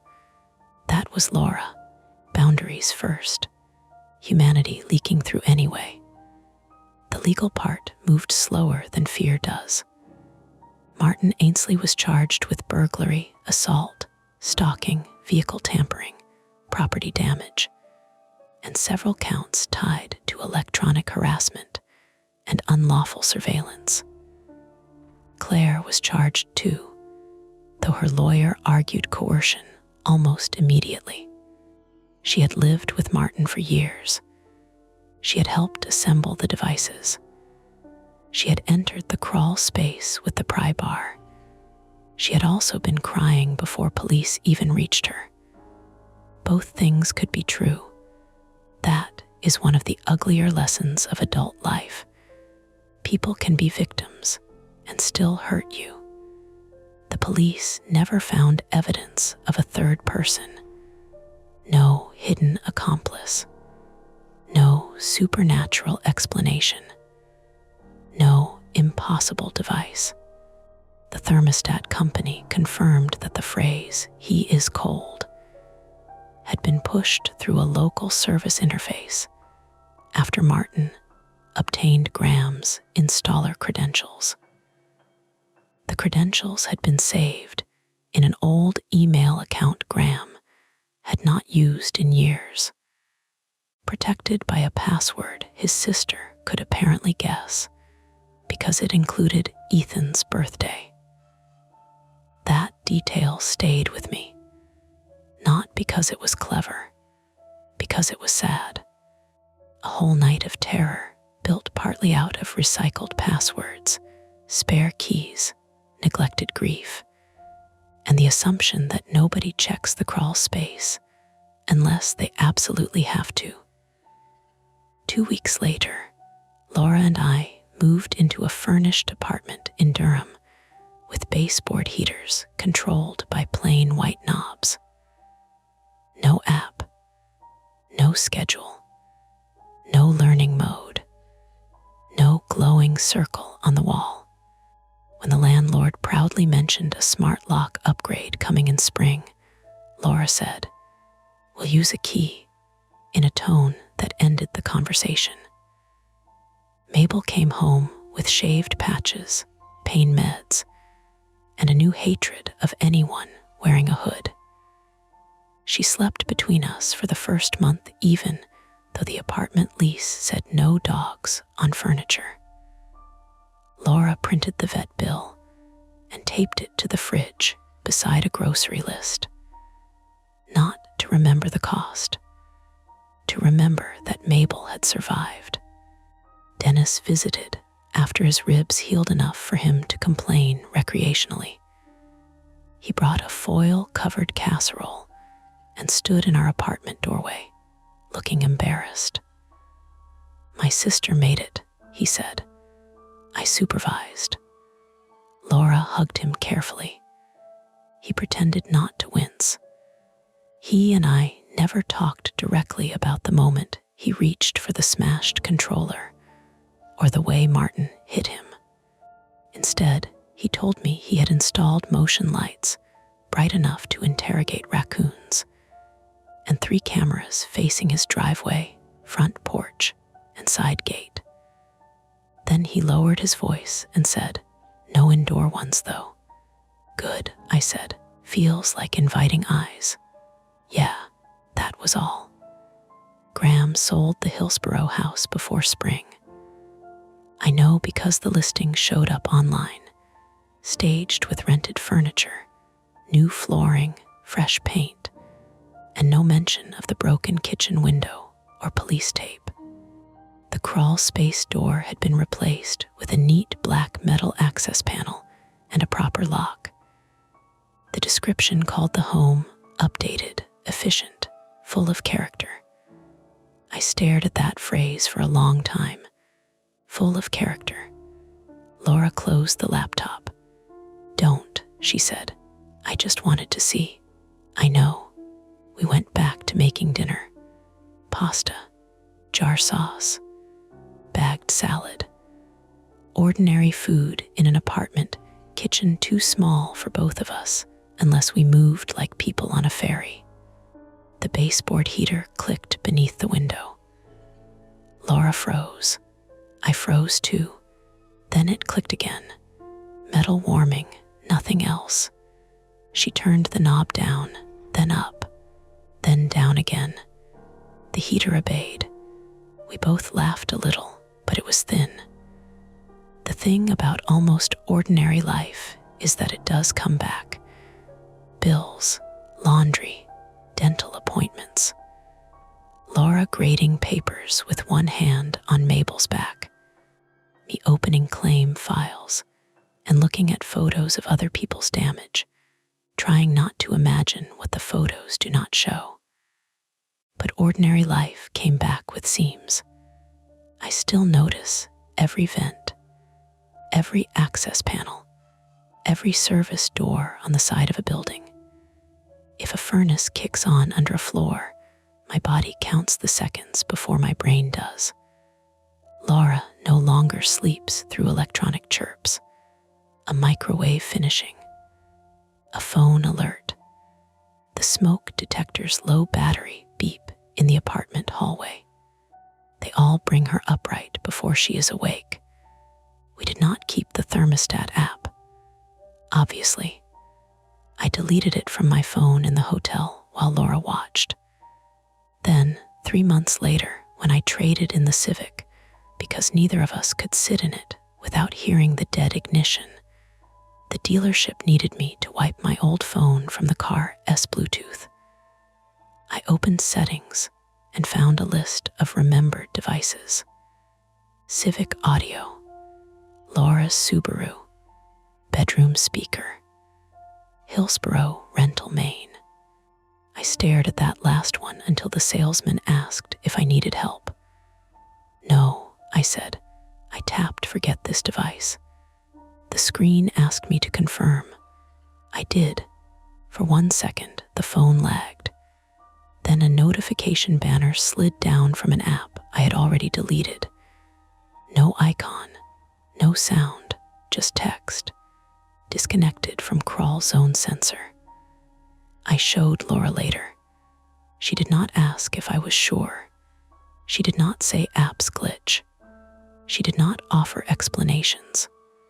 She took the phone from me, powered it all the way off, and put it in the kitchen drawer beside batteries, rubber bands, and old takeout menus. We left it there overnight.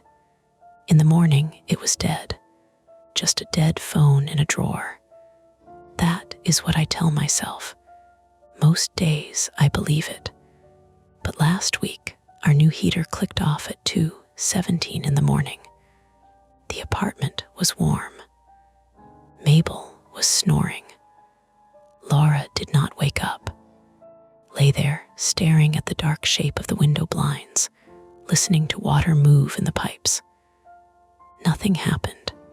No message, no voice, no cold breath from under the floor. Still, I got up and checked the thermostat knob in the living room. Plain plastic. No screen, no Wi-Fi, no words. It was set to 70.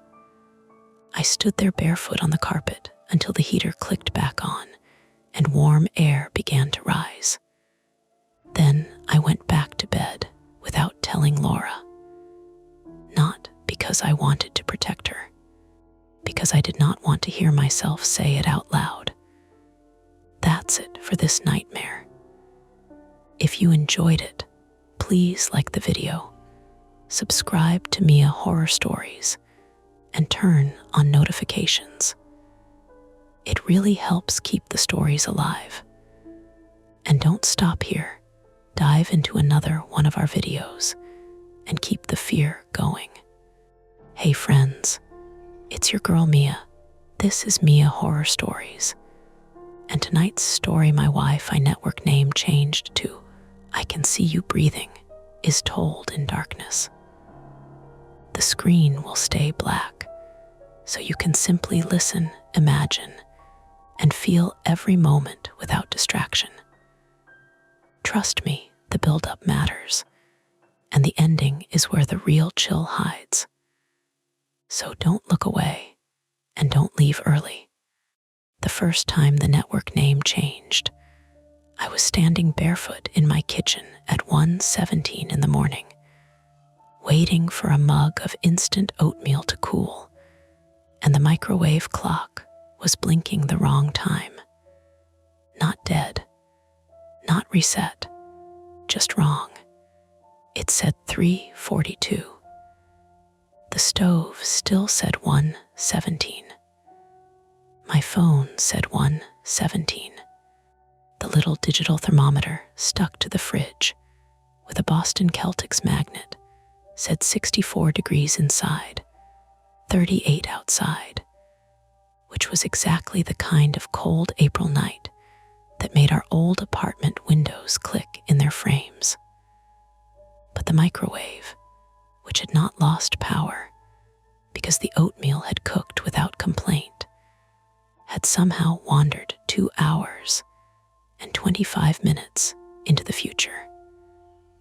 I remember leaning in, close enough to see my own warped reflection in the microwave door. My hair was smashed flat on one side. My eyes had that gritty, half-awake shine people get after staring at screens too long. Then my phone buzzed. Not a notification, just that quick little vibration it makes when it disconnects from Wi-Fi and hops onto data. I looked down. At the top of the screen, where it usually said Miller Apt 5G, it said, I can see you breathing for a few seconds. I honestly thought I was still dreaming. I'm Daniel Miller, 32, male, originally from Worcester, Massachusetts, though I'd been living in Somerville for 6 years by then, in a third-floor walk-up that smelled faintly of old radiator heat, dust, and whatever the downstairs neighbors fried most often. I worked remote tech support for a medical billing software company, which meant I spent 40 hours a week telling angry office managers that, yes, I understood the update was frustrating, and no, I could not personally restore the button they liked better in the old version. That job made me pretty good at staying calm in small disasters. It also made me very good at pretending I was calm when I was. My flaw, if I'm being honest, was that I hated asking for help until the situation had already grown teeth. I liked being the person who fixed things.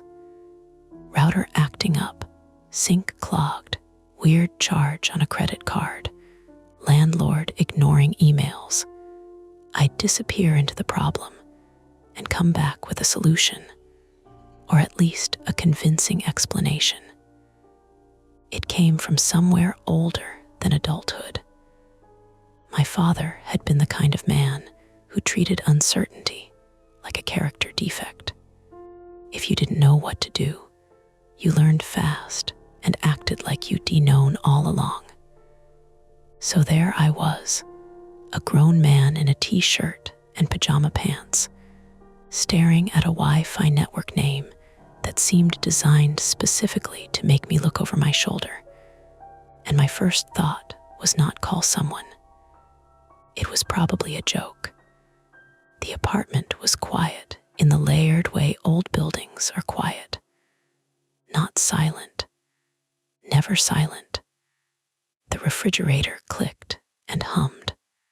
Steam ticked softly inside the radiator by the living room windows. Somewhere below me, a pipe knocked twice, then settled. From Highland Avenue, 3 stories down and half a block over, came the wet whisper of tires passing through leftover rain. Our router sat on the bookshelf beside the TV, one antenna cocked at a lazy angle like an insect leg. Its white status light blinked steadily. I padded into the living room, mug in one hand, phone in the other. The oatmeal had gone sticky at the edges. Cinnamon smell rose from it, sweet and ordinary, and that somehow made the words on my phone worse. I can see you breathing. The network had full bars. I tapped it. Password required. That was the first thing that let me breathe normally again. It wasn't ours. It couldn't be ours. Someone nearby had renamed their network. Some college kid. Some drunk guy. Some bored neighbor with a grim sense of humor. Somerville apartments are stacked close enough that you can smell when the building next door burns garlic, so picking up a nearby router was nothing new. I opened the Wi-Fi list.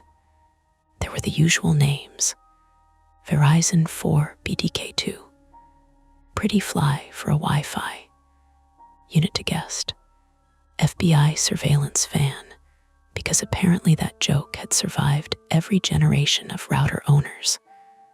But Miller Apt 5G was gone. So was Miller Apt G. I stood there for a while, thumb hovering over the screen. The bedroom door creaked open behind me. Dan. Mara's voice was rough with sleep, half irritation and half worry.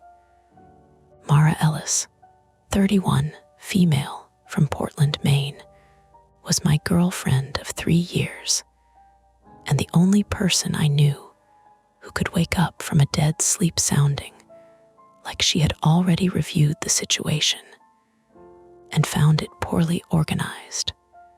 She worked as a veterinary technician at an emergency animal hospital in Charlestown, which meant she was practical in a way that sometimes made my problem-solving look theatrical.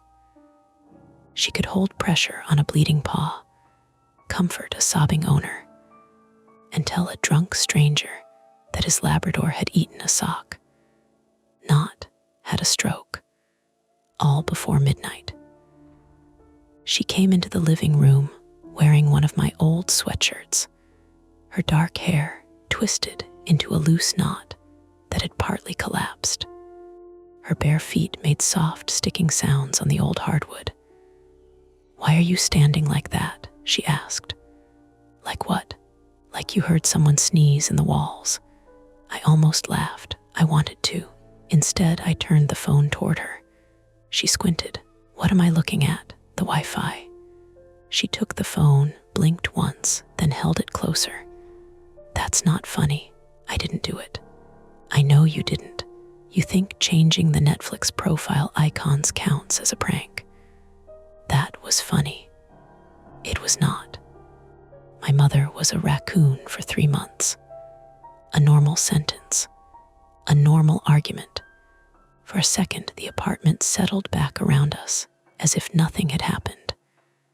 Mara swiped through the network list with her thumb, lips pressed together. Her face was lit from below by the phone, making the tired hollows under her eyes look deeper. "Where S hours," she said. "That's what I'm trying to figure out. Maybe the router reset. The network name wouldn't become that. Could somebody have hacked it?"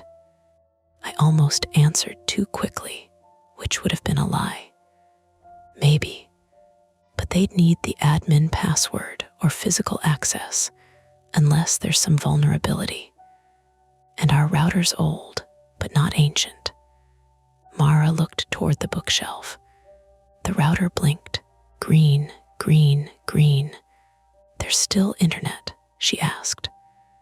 My phone dropped off. "Try yours." She went back into the bedroom and returned with her phone. Nora, our cat, slipped out behind her like spilled ink, paused in the doorway, and looked at both of us with sleepy contempt. Nora was female, 4 years old, born in a litter behind a body shop in Medford, according to the rescue paperwork. Though Mara insisted cats did not need hometowns, because they believed all places belonged to them anyway. She padded toward the radiator, tail high, and hopped onto the windowsill where the glass reflected the room in dim layers. Couch, bookshelves, Mara's pale legs, me holding oatmeal I no longer wanted. Mara unlocked her phone. "Same thing," she said. "You're off Wi-Fi." "Yeah, LTE." She tapped the creepy network and frowned. "It wants a password. C, could be someone else's. Full bars, nearby someone else. Our router's literally 6 feet away." I hated that she said it. She walked to the shelf and crouched in front of the router. "What happens if we unplug it?" "Wait," she looked up at me. I heard myself say, "Let me check the admin page first." Mara stared. "What? You are doing the thing." "What thing?"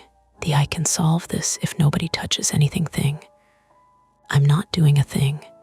You're holding oatmeal like evidence." I looked down. The spoon had sunk into the surface and stood at an angle. From the bedroom, my laptop gave a soft notification chime. Both of us turned our heads. It was nothing. Probably email. Probably some automated alert from work. But at that hour, with that network name glowing on Mara's phone and the microwave lying about time in the kitchen, the sound felt pointed. Not loud, just placed exactly where it needed to be. I put the mug on the coffee table and went to the bedroom. Our bedroom faced the back of the building, toward a narrow alley and the rear porches of 2 adjacent triple-deckers. At night, the alley held sound strangely. You could hear cigarette coughs from one porch, a dog's nails on wooden stairs from another, bottles being dropped into recycling bins with a hollow crash that seemed too close. The room smelled like laundry detergent, and the lavender hand lotion Mara used after work to scrub away the antiseptic smell of the animal hospital. My work laptop sat open on the desk because I had a bad habit of telling myself I was done for the night and then answering one more ticket. The screen was black. I touched the trackpad. The lock screen appeared, and under the Wi-Fi icon was the same message. Not in the network list. Connected. Connected to. I can see you breathing. I stopped with my hand still resting on the desk. Mara came up behind me. "Dan, it connected to that." "Yeah. How?" "You said it needed a password." I didn't enter one. She reached past me and clicked the network menu. I could hear her breathing now, actually hear it, because she was close to my ear and trying to keep it steady. The list opened. There it was at the top. I can see you breathing, connected, secured below it, weaker signals from other apartments. "No Miller apt 5G," Mara whispered. "Turn it off. I just need Daniel." She rarely used my full name. When she did, it usually meant an animal was bleeding in her arms, or I had put a cast iron pan in the dishwasher. I disconnected from Wi-Fi. The icon vanished. The laptop sat there, offline and harmless. Mostly harmless. I opened the router admin address out of habit. Nothing loaded, obviously. Mara crossed her arms. "Unplug it." I went back to the living room and pulled the power cord from the router. The green lights died one by one. The room changed without them, darker at the edge of the TV stand. Nora lifted her head on the sill, annoyed by our movement, then tucked her paws back under herself. Mara refreshed her Wi-Fi list. The creepy network remained. Full bars. "Okay," she said quietly. I took her phone and refreshed mine. Same. The apartment seemed to get narrower. I went to the window and looked out through the reflection of our own room. The glass was cold enough that the tip of my nose felt it before I touched it. Across the alley, most windows were dark. One porch light burned yellow over a set of sagging wooden stairs. Rainwater dripped from the gutter in a steady, uneven rhythm. Tap, tap, tap, tap. On the second floor of the building behind ours, a rectangle of blue light flickered behind blinds. Television, maybe. Someone awake. "Could be from there," I said. Mara joined me, but stayed half a step back from the glass. "Don't point." "I'm not pointing." "You're doing the body version of pointing." I lowered my shoulders. A car passed on the street out front, bass thumping faintly, then faded. In the alley, something metallic shifted. A trash can lid settling. A raccoon. "Wind," Mara said. "Text Owen."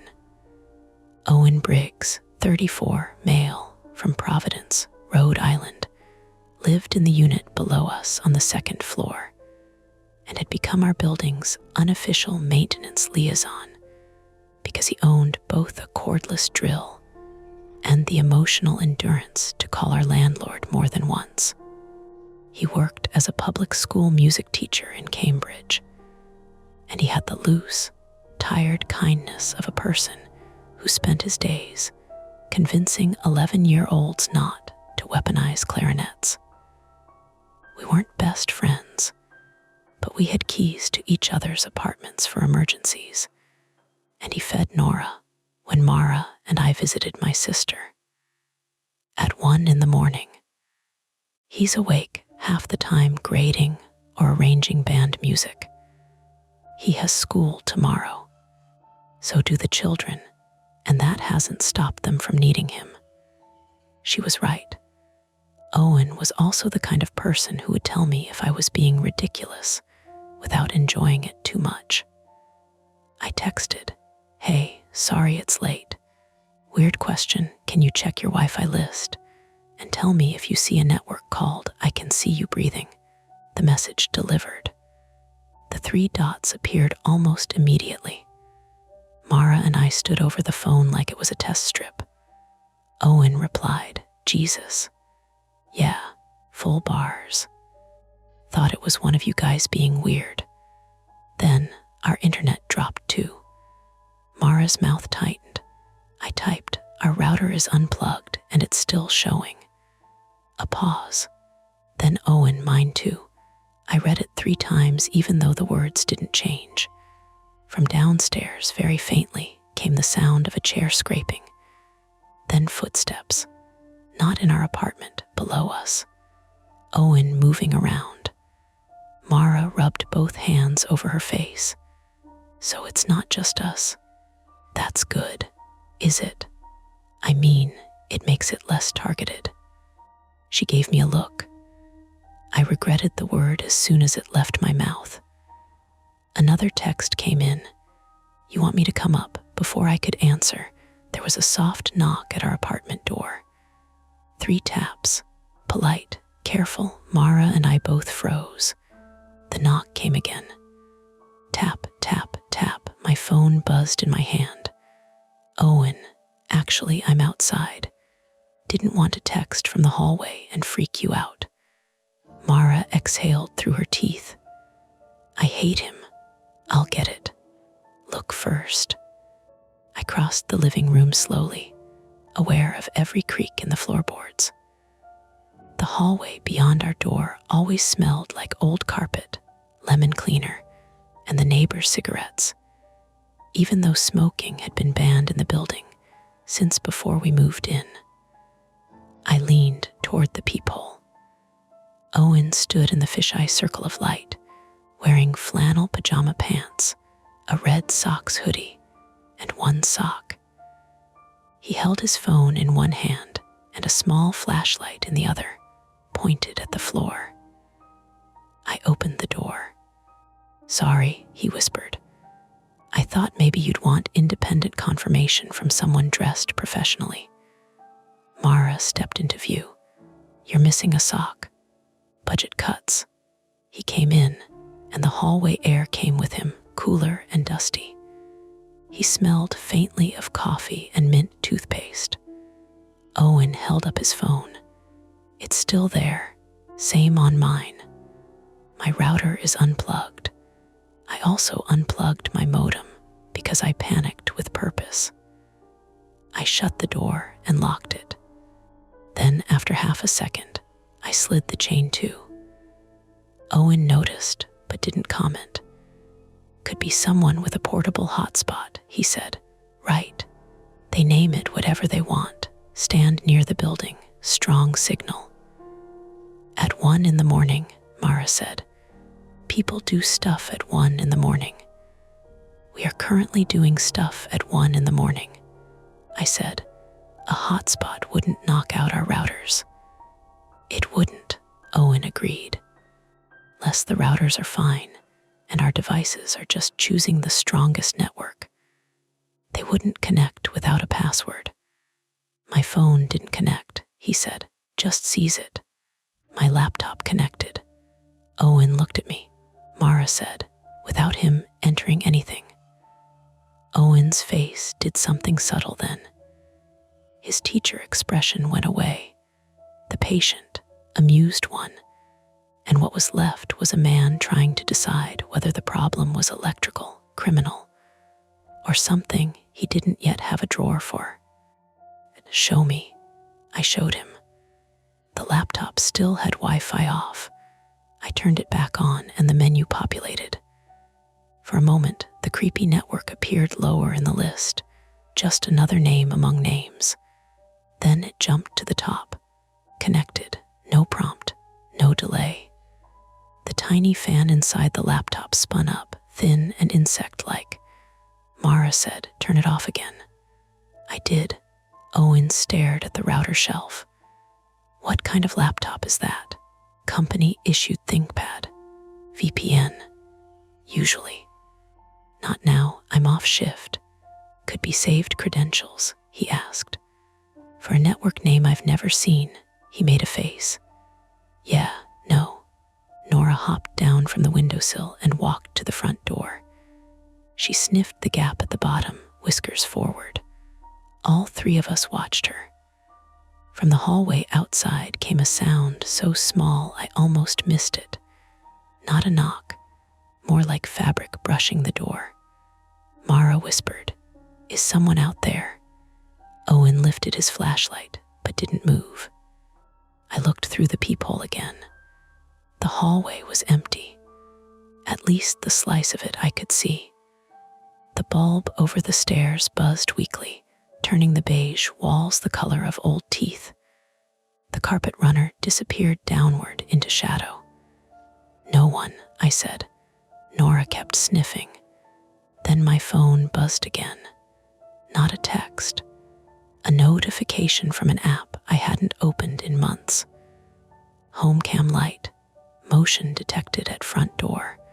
For a moment, I didn't understand it. We didn't have a front door camera. Then I remembered. 2 Christmases earlier, my sister had given us a cheap indoor security camera after a package theft in her building in Quincy. I set it up in our front window for exactly 1 week, got annoyed by false alerts from headlights and delivery trucks, and tossed it into the junk drawer under the TV with dead batteries, foreign coins, and takeout menus. I opened the app. Mara said, "What is that?" "That old camera. But it's not plugged in." The app loaded slowly. A spinning circle. Then a gray thumbnail appeared. "Device online," Owen said very softly. "Nope." I tapped the feed. The screen went black for half a second. Then it showed our living room, from low down, from inside the room. The angle was wrong and grainy, tilted sideways, as if the camera were lying on its back or wedged between objects. I could see the bottom of the coffee table, the leg of the couch, the edge of my abandoned oatmeal mug. I could see Mara's bare feet, Owen's one sock, my own ankles, and beyond us, on the bookshelf, the router sat dark and unplugged. The live feed flickered. Audio crackled through my phone speaker, loud enough that all of us flinched. At first, it was just static, then breathing, not dramatic, not monstrous, just the close, damp sound of air passing over a tiny microphone. In, out, in, out. Mara reached for my wrist so hard her nails pressed crescents into my skin. The feed froze. A message appeared over the video. Connection unstable. Then another notification dropped from the top of the screen. Nearby device joined your network. Underneath it, in smaller text, Daniel's ThinkPad, my laptop, was closed on the desk in the bedroom. Wi-Fi was off, or it had been. Owen said we should call someone. I almost said call who? Comcast, the landlord, the police. What exactly did you report? A rude Wi-Fi name. A dead camera that wasn't dead. A laptop behaving like a dog let off leash. But Mara was already looking at me, and I could see the shape of what she was afraid I'd do. Explain, delay, make it tidy before admitting it was bad. Outside, in the hallway, the old bulb buzzed. Inside, the phone warmed in my hand. Nora backed away from the door, low to the floor now, tail puffed thick. Owen held up his flashlight. We can check the hallway and the junk drawer camera, or we can lock ourselves in here and call the cops first. Mara looked from him to me. My thumb hovered over the emergency call button, but my eyes went to the junk drawer beneath the TV, where that dead little camera was supposed to be buried. We had a choice. Open the drawer and find out what was watching us, or call for help and admit, out loud, that something inside our ordinary apartment had already reached in. Owen's phone was the first one to lose service completely. He held it up near the window, then over his head, then walked a slow circle around our living room with one sock whispering against the floorboards. "No bars," he said. "That's new." Mara looked at her phone. "I've got one." I checked mine. 1 bar, then none, then one again. The emergency call button glowed at the bottom of the screen like a dare. "Try calling," Mara said. "Police." "Yes, Daniel, the police. Not your router manufacturer." I deserved that, but it still landed sharp. I tapped emergency call. The phone hesitated. Then it chirped twice and displayed call failed. No ring, no operator. just the flat refusal of a device that had decided not to be useful anymore. For a second, nobody spoke. The old building filled in the gap for us. Radiator ticks, the fridge compressor, rain tapping the kitchen window, the faint buzz of the hallway light beyond our locked door. Nora had retreated under the coffee table and crouched there with her chin low, eyes shining at ankle height. "Okay," Owen said. "Landline." "We don't have one," I said. "Of course you don't. Nobody has one until they need one." Mara moved to the TV stand and yanked open the junk drawer. "Wait," I said. She stopped, hand inside the drawer, and turned her head slowly. "Do not wait me right now. I'm not saying don't. I'm saying be careful." The drawer was the kind of place where useful things went to become slightly dangerous. Loose batteries, scissors, a utility knife with a cracked yellow handle, 2 dead remotes, thumbtacks in a film canister, instruction manuals for appliances we no longer owned.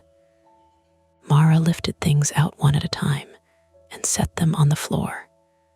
Her hands were steady, but the corners of her mouth were tight. Owen crouched beside her with the flashlight angled into the drawer. "There," he said. At the back, wedged under a rolled measuring tape and an expired AAA card, was the little camera. Home cam light, white plastic, cheap rounded edges, one black glass eye. A charging cable was attached to it. The other end disappeared through a gap in the back of the drawer. That was impossible in a boring, physical way. Not supernatural. Worse, almost. Somebody had threaded a cable behind our furniture into a drawer we used maybe twice a month, and we hadn't noticed. Mara didn't touch it. "Was that cable always there?" she asked. "No," I said. "You're sure?" I set it up. It had a 6-foot cable. I put the camera in there loose when I stopped using it. Owen leaned closer, but kept his hands back. "Where does the cable go?" I grabbed the TV stand and pulled it away from the wall. It screamed against the floor. All 3 of us flinched. Behind it was the private archaeology of apartment life. Dust fur, a lost bottle cap, one of Nora's toy mice, and a white cable running down from the drawer across the baseboard and into the wall. Not into an outlet, into the wall. There was a tiny drilled hole just above the floor trim, clean and round, no wider than a pencil. Mara made a small sound, not a scream, more like the beginning of a word she decided not to finish. Owen pointed his flashlight at the hole. "That's recent." "How can you tell?" I asked. "Because there's no paint dust around it. No grime. Look at the edge." He was right. The hole was raw. Pale wood showed through where the trim had been pierced. My stomach pulled inward hard. Someone had been in our apartment. Not tonight necessarily. Not during the last hour. But recently. Close enough to move our furniture and run a cable and leave without knocking anything visibly out of place. Mara looked at me. I knew that look too. It wasn't anger exactly, though anger was in it. It was the look she gave pet owners who waited 3 days to bring in a dog that had stopped eating because they kept hoping the problem would become smaller by itself. "We call the cops from outside," she said. "Agreed," Owen said immediately. I nodded too fast. "Yes, yeah, we go downstairs. Owen's unit maybe has signal by the front door, or we get outside. And we don't touch that camera," Mara said. "No," I said. I was still staring at the cable. That was my mistake. Mara saw it. Daniel, I just want to know where it goes. It goes through a hole someone drilled into our wall. I understand that. No, you don't, because your face is doing that thing again. Owen stood. I vote we leave the forensic curiosity for people with badges. Forensic. The word helped. It made the room official, almost manageable. Then my laptop chimed from the bedroom again. Not the soft notification sound from before. A video call ring. Bright, cheerful, completely wrong for the hour. Mara covered her mouth with one hand. Owen whispered, "Is that yours?" "It's my work laptop. Who would be calling you?" "No one." The ringtone kept going. A crisp little pattern. Up, down, up, pause. Up, down, up, pause. I walked toward the bedroom. Mara grabbed my arm. "No, we need to shut it. You said Wi-Fi was off."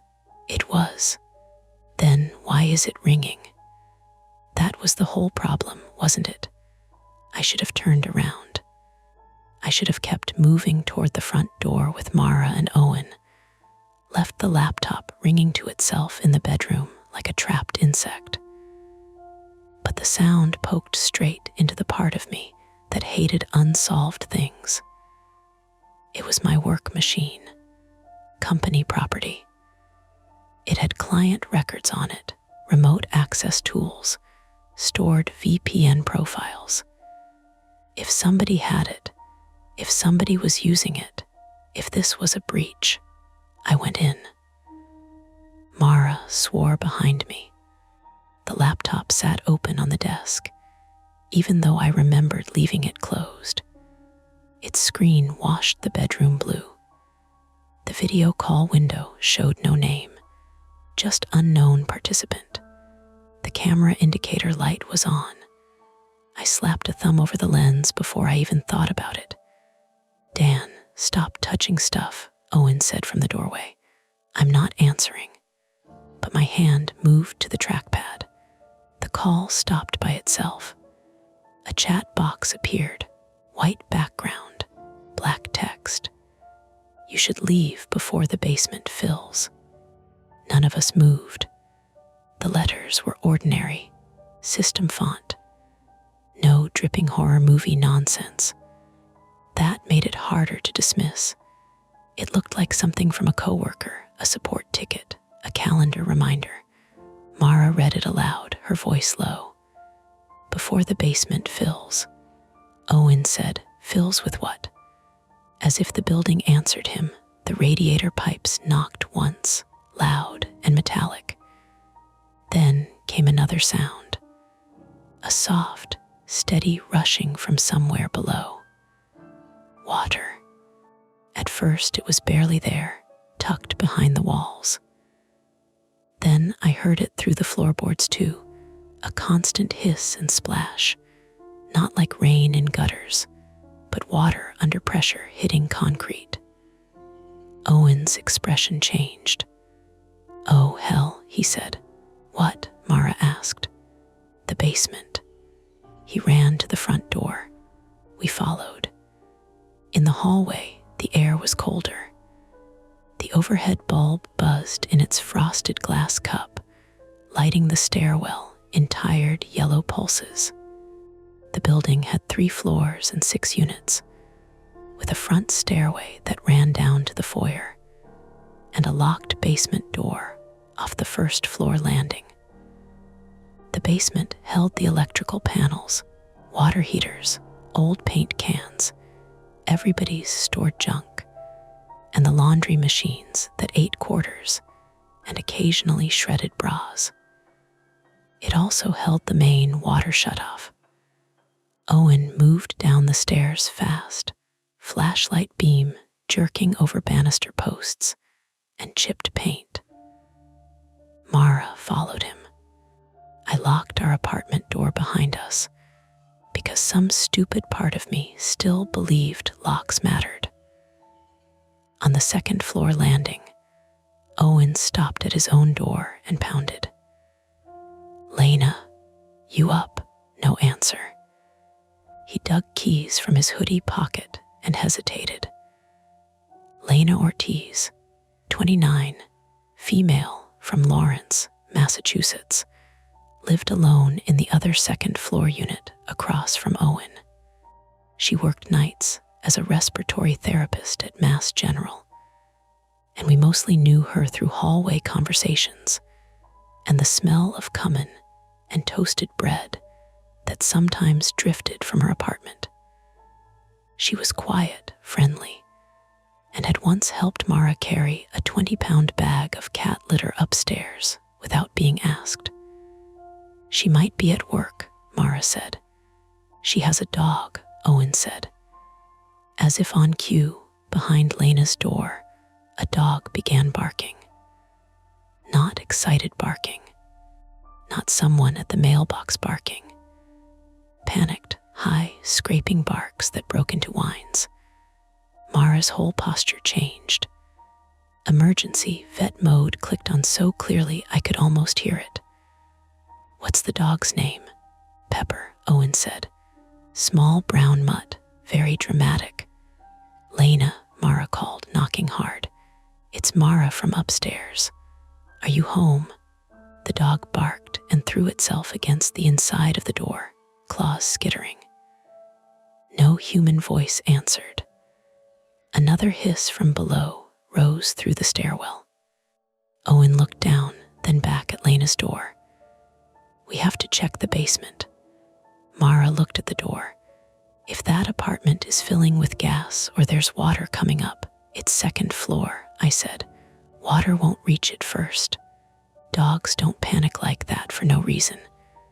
"They absolutely do," Owen said, but without conviction.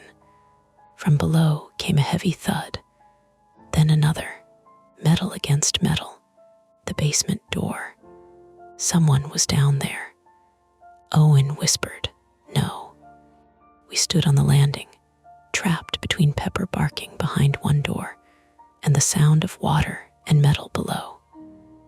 My phone showed no service. Mara's had none now. Owen's was useless. A concrete problem, time-sensitive. No abstraction anymore. If the basement was flooding, the electrical panels could be in danger. If the water heaters or boilers were involved, there could be scalding water, gas, carbon monoxide. If someone had sabotaged something down there, every minute mattered. And if somebody was physically in the building, using our devices to hurt us, I didn't finish the thought. The first-floor tenant opened her door crack. Mrs. Helen Kravitz, 72, female, from Burlington, Vermont, lived in Unit 1A and had been in the building since the late 90s. She was small, sharp-eyed, and usually smelled faintly of menthol cough drops. She wore a pink bathrobe and held a wooden cane like she was prepared to take testimony from all of us. "What is going on?" she demanded. Owen hurried down 3 steps.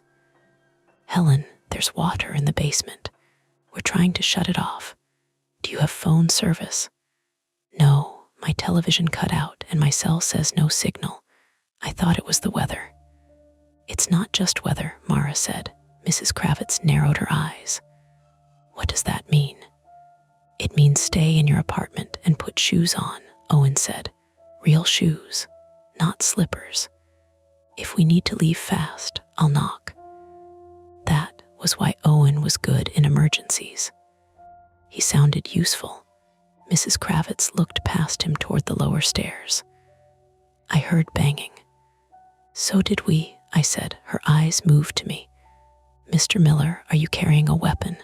I looked down at my empty hands. "No." "Well, that seems foolish." Then she shut her door. Pepper kept barking above us. Mara said, "We need Lena's key." "Owen?" I asked. He shook his head.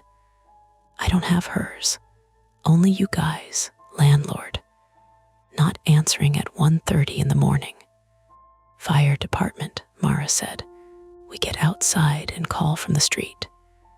"We need to shut off the water first," Owen said.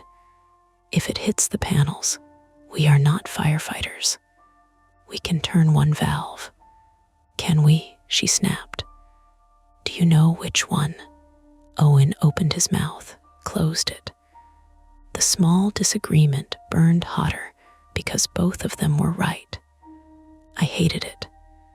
I hated that the choice had become ours because our phones had failed, because our building's old systems were hidden in a basement none of us had a current map for, because someone had apparently known exactly how to make the ordinary emergency channels feel far away. And under all that ugly and personal was the knowledge that I had already delayed once. I had checked the laptop instead of leaving.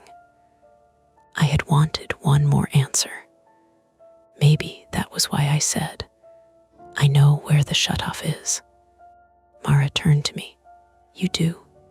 I helped the plumber once when the kitchen sink backed up.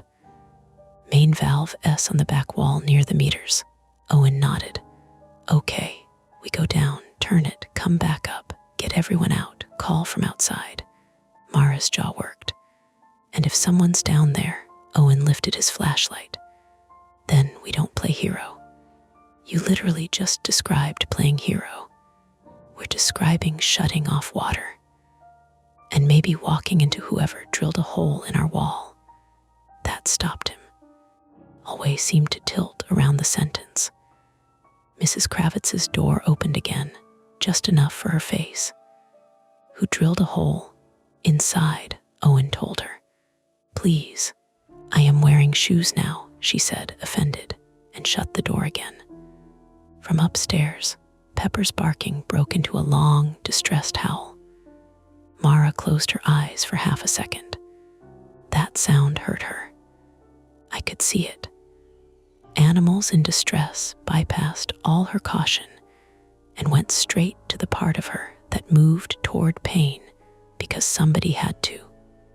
Pepper first, she said. Owen said, basement first. Mara looked at me. There it was, the choice again. Not dramatic, no lightning, just an old stairwell, a barking dog, water below, and my girlfriend asking me without words whether I was going to hide inside problem solving or make the call. I said, we split for 2 minutes. No, Mara and Owen said together. I go down with Owen. You stay at Lena's door and keep calling her. If smoke, gas smell, anything weird, you get Helen out and go outside. Mara stared at me. You want me to stand alone in a hallway with no phone service while you go to the basement? It's one flight, with someone possibly inside the building. Then come with us. And leave Pepper. Owen rubbed both hands over his face. We are losing time. He was right. The rushing water below had grown louder. Not imagined louder. Actually louder. It now had weight to it, a deep splashing slap that echoed up the stairwell. Somewhere under the floor, a pump clicked on and off, struggling. Then the lights flickered.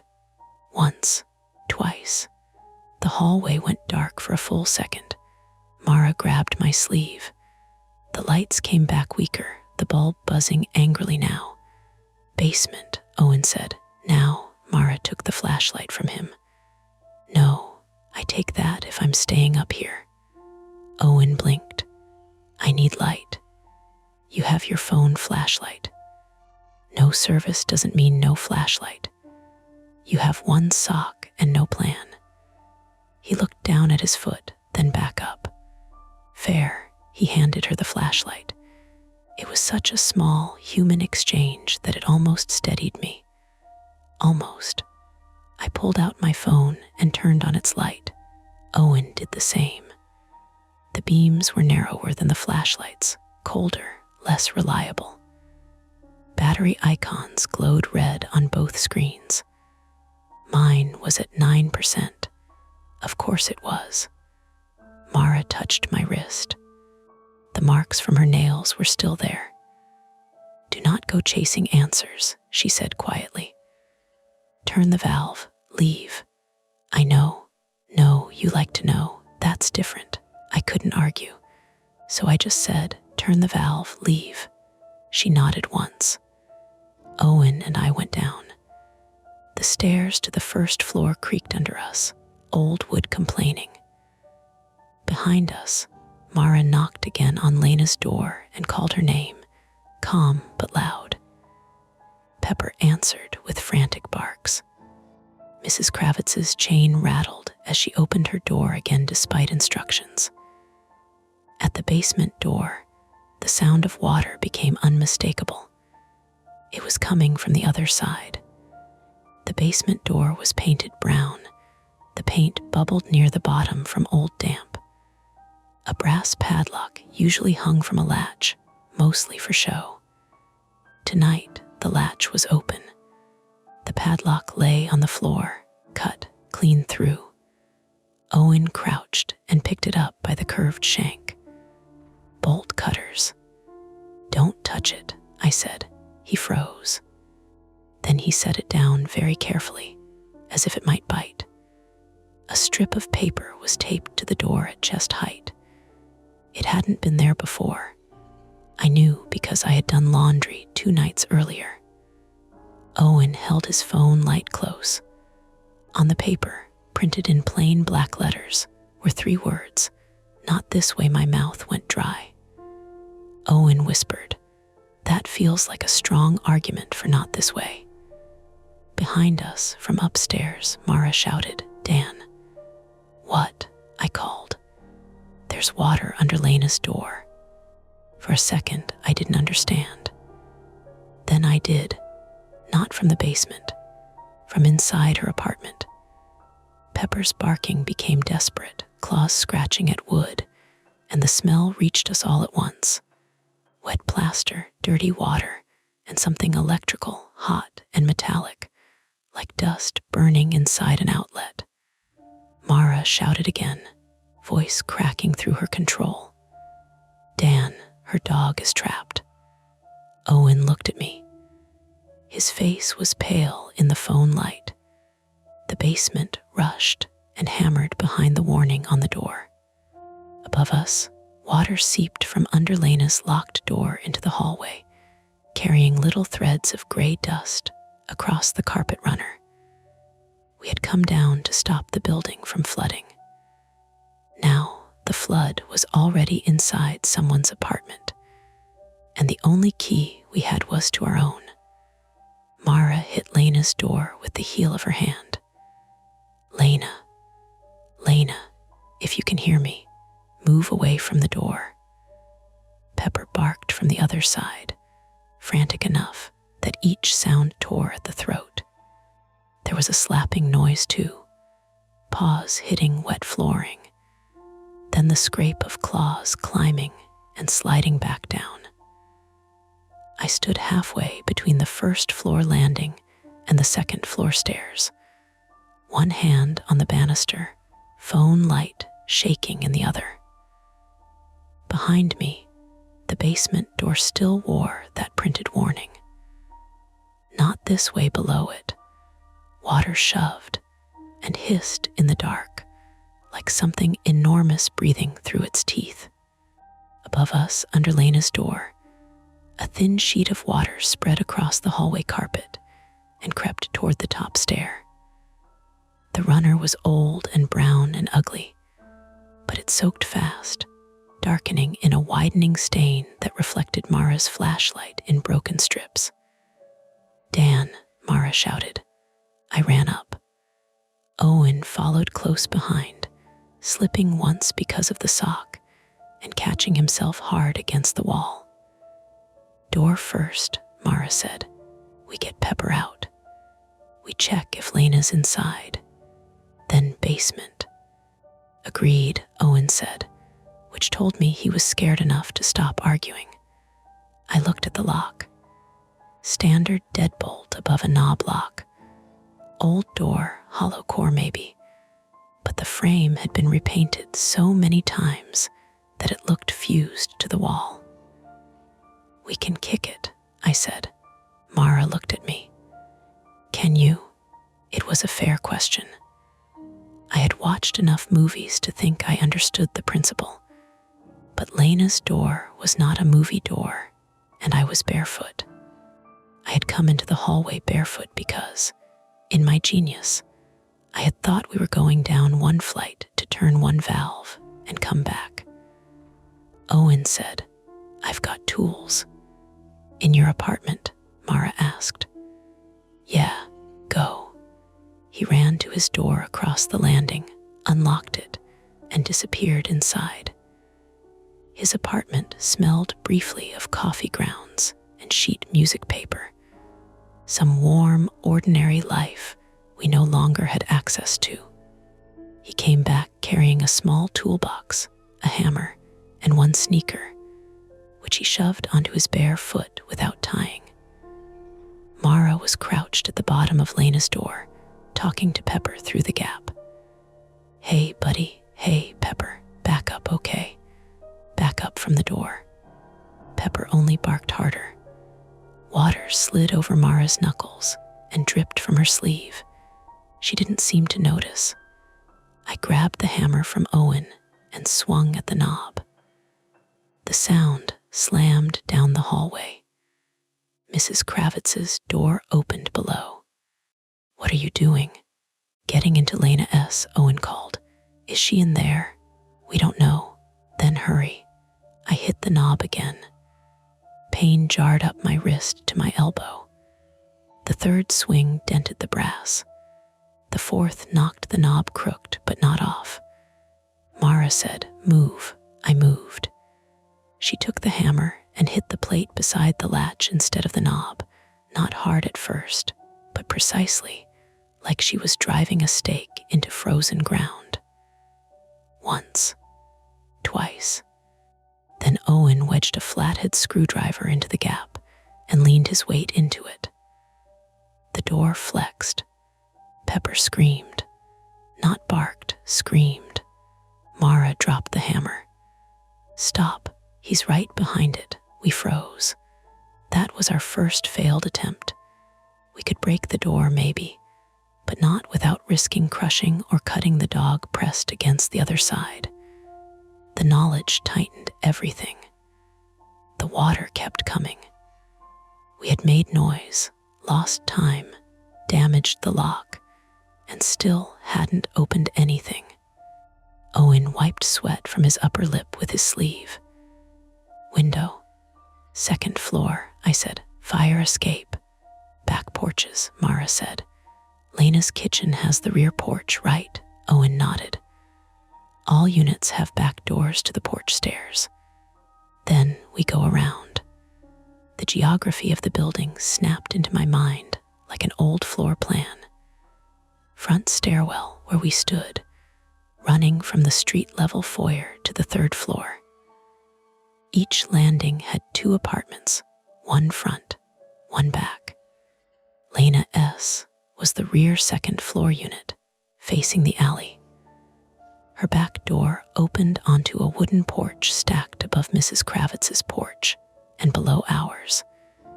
The exterior stairs zigzagged down into the alley, fenced off from the street by a gate that stuck in wet weather. Mara grabbed my arm. Shoes. Now. That time I didn't argue. We ran upstairs to our apartment.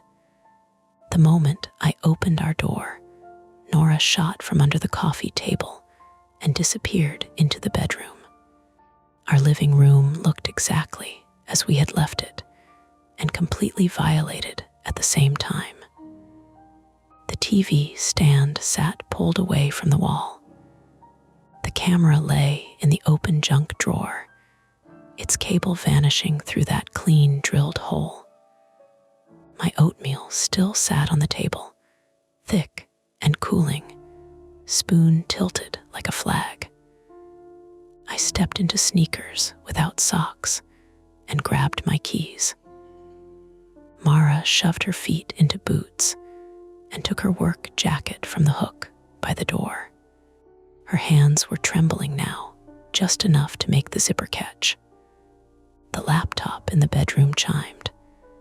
Neither of us moved. Then it chimed again. Mara whispered, "No," I wanted to obey. I did, but the chime came again, and with it a flat, synthetic voice from the laptop speakers, too loud in the small apartment. "Daniel's ThinkPad has joined your network." It sounded like an accessibility feature reading a notification. Calm, cheerful, wrong. Mara's face hardened. "Leave it." We left it. That was a small victory over my own worst instinct, and it did not feel good. It felt like abandoning a lit fuse. Back in the hallway, Owen had tied his sneaker with one hand and was trying Lena's door again with less pressure, using a credit card from his wallet.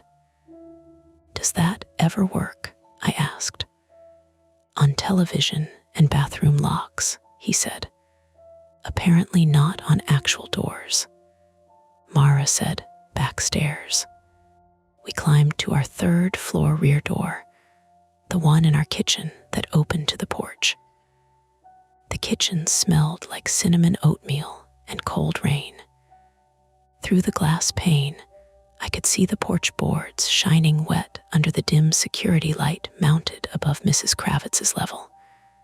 I unlocked the deadbolt. The door didn't move. I turned the knob harder. "It's stuck," I said. Mara shouldered beside me and yanked. "Nothing." Owen looked through the glass. "There's something against it." "What?" He cupped his hands to the pane. "Chair? No, board." I leaned in. A 2x4 had been screwed across the outside of the doorframe, spanning the gap so the door couldn't open inward. New pale wood, fresh screws, clean, silver heads catching the light. Someone had barred our back exit from outside. The apartment seemed to shrink behind me. Mara's voice went thin. "Try Lena's porch from Owen's." We ran back down to Owen's unit. His apartment was a mirror of ours, but warmer, cluttered with instrument cases and stacks of student papers. A trombone case lay open on the couch. A mug on the coffee table had gone cold beside a pile of red pens. His rear kitchen door was barred too. Same pale board, same fresh screws. Owen stared at it. "For what it's worth," he said quietly, "that was not there when I took trash out at 9. Second failed attempt. We couldn't reach Lena from the back.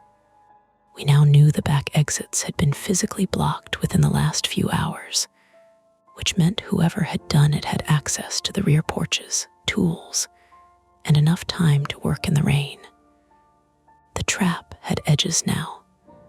Front stairwell, locked apartments, flooding basement, barred rear doors, no phones. Mara pressed both hands against Owen's kitchen counter and lowered her head. For a second, I thought she might be sick. "You okay?" I asked. "No," she said, "but keep moving." Owen opened a drawer and pulled out a heavier screwdriver. "We can remove the board." "From inside?" I asked. "Screws are outside." "Can you break the glass?" Mara said, and reached through, the board S across the frame, not the knob. "If we break the pane, maybe we can pry." A sharp bang came from the front of the building. All three of us turned. Another bang. Then a voice from the stairwell. "Hey, hello," Mrs. Kravitz shouted. "Who is that?" For one wild second, relief hit me so hard I nearly laughed. Someone else. Help. We ran to the front landing. A man stood at the bottom of the first floor stairs, just inside the foyer, wearing a dark rain jacket and a knit cap. He held up one hand against the light from Owen's phone. "Maintenance," he called. "I got a water alarm." Owen looked at me. I looked at Mara. None of us recognized him. Mrs. Kravitz had opened her door again, chain still on. "You're not Freddie." The man looked toward her. "Freddie sent me." Freddie was our landlord's son, the one who handled repairs with the enthusiasm of someone being forced to move furniture in a dream. "What's your name?" Owen called. "Chris." "Chris what?" The man hesitated. It was small, barely a beat. Mara heard it too. "Show ID," she said. He sighed, annoyed now. "Lady, I'm standing in a flooding building." "You want my birth certificate," Mrs. Kravitz said. "I want Freddie." "Freddie's in Everett," the man said. That might have been true. Freddie did live in Everett. Or he had mentioned Everett once while fixing our sink and complaining about traffic. That made the lie harder to parse. It had just enough correct detail to hook onto. The man took one step up. Owen said, "Stop there." The man stopped. Water splashed behind the basement door below him. His face was partly shadowed under the cap. White male, maybe late 30s or early 40s, average build, rainwater shining on his shoulders. He carried a tool bag in his left hand.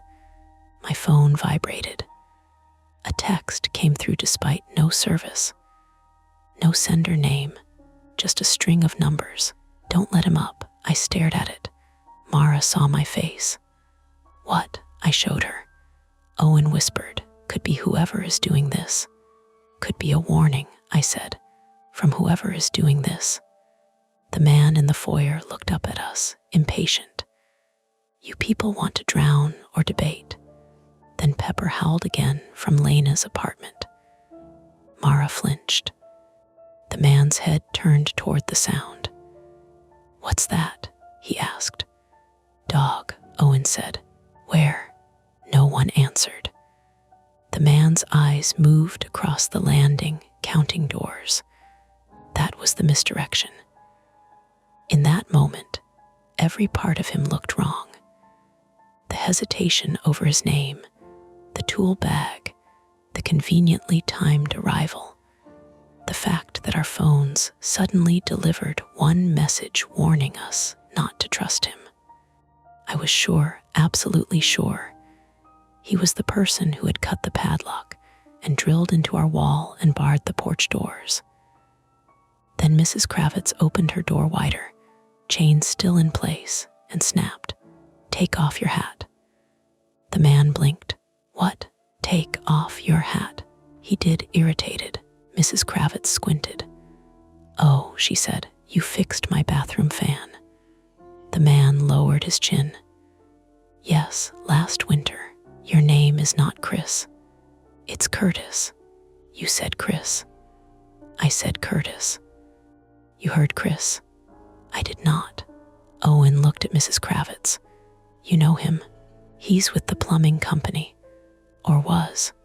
Curtis dug a wet business card from his jacket and held it up. "Doyle and Sons Emergency Plumbing. The landlord has a basement flood sensor. It pinged us. Can I please look at the water before the electrical goes?" The terror did not vanish. It changed shape. Curtis might not be the threat. He might be exactly what he claimed. Be emergency plumber, sent into a nightmare without knowing it. That was almost worse, because now we had pulled another ordinary person into whatever this was. Mara said, "Our back doors are barred." Curtis stared at her. "What?" Someone screwed boards across them from outside. His face went still. That was the first useful thing he did. He believed her before he understood. "Then everyone needs out the front," he said. "No phone service," Owen said. Curtis pulled out his own phone.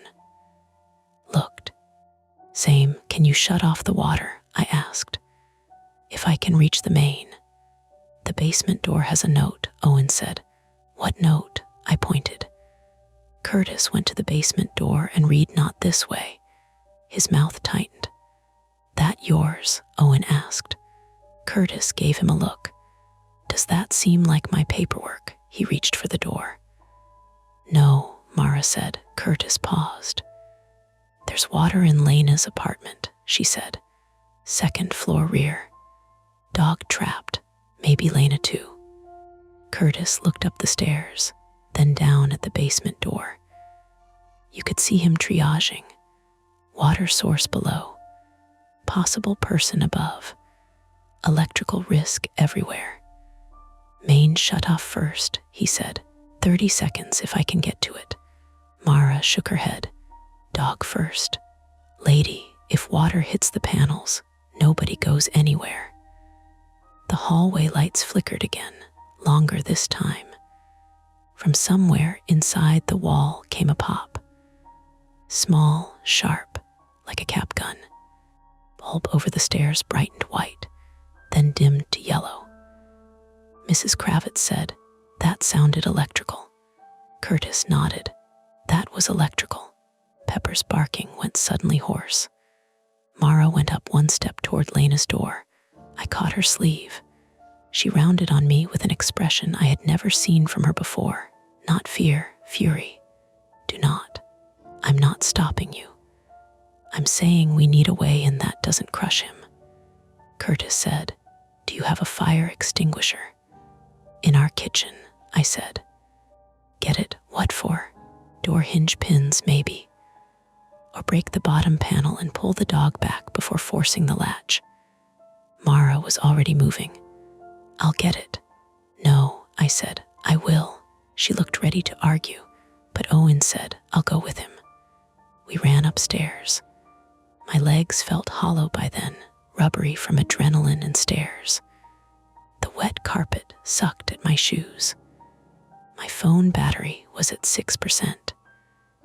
Behind me, Owen breathed hard through his nose. Inside our apartment, the laptop was no longer chiming. It was playing audio. At first, I thought it was static. Then I recognized Mara's voice. "Not Liv," recorded. "Daniel, leave it. Do not go chasing answers." Her words from minutes earlier played back with a tinny delay. Owen stopped in the doorway. "No," he said. "Nope. Extinguisher and out."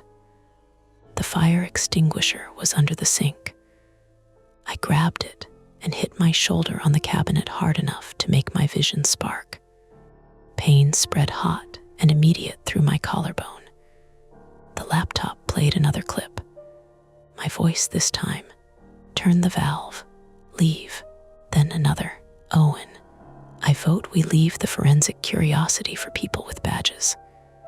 The home cam was not just watching. It had been recording audio from our living room for longer than we knew, maybe since we first opened the app, maybe before. Owen grabbed my arm. "Dan." On the laptop screen, a new message appeared. "Basement first, or she drowns upstairs. Choose wrong and I post everything." Beneath it, a file transfer window opened. Names scrolled by too fast to read, but I saw enough. Work folders, screenshots, saved passwords maybe, client export names. My stomach dropped so sharply I had to put a hand on the counter. This was the hook in me, the personal one. Whoever had my laptop wasn't only threatening the building. They were threatening the part of my life where I was supposed to be competent, trusted, clean. A data breach from my machine could cost me my job. Worse, it could expose patients, clinics, billing information. People who had nothing to do with our apartment or our flooded basement. And because of that, for half a second, I almost stayed. Owen saw it. He slapped the laptop shut. "Hard. Extinguisher," he said. "People first." The snap of the lid sounded like a judge's gavel. We went back down. On the second floor landing, Curtis had removed his wet jacket. and was kneeling at Lena's door with Mara, working fast. He had a pry bar from his tool bag now. Mrs. Kravitz stood on the first floor landing below, fully dressed in sneakers and her pink robe, holding her cane and a canvas tote bag like she had prepared for evacuation, and a farmer's market at the same time. Mara looked up. Extinguisher. I handed it over. Curtis used the metal base to strike the lower part of Lena's door beside the hinge. Not wild, controlled. Wood splintered. Pepper backed away for one blessed second, then barked again from farther inside. Good, Mara said. He moved. Owen wedged the pry bar. Curtis leaned. I put my shoulder into the door despite the pain. The frame cracked. Water surged out around the gap, colder than I expected, soaking over my shoes. The door opened 6 inches. Pepper's snout jammed through immediately, wet and frantic. Mara grabbed his collar. I've got him. A small brown dog shot through the gap into her arms, shaking so hard water sprayed from his fur. Mara held him against her chest. He clawed her neck, and she didn't let go. Lena, she shouted into the apartment. No answer. Curtis pushed the door wider. The smell came out heavier. Soaked drywall, dog urine, hot wiring, and the sour odor of backed-up drain water. The apartment beyond was dark, except for the spill of our phone lights. Water covered the floor, maybe 2 inches deep, rippling from the kitchen at the back. A lamp lay on its side near the couch, unplugged or dead. Shoes floated by the entry mat. Lena, Mara called again. Owen stepped in. Curtis grabbed him by the hoodie and yanked him back. No. What? Curtis pointed with the pry bar. An orange extension cord trailed from the living room into the water. It disappeared toward the kitchen. My mouth went dry. Breaker, Curtis said. We need power off before anyone goes in. The panels are in the basement, Owen said. Everyone looked toward the stairs. Basement. The place with rushing water, cut lock, and the warning not to enter. Then all the lights went out. Not flickered. Out. The hallway vanished. Mrs. Kravitz gasped below us. Pepper yelped in Mara's arms. Someone's phone clattered to the floor and spun light crazily across the ceiling, walls, faces, water. Emergency darkness is not like bedtime darkness. It has texture. It presses in with smells and wet sounds, and the sudden awareness that every edge can hurt you. My phone light stayed on, weak but alive. Then, from the basement, came the fire alarm. Not our apartment's smoke detector chirping. The building alarm. A hard, mechanical scream from downstairs. One blast, then another, then continuous. Mrs. Kravitz shouted something I couldn't hear over it. Curtis swore. Out. Everyone out front. Now he ran down toward the foyer. Mara held Pepper and followed, slipping on the wet carpet. Owen grabbed Mrs. Kravitz's arm and helped her down the last steps. I took one step after them. Then the front door slammed. The sound cracked through the alarm. Curtis reached it first and shoved the bar. It didn't open. He shoved again. What the hell? Owen pushed beside him. The foyer was a narrow rectangle at the bottom of the stairs. Mailboxes on the left, glass front door ahead, basement door to the right. Rain streaked the outside glass. Beyond it, the street was empty and shining under orange lamps. Curtis looked through the door. A chain had been wrapped around the exterior handles. A heavy chain, padlocked from outside. He hit the glass with his shoulder. It rattled but held. Old wired safety glass, reinforced with a grid that turned everything beyond it into squares. Mrs. Kravitz began to cough from the alarm and damp air. Mara clutched Pepper. "Back exit. Barred," Owen said. "My kitchen window," Mrs. Kravitz said. "It opens to the side path." We all turned toward her apartment. A new sound cut through the alarm, a phone ringing. Not ours, a landline, inside Mrs. Kravitz's unit. She stared at her door as if it had spoken in a dead language. "I thought you didn't have one," I said. "I do," she said, "for emergencies." It rang again. Curtis said, "Answer it from the doorway." Then we break a window. Mrs. Kravitz unlocked her apartment with shaking hands. The smell of menthol and old furniture rolled out. Her phone sat on a small table beside a framed photograph of a younger woman in a graduation cap. She picked it up. "Hello," her face emptied. The alarm screamed around us. She held the receiver away from her ear. A voice came through faintly, distorted but clear enough. My own voice, recorded. "Turn the valve, leave." Then Mara's, "Do not go chasing answers." Then a click. Then a live voice, low and close to the microphone. "Basement door, now, or the second floor burns first." The line went dead. In the same instant, smoke began to curl from under Lena's open door upstairs, thin and gray, carrying the bitter plastic stink of melting insulation. That was the point of no return. The front door was chained from outside. The rear exits were barred. Lena's apartment had water and a live electrical hazard. The second floor was beginning to smoke. Mrs. Kravitz was coughing. Pepper was bleeding from one paw where he'd cut himself scrambling through the flooded unit. And the only place left with a chance of shutting anything down was the basement door marked "Not this way." Curtis took the basement doorknob in one hand and looked back at us. The alarm made everything stutter. Faces, breath, decisions.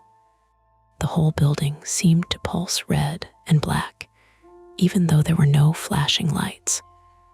Just phone beams and Mrs. Kravitz's weak hallway emergency lamp buzzing from its battery pack near the mailboxes. "No one steps in water if they see wires," Curtis said. "No one touches pipes unless I say. You smell gas, you turn around. You hear me say out, you get out." Mara shifted Pepper higher against her chest. The dog was trembling so hard his teeth clicked. Blood from his paw had smeared across the sleeve of her jacket. "I'm not leaving him in smoke," she said. "Then stay behind me," Curtis said.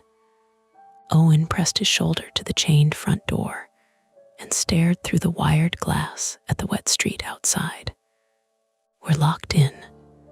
There is no behind you." Mrs. Kravitz coughed into a dish towel she had grabbed from her apartment. She was pale now, smaller without the sharpness in her voice, but she still had her cane in one hand and her tote bag looped over the other elbow. "I have a window," she said. Curtis shook his head. "You said side path." "Side path goes to the alley gate, right?" "Yes." "Is it chained too?" No one answered. From the second floor, smoke thickened. Not a lot, not movie smoke. Worse, because it was still thin enough to argue with. A gray smear under the ceiling, carrying that sour plastic bite that got into the back of the throat. The basement door rattled, not from Curtis, from the other side. Once. twice. The alarm kept screaming. Owen lifted his phone light. His hand shook. Someone's down there. Curtis tightened his grip on the doorknob. The rattling stopped. Then came the sound of water slapping concrete. I thought of the note. Not this way, I thought of the voice on the landline, using my own voice like bait. Turn the valve, leave. And I understood something too late. He wants us down there, I said. Mara looked at me. What? The Wi-Fi name, the camera, the calls, the notes. He's been moving us around. Basement, apartment, basement again. He's forcing choices. Curtis said, doesn't matter if he wants us there, if the shutoff is there. Then we don't go the way he marked. Owen turned. What other way is there? I looked at Mrs. Kravitz. Your kitchen, I said. Your side window. She blinked. You want to climb out? No, I want to see the alley. Curtis hesitated, then nodded once. Fast.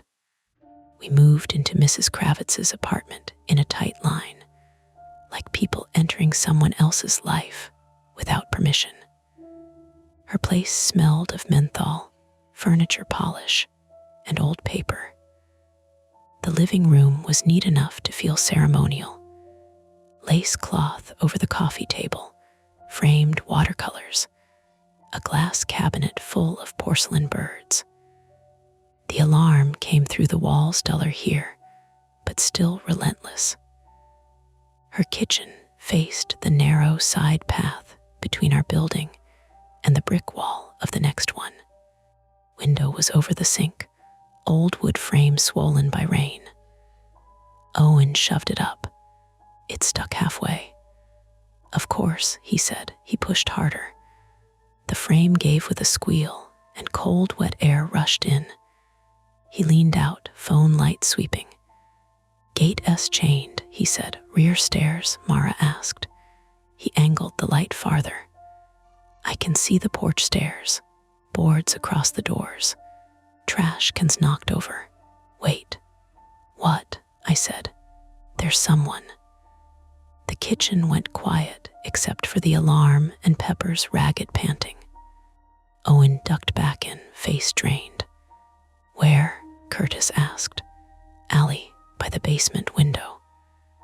Our basement had 2 small windows at ground level, half below grade, covered by rusted metal grates.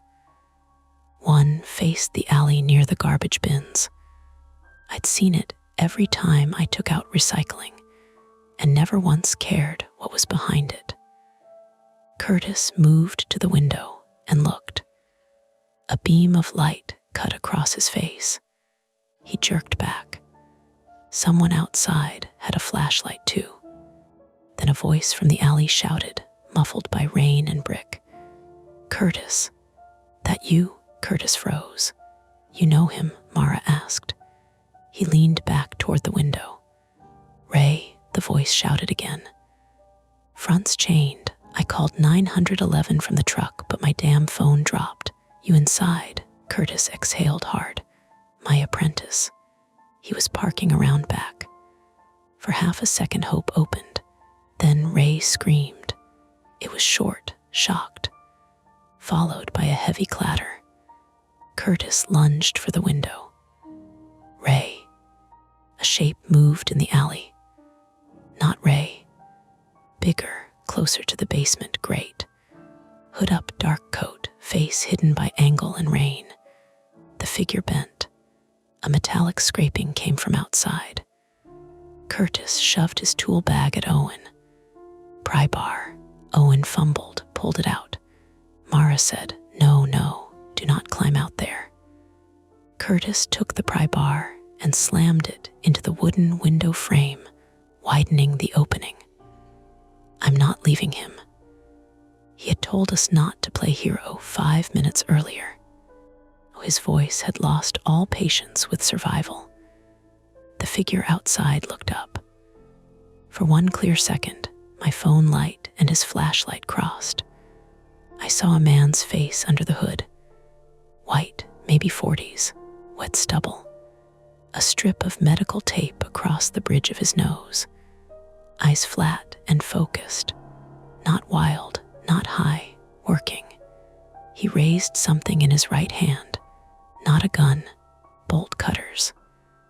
Then he brought them down hard on the basement window grate. The grate shifted.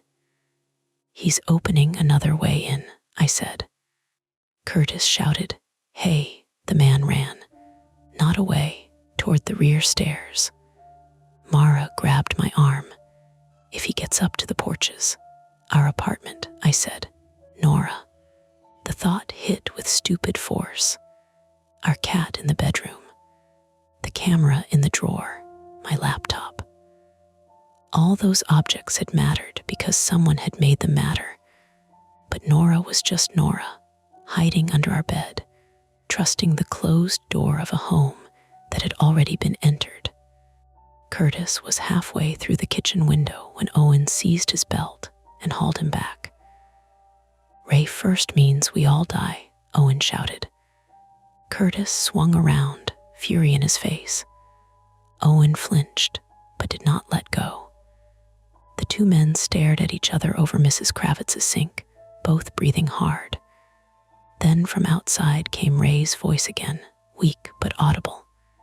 "Curtis, I'm okay. He hit me. I'm okay." Curtis closed his eyes for half a second. That tiny mercy cost us. Upstairs, glass broke. Not in Mrs. Kravitz's apartment. Above, rear side, our kitchen door window. Mara whispered, "He's inside." Everything narrowed. The central threat wasn't a ghost in the Wi-Fi.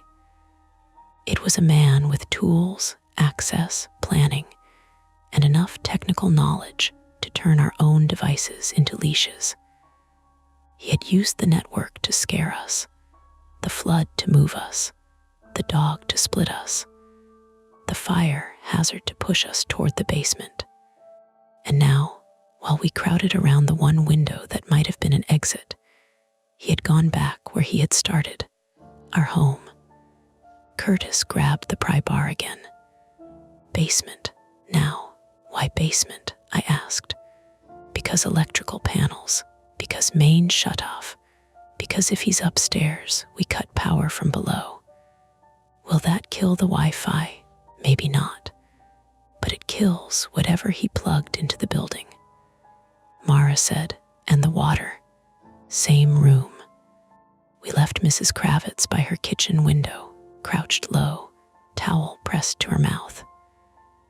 Owen told her, "If Ray gets to the window, give him the tote strap. Pull him close. Don't climb out unless smoke fills this room." "I am old, not stupid," she snapped, then coughed until her shoulders shook. We entered the foyer again. The basement door waited. The note was damp at the edges now. "Not this way." Curtis tore it off and dropped it. Then he opened the door. Water rolled over the threshold in a shallow rush, dirty and cold. The smell rose immediately. Mildew, wet concrete, hot dust, oil, something chemical from old paint cans. Curtis shone his phone light down the steps. Water S on the floor, but not up to the panels yet. "Mains left wall, back wall," I said, "near meters." "How many steps?" 8 landing, then 4 more. "Stay on the wooden stairs until I check depth." We descended. Curtis first, me behind him. Owen behind me with the tool bag. Mara behind Owen, Pepper tucked under one arm now, flashlight in her other hand. Mrs. Kravitz stayed above, coughing near her doorway. The basement was lower and wider than I remembered. Phone lights only made pieces of it. Concrete floor shining under 2 or 3 inches of water. Washers on the left, dryers on the right, storage cages at the back, exposed pipes overhead, wrapped in cracked insulation. The flood came from somewhere behind the laundry machines, a pressurized spray hitting the wall and fanning outward. A sump pump kicked on, made a grinding noise, then died. "Great," Curtis muttered. The electrical panels were on the right wall near the bottom of the stairs, above water level, for now. Curtis stepped off the last stair onto a concrete block that sat like an island. He swept his light over the water. "Don't step yet." A cable floated near the washing machines. Orange, the same color as the cord in Lena's apartment. It disappeared behind the washers. Mara saw it. "That's not normal, right?" "No," Curtis said. "Above us, on the first floor, something slammed. A door, then footsteps overhead. Fast, my apartment, the third floor, the rear stairs." I couldn't map it anymore. The building had become a body, and the threat was moving through its bones. Curtis pointed to the main electrical panel. "Daniel, do you know which breaker feeds second floor?" "No." "Then we shut the whole thing." He reached for the main disconnect. A phone rang in my pocket. I almost dropped it. No service. 6% battery. Yet it rang. "Unknown number," Mara said. "Don't." It kept ringing. I answered because I was afraid it would keep ringing forever. The voice came through close and calm. "Daniel, male, not distorted now." I turned on speaker. Curtis froze, hand inches from the breaker. The voice said, "If he cuts power, Lena dies." Mara's face changed. "Where is she?" A faint sound came through the phone. Not breathing this time. Crying, muffled, a woman's voice. "Please," then a sharp scrape. The sound cut off. Mara whispered, "Lena." The man said, "Top floor storage. Old pantry behind your kitchen." "She's taped." Power goes out, pump stops. Water rises, door sealed. I knew the old pantry. A narrow closet off our kitchen, built into a slanted corner under the rear roofline, where we kept a mop, paper towels, and the good vacuum we rarely used. Except we didn't have a top floor storage beyond that. Unless he meant the crawl space behind the pantry wall. The weird dead space old buildings have. The place you don't think about because someone painted over the access panel 50 years ago. Mara stared at me. "Is that real?" "I don't know," the voice said. "You like knowing. Go check." There it was, the hook again. Curtis whispered, "He's lying." "Am I?" the man said through my phone. From above, a thud came down through the building. Then another. Directly overhead. Our kitchen. Mara said, "He has her upstairs." "Or he has a speaker upstairs," Owen said, voice cracking. "Or he recorded her. Or he wants us split again." The man laughed once. Not loud, not theatrical, almost tired. "Basement first," she burns. "Upstairs first, panels arc. Front door stays locked either way." Curtis closed his hand around the main breaker. The man said, "Do it, and I upload the work files." I looked at the dark water, the floating cord, Curtis's hand, Mara's face, Pepper shaking against her ribs. My flaw had finally become a weapon in someone else's hand. He had studied enough of me through the camera, the laptop, maybe old passwords, maybe scraped accounts, to know exactly what to threaten. My job, my competence, my need to be the one who understood. I took the phone off speaker. The man said, "Smart." I said, "You're in the building." A pause. "Daniel, you're close enough for your hotspot to show full bars after our routers died. Close enough to chain the door. Close enough to drill our wall. You're not doing this from another state." Mara watched me. Curtis watched the breaker. I looked at the orange cable in the water, then at the ceiling. The water pouring from Lena's apartment had not come up from the basement. It came down from somewhere connected to her kitchen. A hose, a line, a washer hookup opened and extended. He had used the building's plumbing like a timer. "You needed us away from the third floor," I said. The man said nothing. "You broke our kitchen door glass." Still nothing. "But you didn't come down the main stairs. We would have seen you, so you're on the back porch." Mara's eyes flicked toward the basement window. Curtis whispered, "Keep him talking." I said, "You're trying to get into our apartment again." "Why?" The man exhaled through his nose. "Because you kept the wrong file." I almost asked what file. I didn't, because that was bait too. Instead I said, "Owen." Owen looked at me. I pointed at Curtis's tool bag, then toward the basement window grate the man had attacked from outside. Owen understood slowly, then all at once. Ray was outside. The grate had been loosened. If Owen could get through or reach Ray, he might get tools to the front chain, or at least get someone outside to help. Mara shook her head once, terrified. Owen mouthed, "I can." He was not brave in a clean way. He looked like he might throw up. But he took the pry bar and moved along the basement wall, stepping from one raised concrete patch to another, avoiding the water where Curtis pointed. The man on the phone said, "Where is Owen going?" My throat tightened. He could see us, not from my phone camera. It was against my ear, from somewhere in the basement.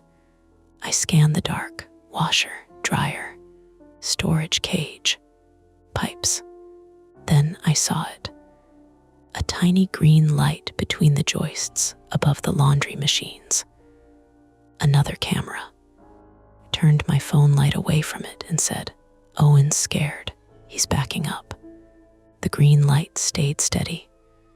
Curtis lifted his chin toward Mara's flashlight. She understood. Slowly, without moving her body too much, Mara angled the flashlight away from us, up toward the pipes, like her hand had simply gotten tired. The beam hit the camera. Curtis threw the pry bar. It clanged off a pipe, missed the camera, and splashed into water. The green light went dark anyway. Not broken. Disconnected remotely. The man said, "That was stupid." Curtis slammed the main breaker down. The basement went black. The alarm stopped. The sudden quiet was brutal. For half a breath, all I could hear was water. Then Mara, Lena, a thump above. Then a muffled scream. Real close, not from the phone, from above us, our apartment. Mara bolted up the stairs. I grabbed for her and missed. "Mara," I shouted. Owen yelled from the basement window, "Ray's here, chain cutters." Curtis grabbed my shoulder. "Go after her." "I'll shut water." "I don't know. Go." I went. My legs burned up the stairs. The foyer was almost black, except for Mara's flashlight bouncing ahead.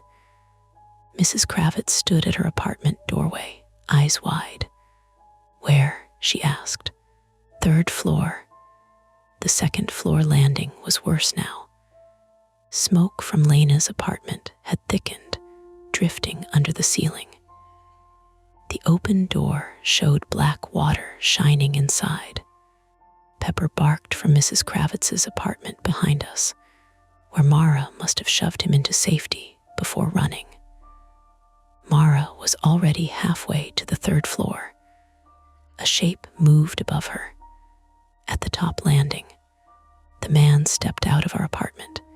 He had my laptop tucked under one arm. In his other hand, he held a utility knife. Not big, not cinematic, box cutter style. Orange handle. Mara stopped 2 steps below him. The two of them faced each other in the narrow stairwell. He looked smaller than he had seemed in my head. Wet jeans, work boots, dark hoodie. The strip of tape on his nose was peeling at one edge. His breathing was hard, human. His eyes flicked from Mara to me and back again. "Move," he said. Mara held the flashlight up, blinding him. "Where is Lena?" He stepped down one stair. "Move." I reached the landing below. My lungs scraped. My shoulder throbbed where I'd hit the cabinet. "You can still walk out." He laughed without humor. "The front door's chained, genius. Ray's outside with cutters." That landed. His eyes shifted, just a fraction. Mara moved. She didn't attack him. She threw the flashlight at his face. It hit his cheekbone with a hard plastic crack. He cursed and swung the utility knife. Mara jerked back, but the blade caught her forearm. A short, bright line opened through her jacket sleeve. She gasped. I hit him from below. Not cleanly. I drove my shoulder into his hip because that was what I could reach. Pain tore through the shoulder I'd already hurt. He fell sideways against the railing, laptop crashing to the stairs. The utility knife skittered down 2 steps. He grabbed my hair hard. My scalp flashed white with pain. He slammed my forehead into the stair edge. Once, the world burst into sparks. Mara shouted my name. I tasted blood. The man released me and scrambled for the knife. Owen appeared behind me from the lower stairs, soaked to the knees, holding the cut basement padlock like a fist weight. He swung. The padlock hit the man's wrist with a dull crack. The man screamed. The knife dropped. Mara kicked it through the railing gap. It clattered down to the 2nd floor landing. The man surged up anyway, desperate now. He slammed into Owen, and both of them hit the wall hard enough to crack plaster. Owen's head bounced against the banister post. He sagged, but stayed upright. Curtis shouted from below, "Water's off." The man heard it too. Something left his face. Control. He shoved Owen aside and lunged toward the 3rd floor rear. Our apartment door stood open behind him. Through it, I could see broken glass on the kitchen floor, the rear door hanging inward now, rain blowing through the pane he'd smashed. The 2x4 still barred the outside, but he had reached through the broken glass to unlatch enough to crawl in around it. That was how he had gotten in. Not magic, not Wi-Fi. A body, tools, time, and our assumptions. Mara stumbled after him. I caught her good arm.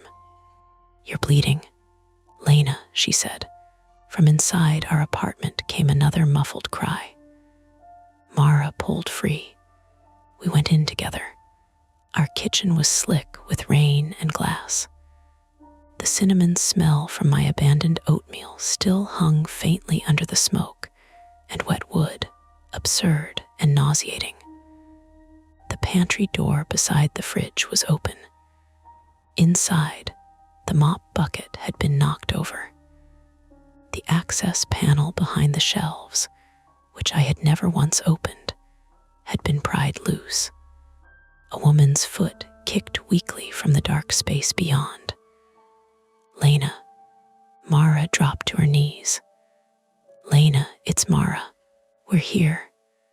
Lena Ortiz lay curled in the crawl space, wrists bound with duct tape, mouth taped, eyes wide and streaming. Water dripped from a hose fed through the wall above her, soaking her scrubs. A small battery-powered pump sat beside the hose, dead now after Curtis cut the power, though its backup light still blinked red. The man stood behind her, half inside the crawl space, one hand gripping the back of her shirt. "Back up," he said. His broken wrist hung oddly. He was sweating and shaking.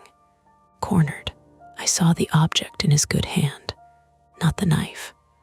My company laptop charger, the cord wrapped around his fist, plug end dangling. It sounds almost harmless until someone holds it like a garrote. Mara rose slowly. "Let her go," she said. "You don't know what he has," the man said, nodding at me. "What?" "He copied it from the drive, from the old case files." "He shouldn't have. I don't know what you're talking about," I said. His eyes snapped to me. Liar. And there it was, not a mastermind, not an all-seeing phantom. A man with a grievance, wrong or real, who had found my name somewhere in data he believed had ruined him. Maybe through my job, maybe through a client system, maybe through old breach material. The exact answer could wait. The immediate truth was simpler. He had Lena by the shirt. Mara was bleeding. Owen was swaying in the kitchen doorway. Curtis was pounding up the stairs, and I was out of clever. So I did the only thing left. I picked up the mug of cold oatmeal from the coffee table where it had sat all night. I stepped into the kitchen. "Hey," I said. The man looked at me. I threw it at his face. The mug hit his shoulder, but the oatmeal went everywhere. Thick, cold, cinnamon paste slapped across his eyes and nose. He recoiled, swearing, wiping with his bad hand. Mara moved like she did with frightened animals. Low, fast, committed. She grabbed Lena under the arms and dragged her out. The man lunged blind. I met him with the fire extinguisher. I didn't swing it at his head. I drove the metal canister into his ribs with both hands. Once, he made a barking sound and folded. Twice, he fell sideways into the pantry frame, hit the broken access panel, and slid down. Curtis came in behind me and planted one knee between the man's shoulders before he could rise. He pinned the good arm. Owen, barely steady, kicked the laptop charger cord away. "Zip ties," Curtis said. "In my tool bag," Owen panted. Mara was peeling tape from Lena's mouth. Lena gasped, coughed, and began sobbing so hard she could barely breathe. "It's okay," Mara kept saying, though nothing about her voice sounded like she believed it. "It's okay. You're out. You're out." Below us, metal snapped. Ray had cut the front chain. Fresh air surged through the building when the front door opened. Rain air, street air, the most beautiful smell I had ever known. A siren sounded far away, then closer. Not sudden saviors, not in time to save us from making choices, but coming. Curtis Zip tied the man's wrists, broken one and all. The man screamed when the tie tightened. No one apologized. I slid down against the kitchen cabinet.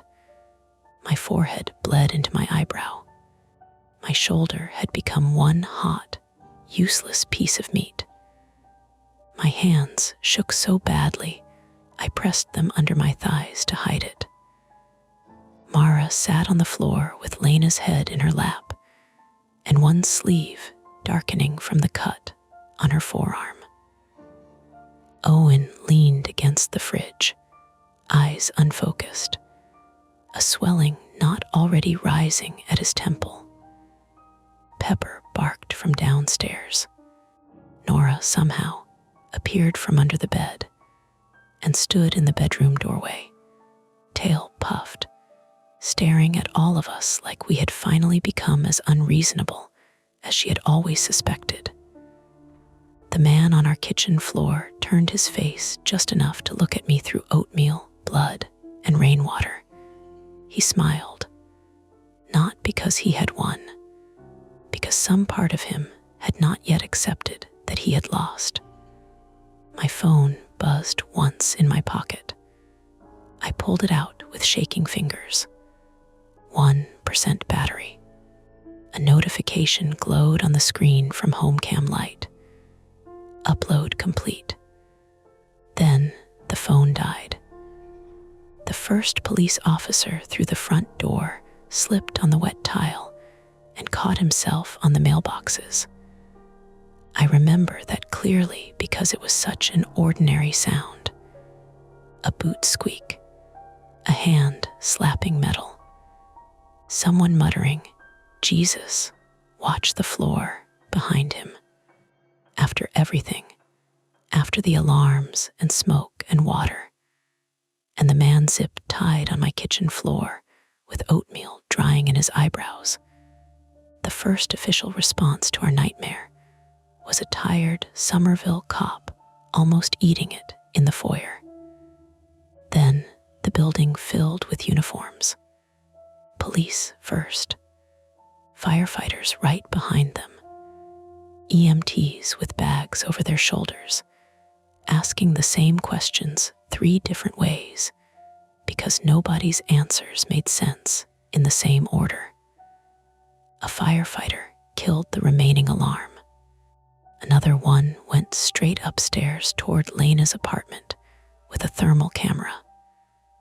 2 cops took the man from my kitchen without gentleness, but without theatrics either, one holding his broken wrist steady, while the other read him his rights over the sound of rain blowing through our shattered back door. He didn't shout. That bothered me more than shouting would have. He stared at me while they lifted him. His face was swollen on one side from Mara's flashlight. His hoodie was soaked. Cinnamon oatmeal had dried along his jaw in beige clumps. He looked ridiculous and ruined and painfully human. At the kitchen threshold, he said, "You still don't know what you did." One of the officers pushed his head down and guided him through the doorway. Mara, sitting on the floor beside Lena, looked up at me. "Don't," she said, just one word. She knew where my mind had gone. Straight to the hook. Straight to the unsolved part. The wrong file. The upload. The thing he wanted me to chase even after he was cuffed. So I didn't move. I stayed beside her while an EMT cut the sleeve from her jacket and cleaned the wound on her forearm. It wasn't deep enough to hit anything major, but it was ugly. A clean slice through skin, bleeding steadily. The kind of injury that looks too neat until the body starts reacting around it. Mara watched the EMT work with a fixed expression, like she was observing someone else's arm. "You'll need stitches," the EMT said. "How many?" "Maybe 6, maybe 8, Mara nodded. "Pepper needs his paw wrapped." The EMT paused. Mara pointed downstairs. Small brown dog, cut pad, water exposure. He was in the flooded unit.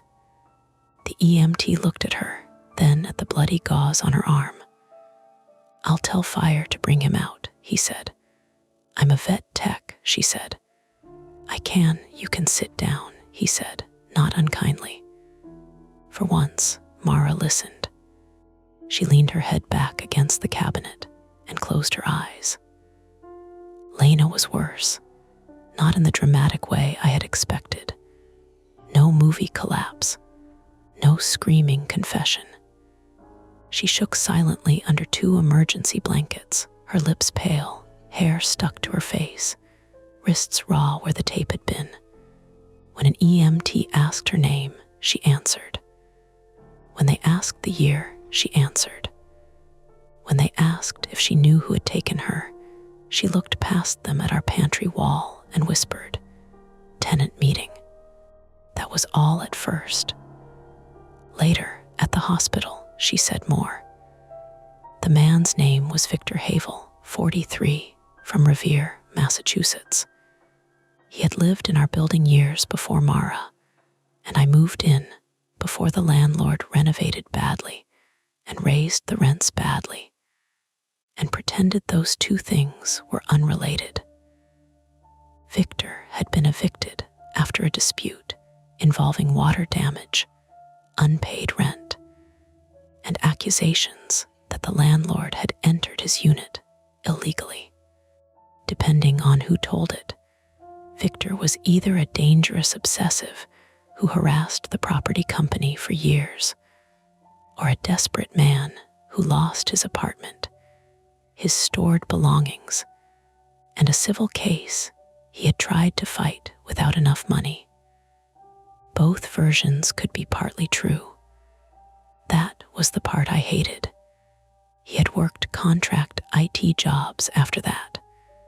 Small businesses, camera installs, network setup, smart home troubleshooting for people who wanted doorbells to talk to thermostats and thermostats to talk to locks. It wasn't hard to see the path from there to us.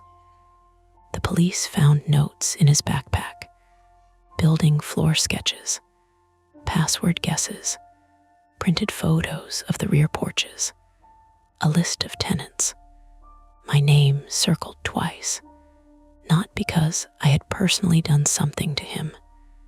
That came later, and even then it was crooked. My company handled billing software for several medical practices.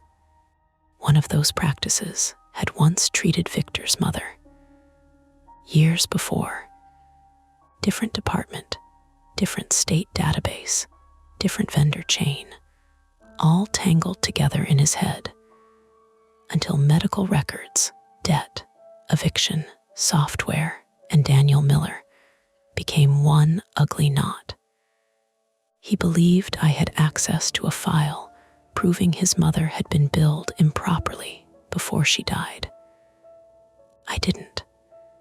I had never heard her name, but he had found mine in a support forum screenshot from a clinic portal migration, then found my LinkedIn, then my address through an old shipping leak I barely remembered receiving an apology email about. The rest was patience. He watched the building, learned routines, found the cheap camera we had once registered and never properly removed from the app, got into the rear porches through the alley gate with a copied key or a lock rake, the police weren't sure, drilled through our trim during an afternoon when I was at a dental appointment and Mara was working a double, plugged the camera into a battery pack hidden in the wall void, and later into building power through the basement laundry circuit. The detective explained all this in a room that smelled like hospital coffee and disinfectant, while a nurse checked my pupils with a penlight. Detective Alana Pierce, 46, female, from Lowell, Massachusetts, had the calm, economical manner of someone who had learned not to react visibly, while people described the worst night of their lives. She wore a navy blazer over a gray sweater, and had rain still darkening the shoulders of her coat. She took statements in pieces, because all of us kept losing the thread. So the network name, I said. Pierce looked at her notes. He had a portable router and signal jammer setup, not sophisticated in the spy movie sense, but enough for close range. He jammed or interfered with your Wi-Fi, broadcast his own network name at high strength, and had some of your devices tricked or previously configured through compromised credentials. My laptop connected. We're having your employer's security team coordinate with our cyber unit. That made my stomach drop. She noticed. Mr. Miller, I'm not saying you did anything wrong. That was the exact sentence people say when wrongness has not been ruled out. My phone said upload complete. I said, I know. What uploaded? We don't know yet. The answer sat between us. Mara was in the next curtained bay, getting stitches. I could hear her answering questions in that flat, practical voice she used when she was scared and didn't want anyone to make a big deal out of it. Yes, tetanus is current. No, I didn't lose consciousness. Yes, the dog bit me, but not aggressively. He was panicking. Owen had a mild concussion and 2 cracked ribs from hitting the wall and then pretending not to. He kept apologizing for bleeding on the ambulance blanket until a paramedic told him, "Buddy, the blanket has seen worse." Mrs. Kravitz had smoke irritation, but refused transport until she saw Pepper carried out by a firefighter wrapped in a towel. Then she agreed to go only if someone locked her apartment, retrieved her medication, and made sure the porcelain birds weren't handled by men in gloves. Curtis had a sprained wrist, bruised ribs, and a cut on his shin from basement debris. Ray needed 8 stitches above his eyebrow where Victor had hit him in the alley, but he was the one who had cut the front chain. Curtis stood outside the ER room with his arms folded and his jaw tight until Ray walked in on his own. Then Curtis sat down very suddenly and put both hands over his face. Nobody came out clean. That felt important. By dawn, the rain had stopped. The sky over Somerville turned the color of wet concrete, then diluted blue. From the hospital window, I could see traffic building on Highland Avenue, as if the city had no idea one small building had spent the night trying to swallow itself. Delivery vans, buses, cyclists in bright jackets, a man carrying 2 coffees under one arm and talking into earbuds. Normal life is rude that way. It keeps moving. Mara and I were released just after 8. She had 7 stitches, a bandaged forearm, antibiotics, and a face that looked older than it had 12 hours before. I had a concussion, a bruised shoulder, a glued cut at my hairline, and instructions not to sleep alone for the first night, which made both of us laugh once, quietly, because sleeping alone was not the problem. We couldn't go home. The building was closed for inspection. Electrical damage, water damage, active investigation. The landlord's son, Freddie, arrived around 9 in a puffer vest and loafers, staring at the police tape like it was a personal insult. Mrs. Kravitz, sitting on the back of an ambulance with an oxygen cannula under her nose, called him a negligent little ferret. No one corrected her. Lena went to stay with her sister in Malden. Burr went with Mara's clinic for observation, and Mara spent the entire cab ride to the hotel, texting the overnight vet, even though her own bandaged arm rested uselessly in her lap. Owen checked into the same hotel 2 rooms down from us, because he said if he was going to have nightmares, he preferred to have them near people who understood the plot. Mrs. Kravitz was taken to her niece's house in Arlington after making the fire captain promise, in writing, that her apartment door had been locked.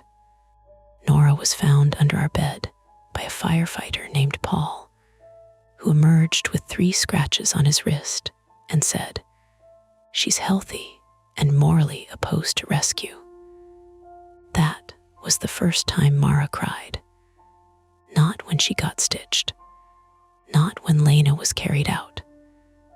Not when we saw the broken glass in our kitchen, or the zip ties on the floor, or or the wet crawl space where Victor had shoved a living woman and turned our own apartment into a holding cell.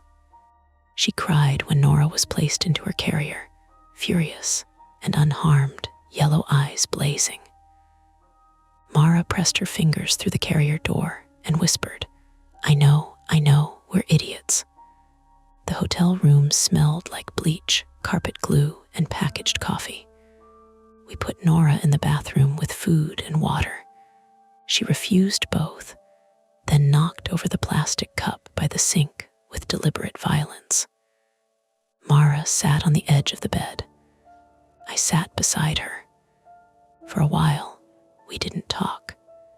The room was too quiet in the wrong way. No radiator ticks. No upstairs footsteps. No Nora's claws on our own floorboards. Just the hum of a wall unit heater and the soft elevator ding from down the hall. Then Mara said, "You almost stayed for the laptop." I looked at my hands. They were scraped raw across the knuckles. I didn't remember doing that. I know. I saw it happen. I know. I'm not saying it to punish you. I know. She turned her head. Her eyes were red but steady. I need you to understand that knowing what's happening is not the same as helping. There was no anger in it now. That made it worse. I wanted to defend myself. Explain the work files, the possible breach, the patience, the responsibility. All true, all relevant, all less important than the way I had paused when people were in danger because a screen had offered me a puzzle shaped exactly like my fear. So I said, "I understand." She studied me for a long time. "Do you?" "I'm trying to." That was honest enough that she nodded. Around noon, my employer called, not my manager, security. They were polite, careful, terrifying. The laptop had been recovered, but it was treated as compromised. My accounts were locked pending review. The upload complete notification had not, as far as they could tell in the first sweep, referred to a successful transfer of medical data. Victor had staged some of the file activity using local folder names scraped from screen recordings. But there had been outbound traffic. Small, encrypted, not fully identified yet. So maybe nothing sensitive left the machine, I said. The security lead paused. "Maybe," she said. That word moved into my chest and stayed there. Victor was charged with kidnapping, assault, unlawful imprisonment, breaking and entering, malicious destruction of property, interference with emergency communications, and a list of computer crimes I had to look up later. More charges were possible. The detective told us not to contact him, not to search for him, not to discuss details publicly while the investigation was active. I obeyed, mostly. I did not search his name that day, or the next. On the third day, I typed the first 3 letters into a search bar and then closed the laptop so hard Nora jumped off the hotel desk. Mara watched from the bed. "Good," she said. That was all.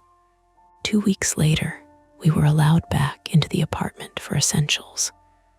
Not to live, just to collect clothes, documents, medication, cat supplies. The building smelled like fans, wet plaster, ozone, and bleach. Industrial dehumidifiers roared in the hallways. Sections of wall had been cut open, showing studs and pipes and old dust. Our kitchen looked smaller without the illusion of safety. The broken rear door had been boarded from the inside.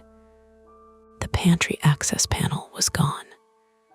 Behind it, the crawl space stood open and empty, lit by a contractor's temporary work lamp. I didn't look at it for long. Mara packed quickly. Socks, jeans, her work shoes, Nora's medication. She moved with the efficiency of someone handling a room full of sharp objects. Owen came upstairs to help, wearing a rib brace under his shirt and moving like an old man. "I found my other sock," he said. "Where?" Mara asked. "Basement stairs." None of us laughed at first. Then we did, a little too hard, because the alternative was standing there listening to the fans and remembering the water. Mrs. Kravitz had left a note taped to our door in blocky handwriting. "I have your mail. Also, your cat hates the firefighter named Paul." Underneath, smaller, "Good." I kept that note. Before we left, I went to the living room. The TV stand had been pushed back against the wall, but the trim remained exposed where police had photographed the drilled hole. The home cam was gone, bagged as evidence. The cable was gone too. Just the hole remained, a raw little circle in the baseboard. I crouched and looked at it. Such a small thing. A person had entered through that small permission, not because we invited him, because we forgot things. Old apps, old passwords, old devices in junk drawers, back doors we never tested, neighbors we liked but didn't really check on, a building we trusted because it had been boring for a long time. Mara stood behind me. "Dan, I'm coming." I touched the baseboard once, then stood. We moved 3 months later. Not far. Arlington, near Spy Pond, in a smaller place with worse parking and better locks. First floor, because Mara said she was done with stairwells. We bought a new router, new phones, new laptop for me after a long investigation that ended with no evidence of patient data exposure, though I was written up for storing local exports longer than policy allowed. Fair enough. I started therapy because Mara didn't ask me to, and because she didn't have to. We kept Nora. Nora kept us on probation. Owen moved too, eventually, to a place in Medford with a basement apartment. He said he would inspect personally, every morning like a lighthouse keeper. Lena transferred to day shifts for a while and took Pepper to training because he had started panicking at running water. Mrs. Kravitz moved in with her niece temporarily, which became permanent after she discovered the niece had central air and a reliable handyman. Curtis sent Mara a photo of Pepper 6 weeks later, asleep at the clinic with a bandaged paw and a ridiculous blue cone. Under it, he wrote, "Tell him I forgive him for peeing on my boot." Life became almost ordinary. Almost is a real place. You can live there. I work from a desk by a window now. No camera plugged in unless I need it, and when I do, I unplug it after and put it in a drawer that contains nothing else. The router sits on an open shelf where I can see every cable. Mara teases me for checking the back door twice before bed, but she checks it after me. We have a landline because Mrs. Kravitz mailed us a prepaid cordless phone with a note that said, "Welcome to 1998, you're safer here." Some nights, the wall heater clicks at the wrong moment and both of us stop moving. Some mornings, I wake before the alarm and listen to Mara breathing beside me. Not because someone can see it, because she is there. That should feel like comfort, and mostly it does. But there's one thing I never told Mara. A month after we moved, after the police returned some of our belongings, I found the old Celtics magnet in a box of kitchen stuff, the one that had held the thermometer to the fridge. It had a scratch across the leprechaun's face that I didn't remember.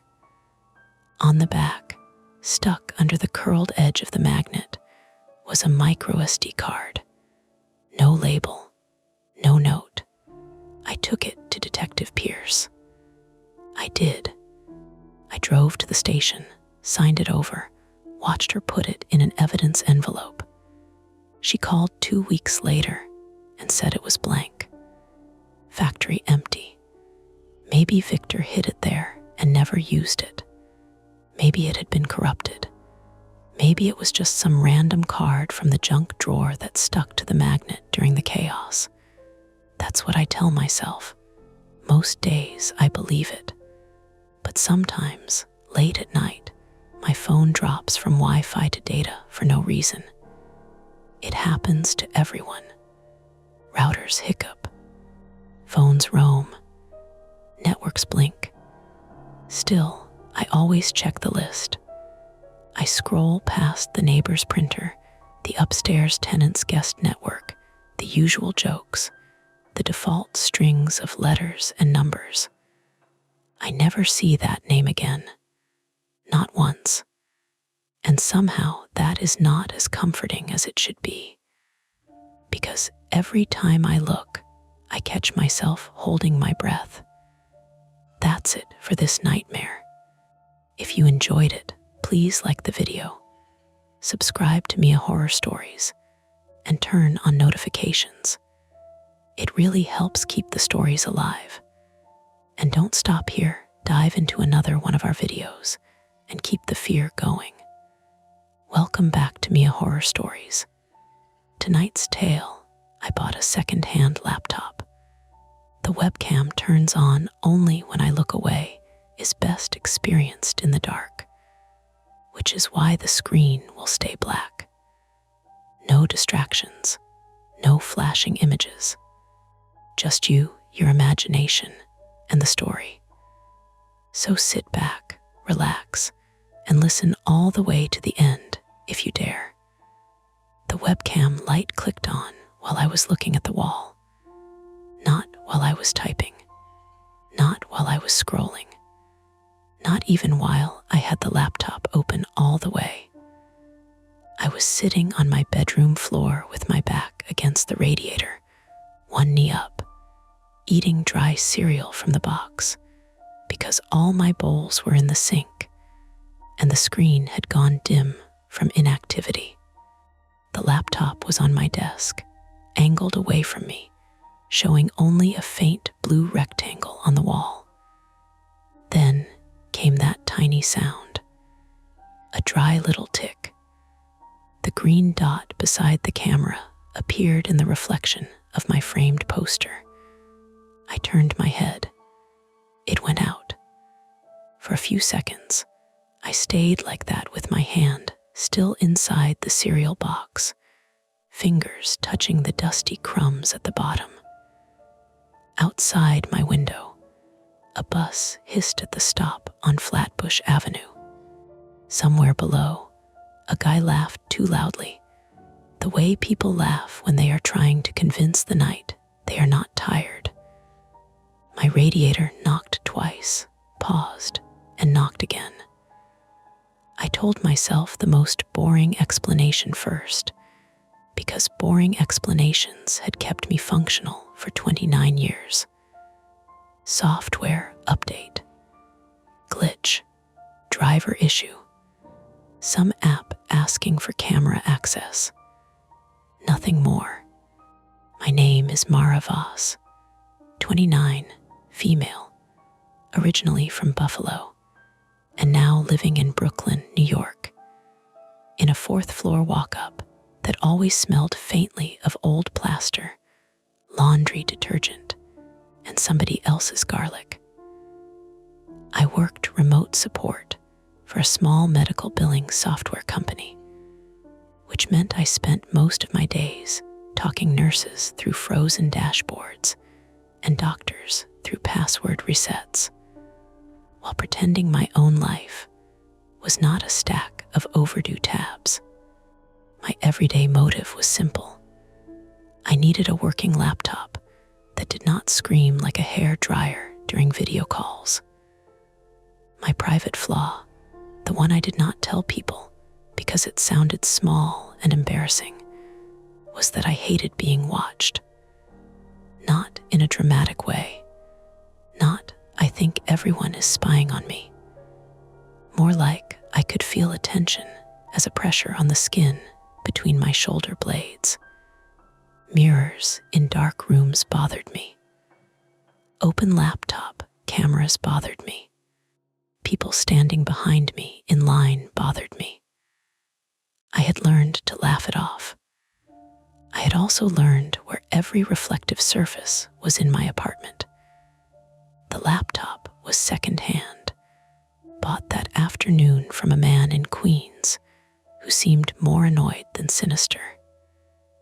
His name was Victor Hale, 41, male, from New Jersey by way of Long Island, according to his marketplace profile.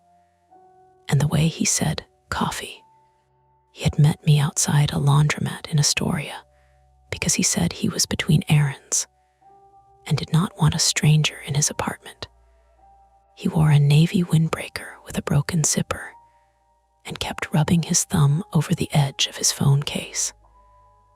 The laptop was a matte black Lenovo, 3 years old, lightly scratched near the trackpad, with a charger wound so tight the cable had memory bends in it. Battery's decent, he'd said, flipping it open on the hood of his car. Screen's clean. I wiped it. Fresh Windows install. You wiped it yourself? I asked. He gave me a look, not angry, just tired. Yeah, I know how to wipe a laptop. I wasn't sorry, I have to ask. Ask whatever. Just don't haggle after making me drive here. He had a little crescent scar beside his left eyebrow. I noticed that because I notice faces when I am nervous, I notice exits too. The laundromat door, the bus stop, the woman folding towels inside by the window. Normal things. Places to go if normal stopped being normal. The laptop booted. The keyboard worked. The webcam showed my own face, gray and damp, looking in the winter light, my hair trapped under my scarf. Victor clicked through settings with the impatience of someone proving a point. See, camera, mic, Wi-Fi, all good. Why are you selling it? Got a work machine, he said. This one's been sitting. That was all. He did not oversell it. He did not avoid eye contact. He did not say anything creepy like take good care of her, which, honestly, would have made me leave. I paid him $320 through Zelle, while a washing machine thumped unevenly behind the glass. When I got home, I wiped the laptop again, because Victor knowing how to wipe a laptop did not mean I trusted Victor. I made tea I forgot to drink. I installed Chrome, Slack, my password manager, the billing software VPN client, and the stupid headset app that never recognized my headset until the third try. I put a sticker over the camera, peeled it off because the adhesive left a smear, cleaned the smear with a lens cloth, then told myself I was being weird. By 8:30, the laptop felt almost mine. That was when the green dot appeared in the poster glass. I watched the dead camera for another full minute, as if it might get embarrassed and explain itself. Nothing happened. I leaned forward slowly. The floorboards gave their usual long complaint under my weight. On the desk, the laptop sat half open, screen showing the login page. My cereal box crackled when I set it down. I did not touch the keyboard yet. I looked at the tiny camera pinhole above the screen. No light. I turned my head away toward the poster. Tick. Green. I whipped back. Dark. My mouth made a sound I did not plan, somewhere between a laugh and the start of a word. "No," I said to the room. The room gave me the radiator's clicking pipe and the refrigerator kicking on in the kitchen.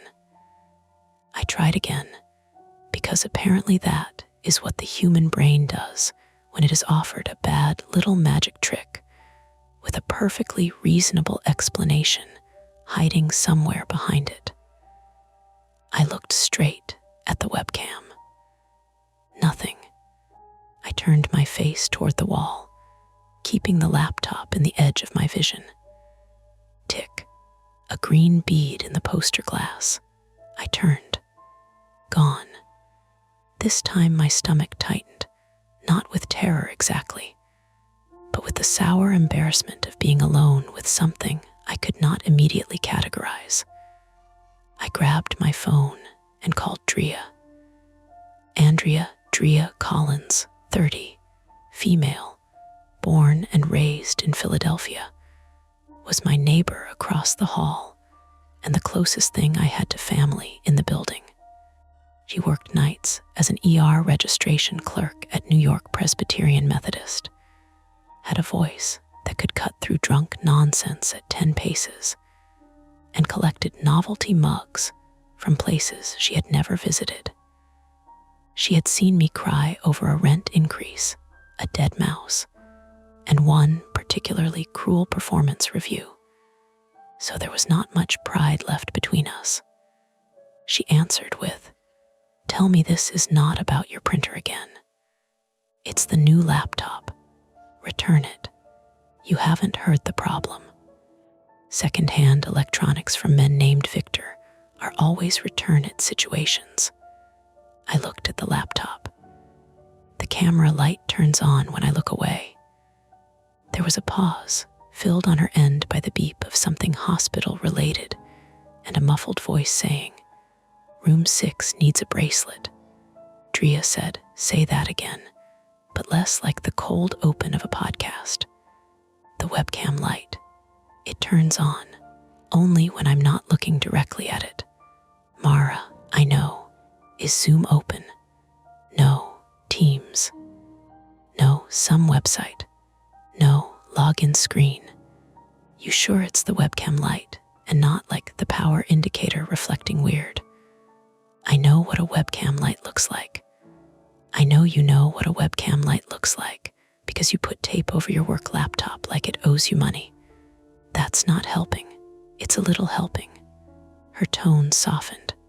"Okay. Do you want me to come over before work? You have work." "I have 20 minutes before I need to leave." I almost said no. I wanted to say no, because needing someone to look at a blinking light with me felt childish.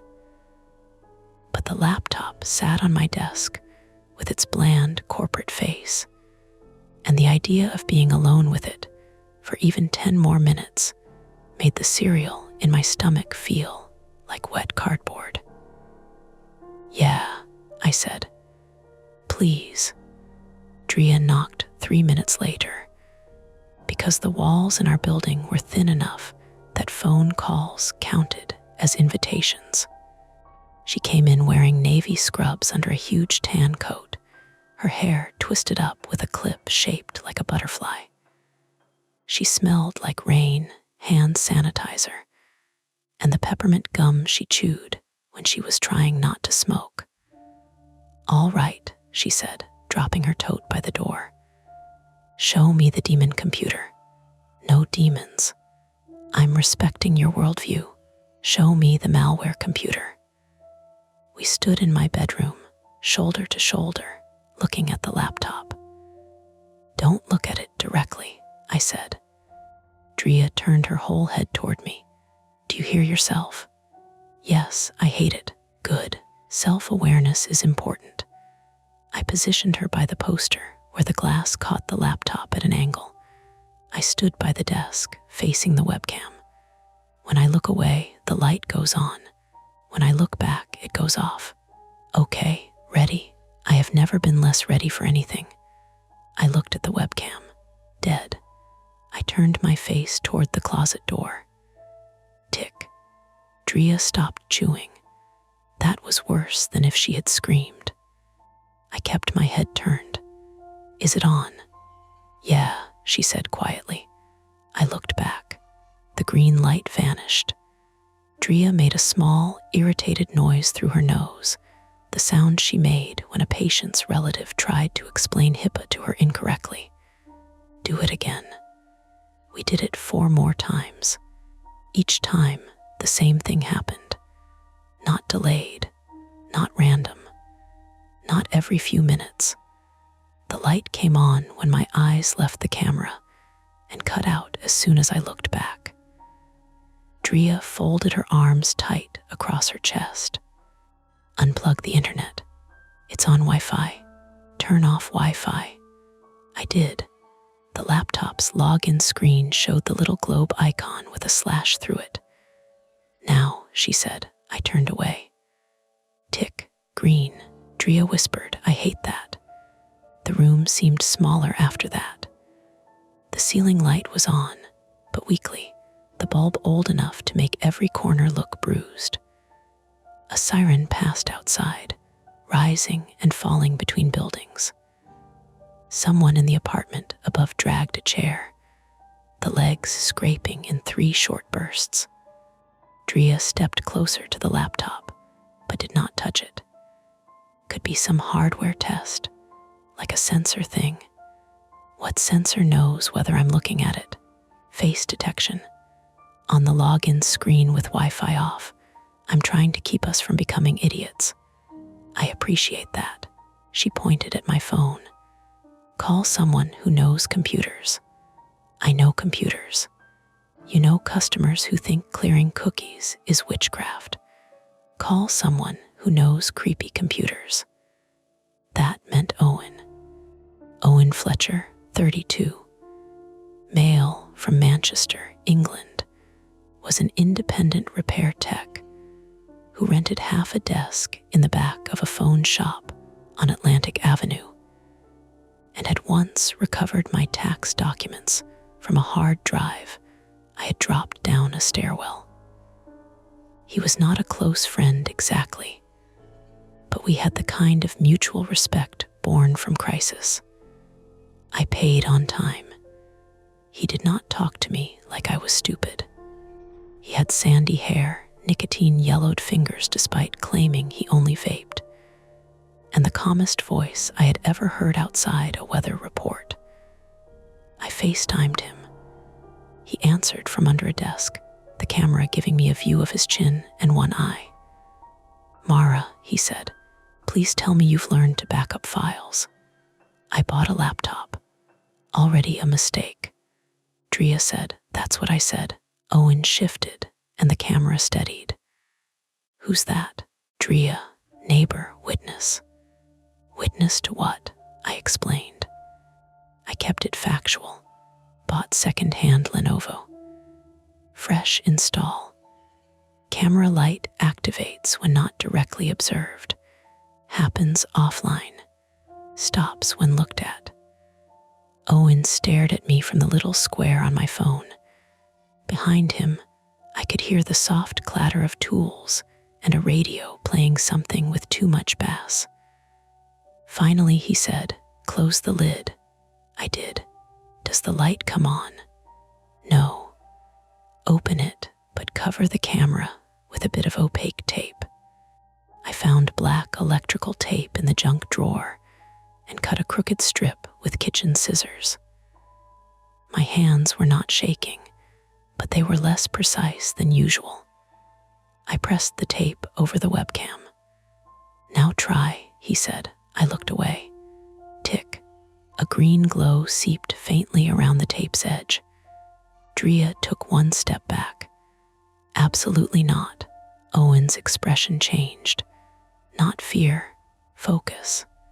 That was almost as bad. Is there any remote access software installed? He asked. I just wiped it. Windows reset or full external reinstall. I hesitated. He nodded once. That's not the same thing. Victor said he wiped it. Victor can say he's the Duchess of Kent. Doesn't make it helpful. Drea looked at me. Return it. Owen said, don't connect it to any of your accounts again. Don't type passwords.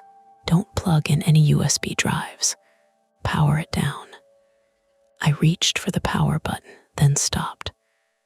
There was a new sound, very faint, not from my phone, not from the radiator, from the laptop. A thin electronic chirp, barely there, like the tiny noise a cheap speaker makes before a notification. Then the screen, which had been sitting at the login page, brightened. The cursor moved, just once. A little twitch to the left. All three of us saw it. Owen saw it through my phone camera because he said sharply, "Was that you?" No. The cursor moved again, down, then nothing. Drea's voice went flat. "Shut it." I held the power button. The screen went black after 5 seconds. The webcam light stayed off. The fan slowed with a soft, descending whine until the room was left with the ordinary apartment sounds again. Traffic, pipes, Drea's gum, my own breathing through my nose. Owen said, "Take the battery out. It's internal." Of course it is. He rubbed his face. "Bring it to me tomorrow morning. First thing. Don't turn it on again." Drea picked up the charger from my desk and unplugged it from the wall with 2 fingers, like it had been found at a crime scene. Or throw it in the Gowanus. "Don't throw electronics in the canal," Owen said automatically. "You are not in charge of my healing process, England." I almost laughed. Almost. The moment had that strange pressure relief people reach for when something is wrong, but not yet officially dangerous. Then my work laptop chimed from the kitchen table. A Slack notification. The sound was ordinary, cheerful, obscene in the room. I went to check it, because habit is stronger than fear, until fear proves it has paperwork. It was a message from my supervisor reminding everyone that tomorrow's 8 a.m. call had been moved to 7:30. Camera mandatory. Client escalation. I stared at the message and felt a different panic creep in under the first. Rent was due in 6 days. My old work laptop had crashed twice during calls that week. The second-hand Lenovo was supposed to be the thing that kept me from looking incompetent on video in front of people who said circle back, as if it were a form of prayer. Drea read my face. "No, I didn't say anything. You're thinking something broke. I need a laptop tomorrow. You need that laptop in a metal trash can." Owen said, "You can use a library computer for email." "I can't take client calls from the Brooklyn Public Library." "Borrow one," Drea said. "From who?" She opened her mouth, then shut it. She had a work tablet that would not let her install anything. Owen had repair machines in pieces. My friends were either broke, far away, or both. The black Lenovo sat on my desk, closed now, looking harmless in the way objects do when they have finished misbehaving and want you to feel dramatic for noticing. Owen's voice came through the phone, quieter. "Mara, listen to me. A camera light coming on by itself is one thing. A cursor moving after a supposed wipe is another. Could be a bad install, could be remote access, could be compromised firmware, could be some idiot's prank setup, but you don't use it until I've opened it." Drea nodded hard. Do that. I looked at the laptop. Then at my rent reminder magnet on the fridge, visible through the bedroom door. Then at the Slack message still glowing on my work machine. "I can drop it at your shop tonight," I said to Owen. I'm closing in 10 minutes. I can get there in 30. I won't be there. Can you stay? He glanced away from the camera, and I heard someone in the shop call his name. I can't. I've got my sister's kid tonight. Drea checked the time and swore. I have to leave in 4 minutes. The choice settled over the room without anyone naming it. Leave the laptop shut until morning and risk my job taking another hit, or turn it back on just long enough to figure out whether there was an ordinary explanation. Device manager, startup apps, camera permissions, event logs, things I knew how to check, things that would make this less like a story and more like a support ticket. I hated that I wanted the support ticket. I hated that part of me needed the problem to become small enough to manage. Drea saw it. Mara, I'll keep the Wi-Fi off. No, I won't sign in. No, I'll just check the logs. Owen said my name in a way that made it sound like he had already seen where this kind of reasoning led. Maybe not to anything bloody or cinematic, but to data lost, accounts stolen, lives cracked open by people who understood patience better than their victims did. I put one hand on the closed laptop. It was still faintly warm. Outside, the bus hissed again at the curb. Upstairs, the chair scraped once more. Drea's phone buzzed with her rideshare arriving. Owen waited on FaceTime, his face pixelating for a second as the connection dipped. On the desk, the black strip of tape over the webcam had lifted at one corner, just a little, like an eyelid. I did not open the laptop, not yet, but I did not step away from it either. By midnight, I had convinced myself I could handle it like a work problem. That was not bravery. It was avoidance, wearing a headset. I dragged one of my kitchen chairs into the bedroom and sat facing the second-hand Lenovo like it was a customer on hold who had already sworn at me twice. Drea had left for the hospital. Owen had texted me 3 separate warnings in increasingly plain English. Do not power it on. Do not connect it to Wi-Fi. Do not sign in. Put it in a bag and bring it tomorrow. I read them all. Then I wrote back, I'm just going to photograph the BIOS screen. No login. He replied almost immediately. Mara, don't. I put my phone face down. That should tell you enough about the kind of person I was when cornered. I hated being watched, hated even the idea of a stranger's attention coming through a pinhole above a screen. But I hated needing help almost as much. I had spent years making myself useful, careful, low maintenance. I was the person who solved tickets. I did not become one. The laptop sat closed on my desk. The tape over the webcam had curled a little more at the edge, probably from the warmth of the lid. The room had cooled since Drea left.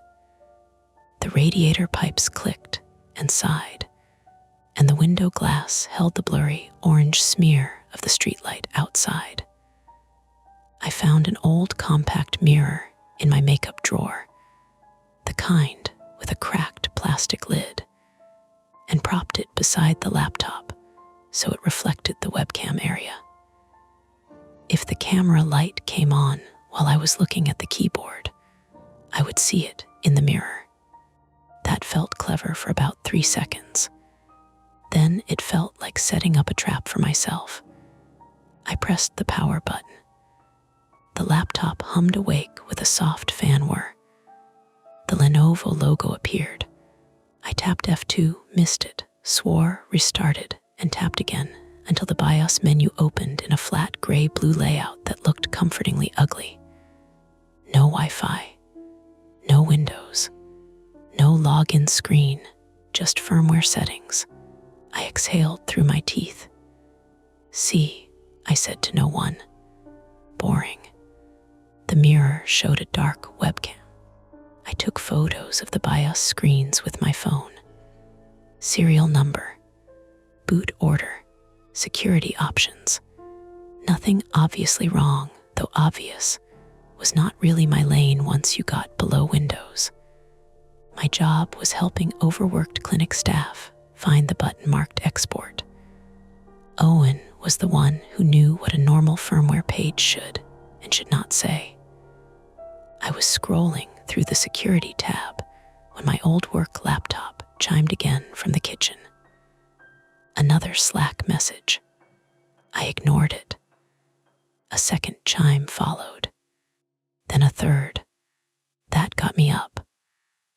On the kitchen table, my work laptop was open beside the cold mug of tea I had forgotten hours earlier. The screen showed a string of notifications from my supervisor.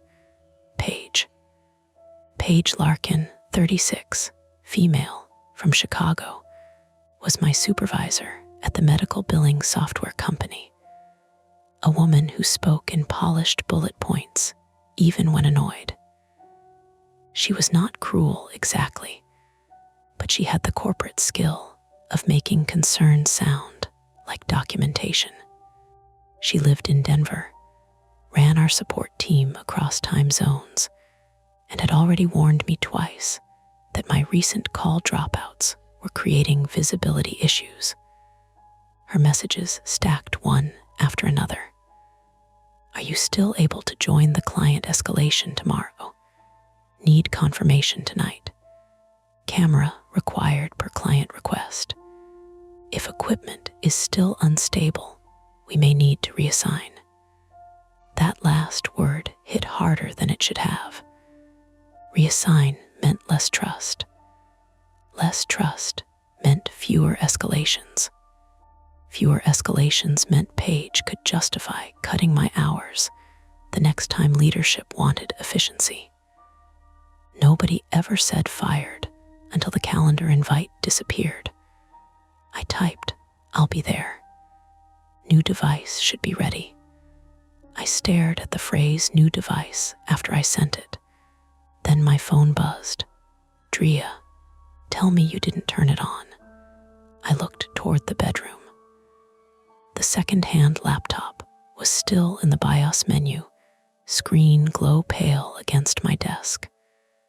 I had not touched the keyboard for maybe 2 minutes. In the compact mirror, reflected from across the room, the webcam light was green.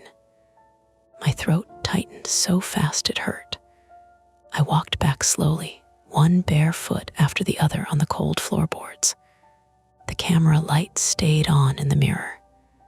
The laptop was not in Windows. There should have been nothing using the camera. I leaned in, keeping my eyes fixed on the mirror instead of the lens. The light stayed green. I turned and looked directly at the webcam. Dark. The BIOS screen remained open, unchanged. Phone buzzed again in my hand. Drea calling. I answered without saying hello. "You turned it on," she said. "I'm in BIOS." That is not no. The camera light came on in BIOS. There was a pause, and behind her I heard hospital noise, wheels rattling, a distant alarm, someone saying, "Ma'am, please stay seated." Drea lowered her voice. "Power it down." I did not sign in. "I am going to reach through this phone and bite you." "Drea." "What?" It came on when I was in the kitchen. That quieted her. I heard her breathing for a second. Then she said, "Put it in a bag. Right now. I need to check one thing." "No, you need to stop doing the thing where you make danger submit a ticket before you believe in it." That landed because it was true. "I told Paige I'd be on the call," I said. "I do not care about Paige." "I do. I know. That's the problem." The bedroom light flickered. Not dramatically. not the whole apartment plunging into blackness.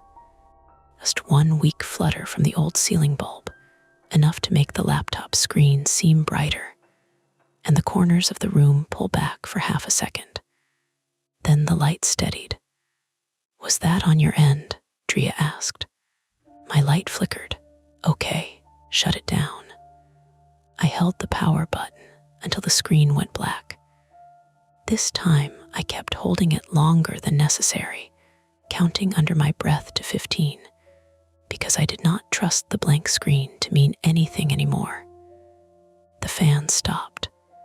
The room settled. Then my router in the living room blinked red.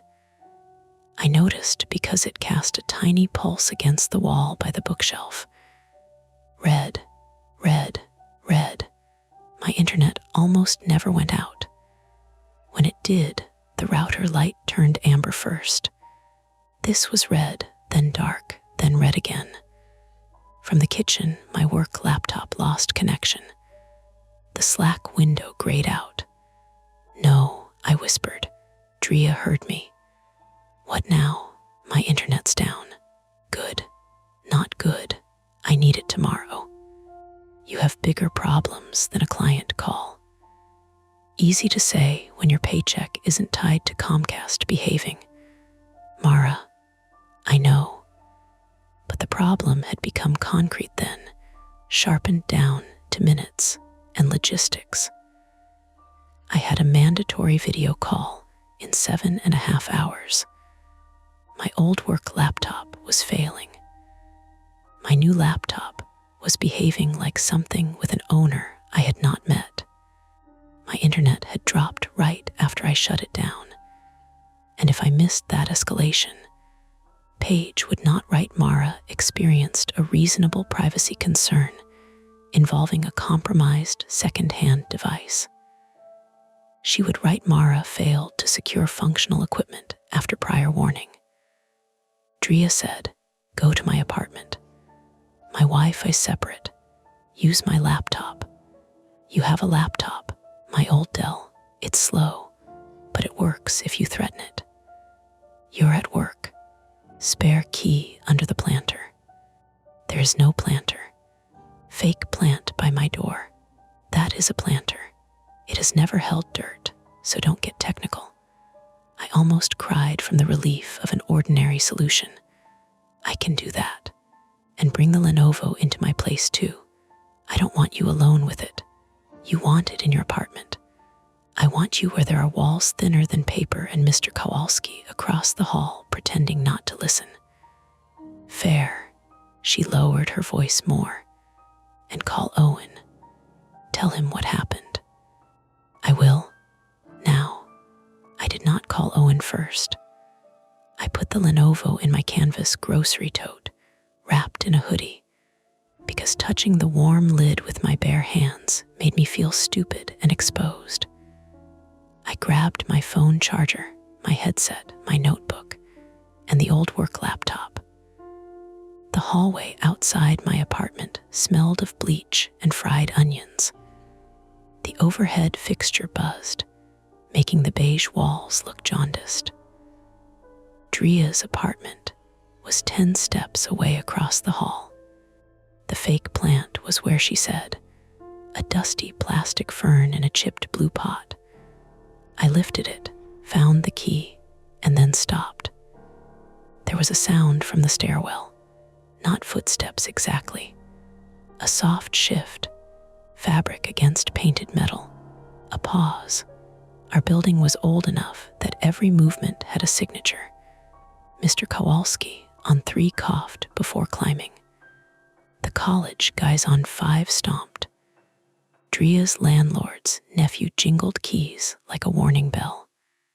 This sound was careful, someone trying not to be heard. I stood in the hallway with Drea's key in my hand and the canvas tote cutting into my shoulder. "Drea," I whispered into the phone. "What?" "I think someone S in the stairs. Go into my apartment." I slid the key into her lock. It stuck halfway because of course it did. Drea had warned me it needed to be lifted, and turned at the same time. My hands forgot the sequence. The tote shifted. The laptop inside knocked against my hip. From the stairwell, one floor below, came the low creak of weight on a step. Then nothing. I lifted the key, turned, pushed. The lock clicked. I got inside and shut the door as quietly as I could, then turned the deadbolt with both hands. Dria's apartment was warmer than mine and smelled like lavender detergent, coffee grounds, and the vanilla candle she always forgot to light. I did not turn on the overhead light. The street lamp through her blinds made narrow bands across the floor. "Are you in?" she asked. "Yes, good, stay there. Chain lock too." I slid the chain across. "What did you hear?" "Someone on the stairs. Could be anyone." "I know, but you don't think it was." "I don't know what I think." That was the most honest thing I had said all night. I set the tote on Dria's kitchen table. Her old Dell was in the corner under a stack of mail, exactly where she said it would be, with a charger coiled around it and a mug beside it that read Grand Canyon Adventure, though Dria had never been west of Ohio. I powered it on. It made a grinding fan noise like it was clearing its throat after a long sleep. Dria said, "Password is Picklebutt with a capital P." I wish I didn't know that. "You're welcome." The Dell took nearly 4 minutes to reach the desktop. I connected to Dria's Wi-Fi. It worked. My shoulders loosened for the first time in an hour. Then my phone buzzed with a text from an unknown number. Just one image. No words. At first, I could not understand what I was seeing. It was dark and grainy, lit by a greenish cast. A rectangle, a wall, a framed poster, my poster. The photo had been taken from my bedroom desk, aimed at the spot where I had been sitting earlier with the cereal box in my hand. I enlarged it with 2 fingers. The image pixelated, then steadied. In the lower corner was a sliver of me reflected in the poster glass. My head turned away from the laptop. The timestamp on the image file was 8:34 p.m. from when the light first came on. I stopped breathing for a second, then forced air in through my mouth because the alternative felt like giving whoever sent it exactly what they wanted. Dria said, "Mara, talk." I sent her the image. Her end went quiet. Then, in a voice I had never heard from her, she said, "Call 911. I looked at the tote on the table. The Lenovo was inside, wrapped in my hoodie, powered off. My phone buzzed again. Another text from the unknown number. "Don't give it to him." I stared at the words until they stopped looking like language. "Him who?" I whispered. Dria said, "Mara, call 911. A third text appeared. "Owen isn't the first person you called." Apartment seemed to tilt slightly, not enough to move, just enough to make every object feel placed by someone else. Dria's unopened mail. The Grand Canyon mug, the dead black TV reflecting my pale oval face, the tote on the table with the laptop inside. My phone was still connected to Dria. I could hear hospital noise on her end, but she was not speaking now. "Dria, I'm here," she said, but her voice sounded farther away. Someone knocked on Dria's apartment door. Not loud. 2 knuckles. Polite, a pause. Then a man's voice from the hallway said, "Mara." I did not answer. The voice came again, softer, like he was trying not to wake the building. "It's Victor. I need the laptop back." Dria inhaled sharply through the phone. The knock came again, this time lower on the door. "I know you're in there," Victor said. The Dell fan whined on the table. My phone screen glowed with the unknown number.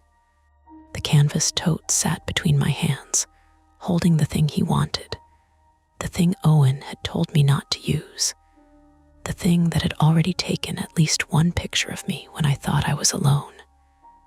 Drea said, very quietly, "Do not open that door." Victor knocked once more. Then he said, "You don't understand what's on it." And behind me, muffled inside the tote, the second-hand laptop chimed. Victor's voice on the other side of Drea's door was the worst kind of calm. Not angry, not drunk, not desperate enough to be dismissed. Just low and careful, like he was standing in a hallway after midnight asking to borrow sugar, instead of demanding back a laptop that had just texted me a picture of myself. "Mara," he said again, "open the door." I backed away until my hip bumped Drea's kitchen table. The tote shifted beside me. Inside it, the Lenovo gave another muffled chime. The sound was small. That made it worse.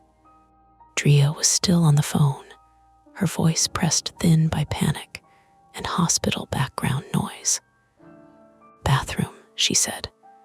"Go to the bathroom and lock yourself in." "There's one door," I whispered. "Then get away from that door." I moved through Drea's living room by memory and streetlight. Her apartment was the mirror version of mine. Front door opening into a narrow living area, kitchen to the right, bedroom straight back, bathroom tucked between bedroom and kitchen. The windows faced the same side alley as mine, 4 floors down to a strip of concrete where the building kept trash bins chained to the wall. Across the alley, another brick building stared back with dark windows, and one blue TV glow on the second floor. Victor knocked again, 3 times now. The chain on the door trembled with each tap. "I'm not here alone," I called, trying to make my voice bigger. A dumb lie, a child's lie. "I know," Victor said. "Andrea's at work." My mouth went dry in a way water would not have fixed. Drea heard him. "Call 911. Put me on speaker and call 911 from the work laptop or the Dell." The Dell's still booting updates. "Of course it is," she snapped, then softened immediately. "Mara, phone, emergency call, now." That was our first attempt. It should have been simple. I pulled the phone from my ear, thumbed to the keypad, and dialed 911 with the kind of clumsy precision that comes when your fingers stop feeling like yours. Drea stayed on the line in a little green bar at the top of the screen. The emergency call connected after one ring. 911, what's the address of your emergency? I gave it. Building number, Flatbush Cross Street, 4th floor, apartment 4B. I said there was a man outside the door who had followed me, that he was demanding property, that I did not feel safe. The dispatcher asked whether he had a weapon. "I don't know." "Is he attempting to enter?" "No, he's knocking." "Do not open the door. Officers will be sent when available. Stay on the line." When available. 2 words that made the apartment shrink. From the hallway, Victor said, "Police won't understand this fast enough." The dispatcher asked, "Ma'am, did he say something?" I repeated it. "Do you know this person? I bought a laptop from him today." There was the faintest pause, not judgment, just the machine of procedure finding its category and placing me inside it. Dispute over property. Unknown threat. No visible weapon. Locked door between us. Officers are being assigned, she said. Assigned was not arriving. Signed was not footsteps on stairs. Victor must have heard enough through the door because his tone changed. Mara, listen to me. If you called police, you need to power it off. All the way, hold the button down. Do not let it connect to anything. It is off, I shouted. The tote chimed again. The dispatcher said, Ma'am, what was that sound? I stared at the bag. Drea whispered through the other line, don't touch it. But the chime had a pattern now. One soft note. Pause. Another. Like a calendar alert. I set the phone on speaker and reached into the tote. The hoodie was warm around the laptop, warm enough to feel wrong. I pulled it out by the edges. The lid was still shut. No power light showed. No fan. Then the screen lit up through the hairline gap at the front. A cold white line. The Lenovo was waking inside its own closed mouth. The dispatcher's voice came from my phone. Ma'am, I did something stupid because fear sometimes gives you bad instructions in the voice of common sense. I opened the laptop just enough to hold the power button. The screen flashed, not Windows, not the login page. A black screen with a white text box in the center. Return device to original owner. Below it, smaller, transfer in progress. Do not interrupt. I pressed the power button hard. The screen went black. For half a second, I thought it worked. Then Drea's Dell, on the kitchen counter behind me, made the same soft chime. Its screen woke. A file transfer window sat open on the desktop. I had not opened anything. I had only connected the Dell to Drea's Wi-Fi. The progress bar read 14%. Jesus, I said. Drea heard the change in my voice. What? It's on your laptop now. What's on my laptop? I don't know. The dispatcher said officers were en route, but her voice had become distant to me, like someone speaking from another room underwater. I lurched to the Dell and yanked the Wi-Fi menu open. My hands were clumsy. I clicked the wrong icon first, opened volume, cursed, clicked network. The Dell froze. The cursor spun. Then a folder opened by itself. Inside were thumbnails. Not many, maybe 20, all still images. My bedroom, my kitchen, my hallway, Drea's door from the hallway angle, the fake plant, my hand lifting the key. The newest image had been taken from behind me inside Drea's apartment. I spun around so fast I hit my thigh on the chair. Pain flared sharp and immediate. The living room was empty. Bathroom door open. Bedroom door open. No one behind the couch. No person crouched in the shadows with a phone. Just Drea's coat thrown over the armchair in a shape that, for one awful second, looked like shoulders. That was the misdirection. My brain made a body out of fabric because it needed a body. I grabbed the coat and it slumped flat. Nothing behind it but a reusable grocery bag and one dropped sock. The photo had not come from someone inside the apartment. It had come from the Lenovo's camera when I had carried it in, or from my own phone, or from something worse but still technical. A device on the network, a compromised webcam, a process moving faster than I could understand. The dispatcher kept asking if I could confirm my apartment number. 4B, I said, breathing too hard. I'm in 4B, he's outside. Drea cut in. You're in 4B. Mine is 4B, yours is 4A, remember? For 1 second, my mind went blank. She was right. In the panic, I had given Dria's apartment as mine, but said 4th floor and used my own mental map. My door was 4A across the hall. Dria S was 4B, the dispatcher repeated. You are currently in apartment 4B. Yes, sorry.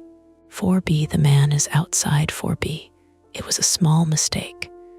In a normal night, it would have meant nothing. On that night, it felt like I had just moved the police one door farther away from me in their heads.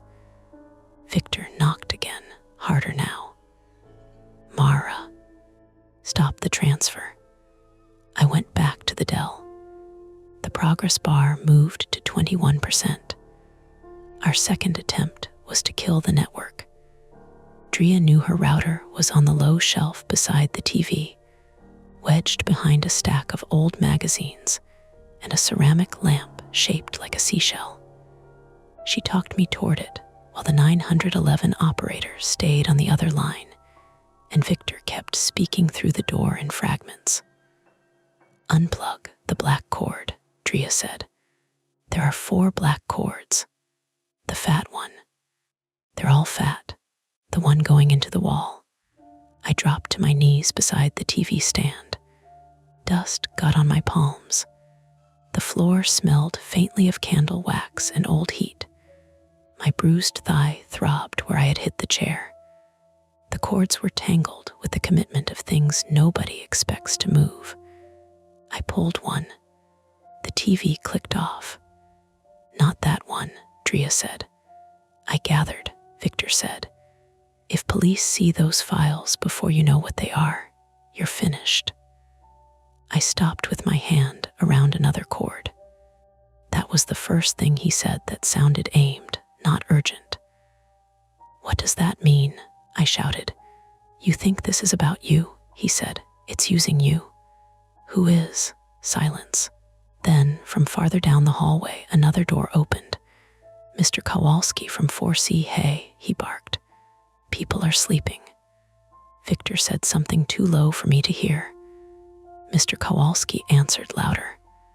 I don't care. Get out of the hallway. A scrape. A thud. Not a punch, I don't think. More like a shoulder hitting the wall or someone stumbling into the radiator pipe that ran along the stairwell side. The dispatcher asked, What was that noise? I crawled toward the door before I knew I was doing it. Dria shouted, Mara, no. Through the peephole, the hallway warped into a fish-eye tunnel. The yellow overhead bulb hummed.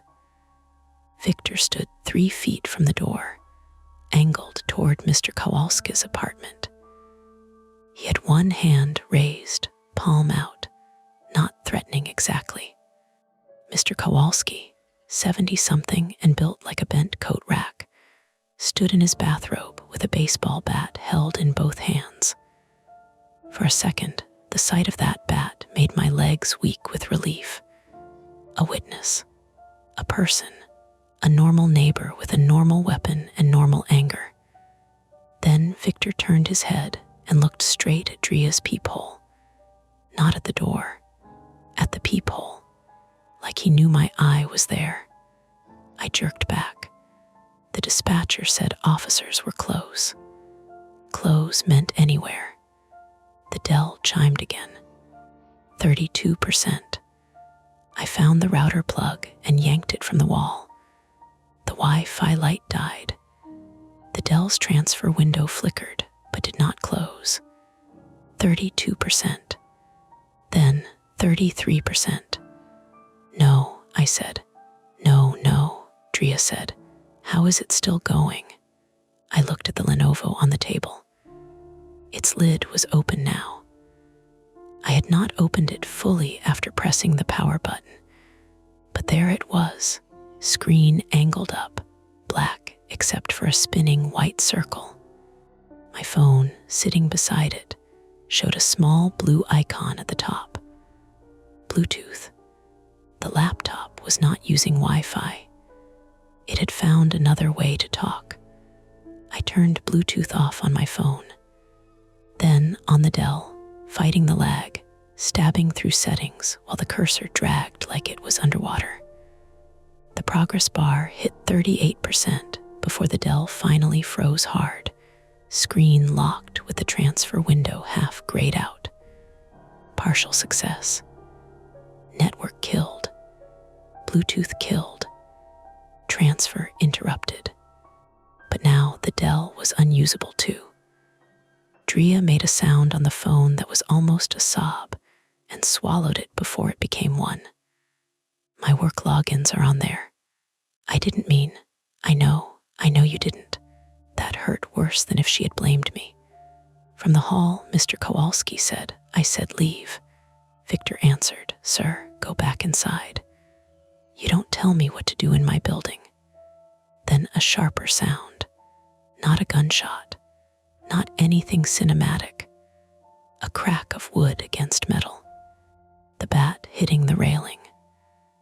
Mr. Kowalski shouted in pain. The peephole showed only motion when I looked again. Victor backing toward the stairs, Mr. Kowalski clutching his wrist, the bat on the floor. Victor had not attacked him exactly, but he had moved fast enough, close enough, to knock the bat away. Mr. Kowalski's face was gray with shock. That was the moment the situation changed from creepy to physically unsafe. The police still were not there. Our third attempt, if you can call it that, was to get the laptop out of the apartment without giving it to Victor. Owen finally called. I had forgotten I'd texted him a photo of the transfer screen with the words, "What is this?" His face appeared on my phone, lit by the inside of a car. Where are you? I asked. Atlantic, heading your way. You said you had your sister's kid. She's got him. Listen to me. Is Victor there? Outside the door, Victor said. That Owen. Owen heard him. His face changed.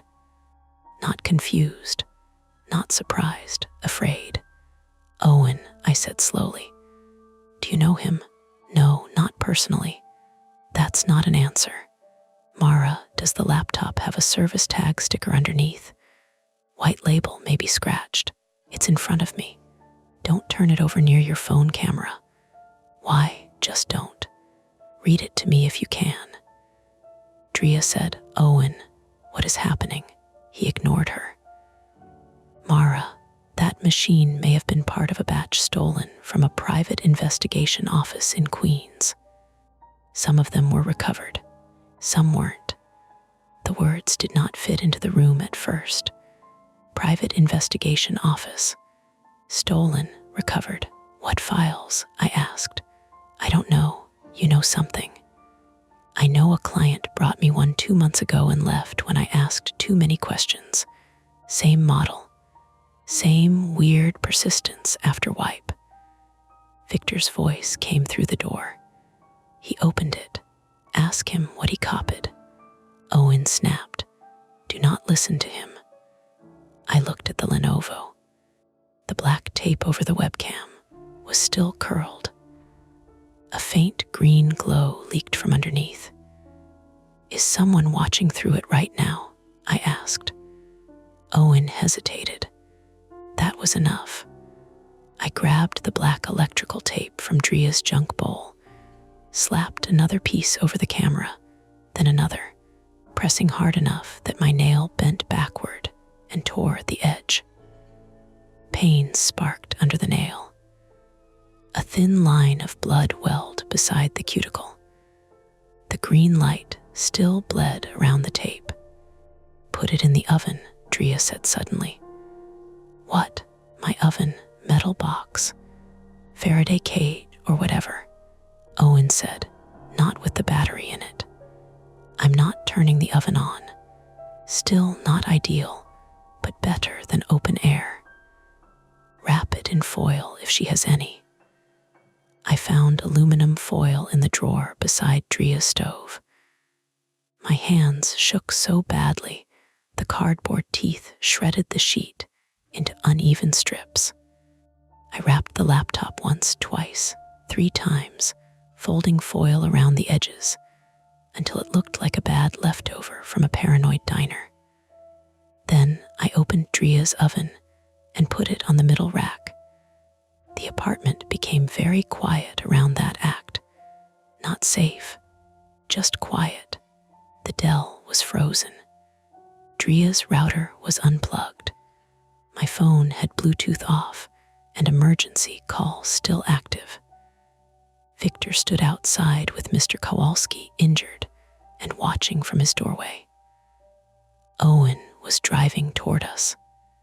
Police were somewhere between assigned and present. For about 30 seconds, it felt like we had stopped the bleeding. Then the fire alarm went off. A hard, shredding beep from the hallway smoke detector. I flinched so violently my shoulder hit the stove hood. Dria yelled, "What happened?" I didn't turn anything on. The hallway alarm kept screaming. Then another joined from downstairs. Then another above us. The building's old alarm system caught and spread, not sprinklers. Just a brutal synchronized shriek that bounced through the walls and made thinking nearly impossible. Doors opened. People shouted. A baby started crying somewhere below. Feet hit stairs. For one stupid instant, I thought the laptop had done it. Then I smelled smoke. Real smoke. Not from the oven, from the hallway. I ran to the peephole. Victor was gone. Mr. Kowalski's door was open, his apartment dark behind him. Smoke drifted up from the stairwell in thin gray sheets, curling under the hall light.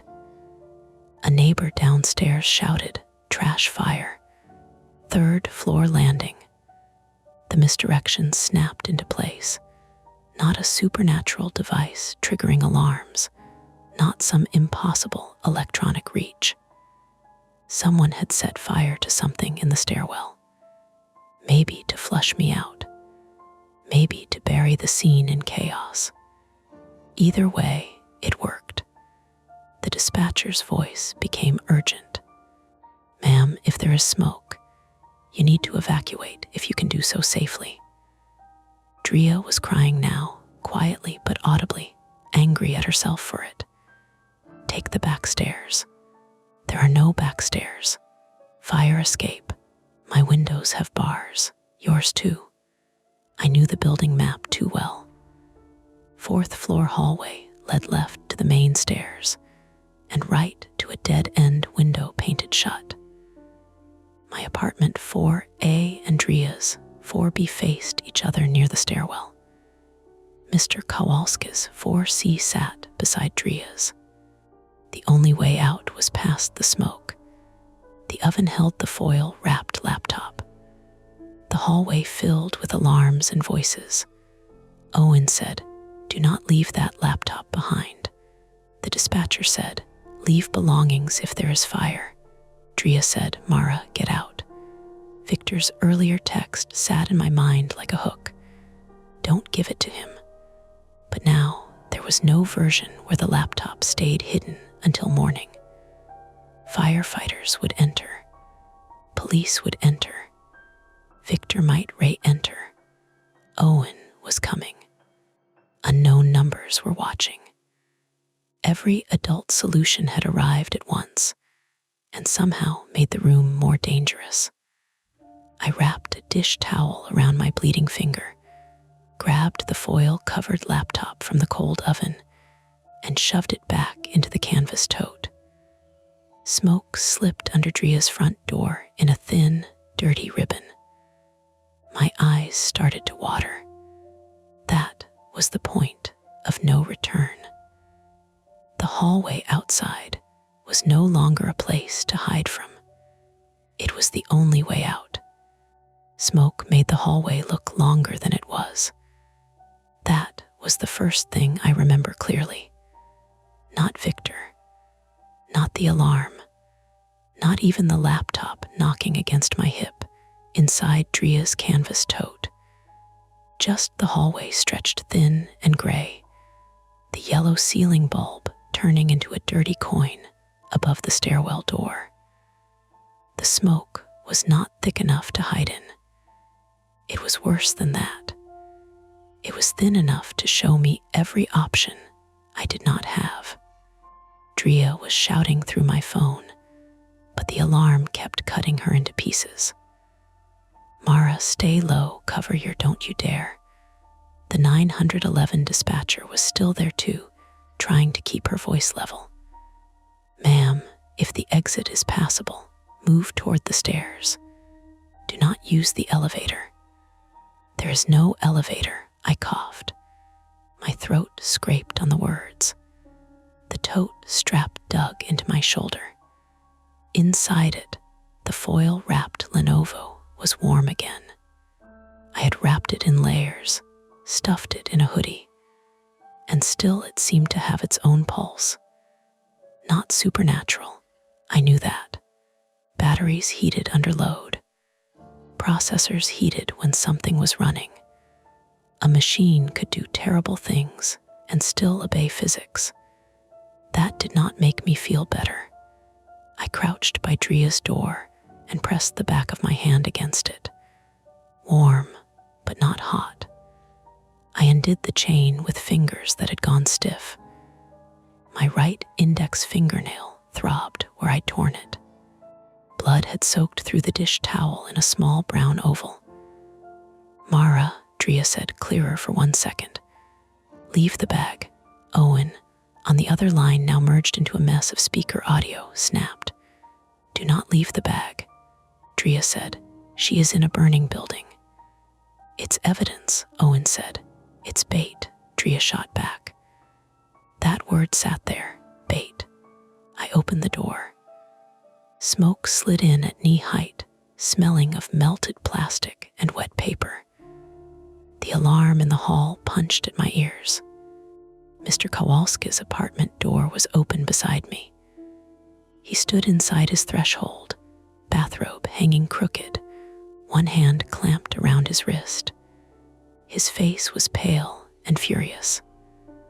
Fire S on 3, he shouted. Stairs are ugly but passable. Where S. Victor ran down. Of course he had. I looked toward the stairwell. The door stood partly open. Smoke moved through the gap in slow folds. Below, voices shouted over one another, people coughing, someone yelling for a child named Eli. Above us, feet thudded from the 5th floor. Mr. Kowalski saw the tote. His watery eyes sharpened. That what he wanted? Yes. Then don't give it to him. Simple advice from a man in slippers, holding a swelling wrist. I almost laughed. It came out as a cough. We moved together, if you can call it that. Mr. Kowalski first, because he insisted he could still walk fine, and because he was too stubborn to admit his wrist might be broken. Me behind him, one hand on the wall, tote across my body. The smoke thickened near the stairwell. My eyes watered until the steps blurred. The building's stairwell ran down in square flights around a central shaft, painted metal railing on the inside, stained plaster on the outside wall. From the 4th floor landing, you could see down half a flight to the 3rd, where orange light flickered low and mean. Not a wall of flames. A trash bag burning against the landing by the mail flyers, licking at a cardboard box and sending black smoke upward. Someone had already thrown water on it. The flames sputtered and crawled rather than roared. That almost made it worse. It looked manageable, deliberate, a fire set by someone who wanted chaos, not collapse. A woman from 5th floor pushed past us carrying a toddler under one arm and a cat carrier in the other. The carrier banged my shin. Sorry, she sobbed. The toddler screamed directly into my ear. For 3 seconds, everything was bodies and elbows, and hot breath and smoke. Then a hand grabbed the tote. Hard, I twisted on instinct. The strap burned across my neck. Victor was on the half landing below, one foot braced on a step, face slick with sweat, eyes red from smoke. He had changed since the hallway. No careful voice now. No polite knocking. His windbreaker was zipped wrong, one side higher than the other, and his left cheek had a gray smear of soot. "Let go," I shouted. "You don't know what you're carrying." I kicked at him. Not a movie kick, not clean. My bare foot hit his shin and folded weirdly against the bone. Pain shot up my ankle. He grunted, but did not release the strap. Mr. Kowalski swung his good elbow at Victor's head and missed by a mile, but it made Victor duck. The tote slipped. For one awful second, the bag hung between us over the central stairwell gap. Below us, someone shouted, "Move." The alarm kept screaming. My phone fell from my hand and bounced down 2 steps, screen glowing, Dria's name flashing. I heard her voice, tiny and furious from the floor. "Mara, Mara," Victor yanked again. The strap snapped. I fell backward onto the steps. My left elbow struck the metal tread. A bright, nauseating ache spread up my arm. The tote came free in Victor's hands. For a second, he had it. Then the foil-wrapped laptop inside gave another chime. Victor looked down. That was all I needed.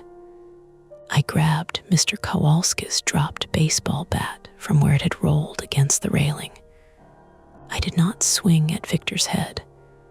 I was not brave enough for that, or cruel enough, or coordinated enough.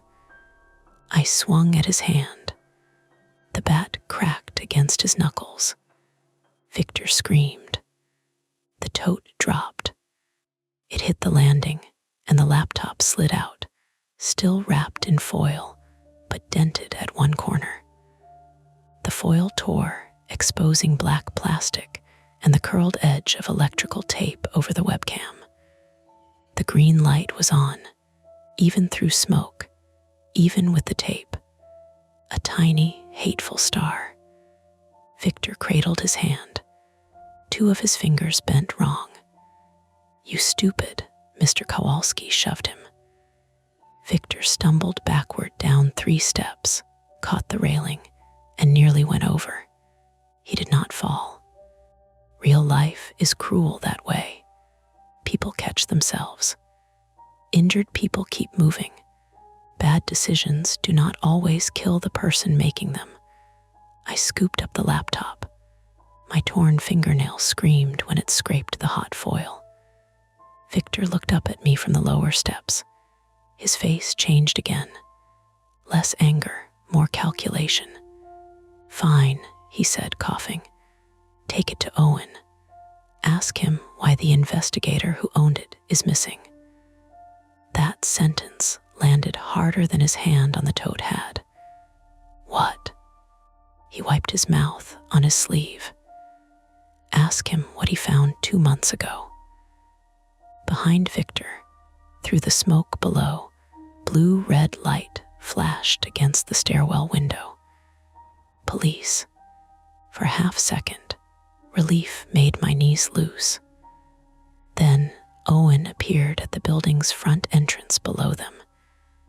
He was not supposed to be there already, but Atlantic Avenue at night is not far if you drive like you hate living.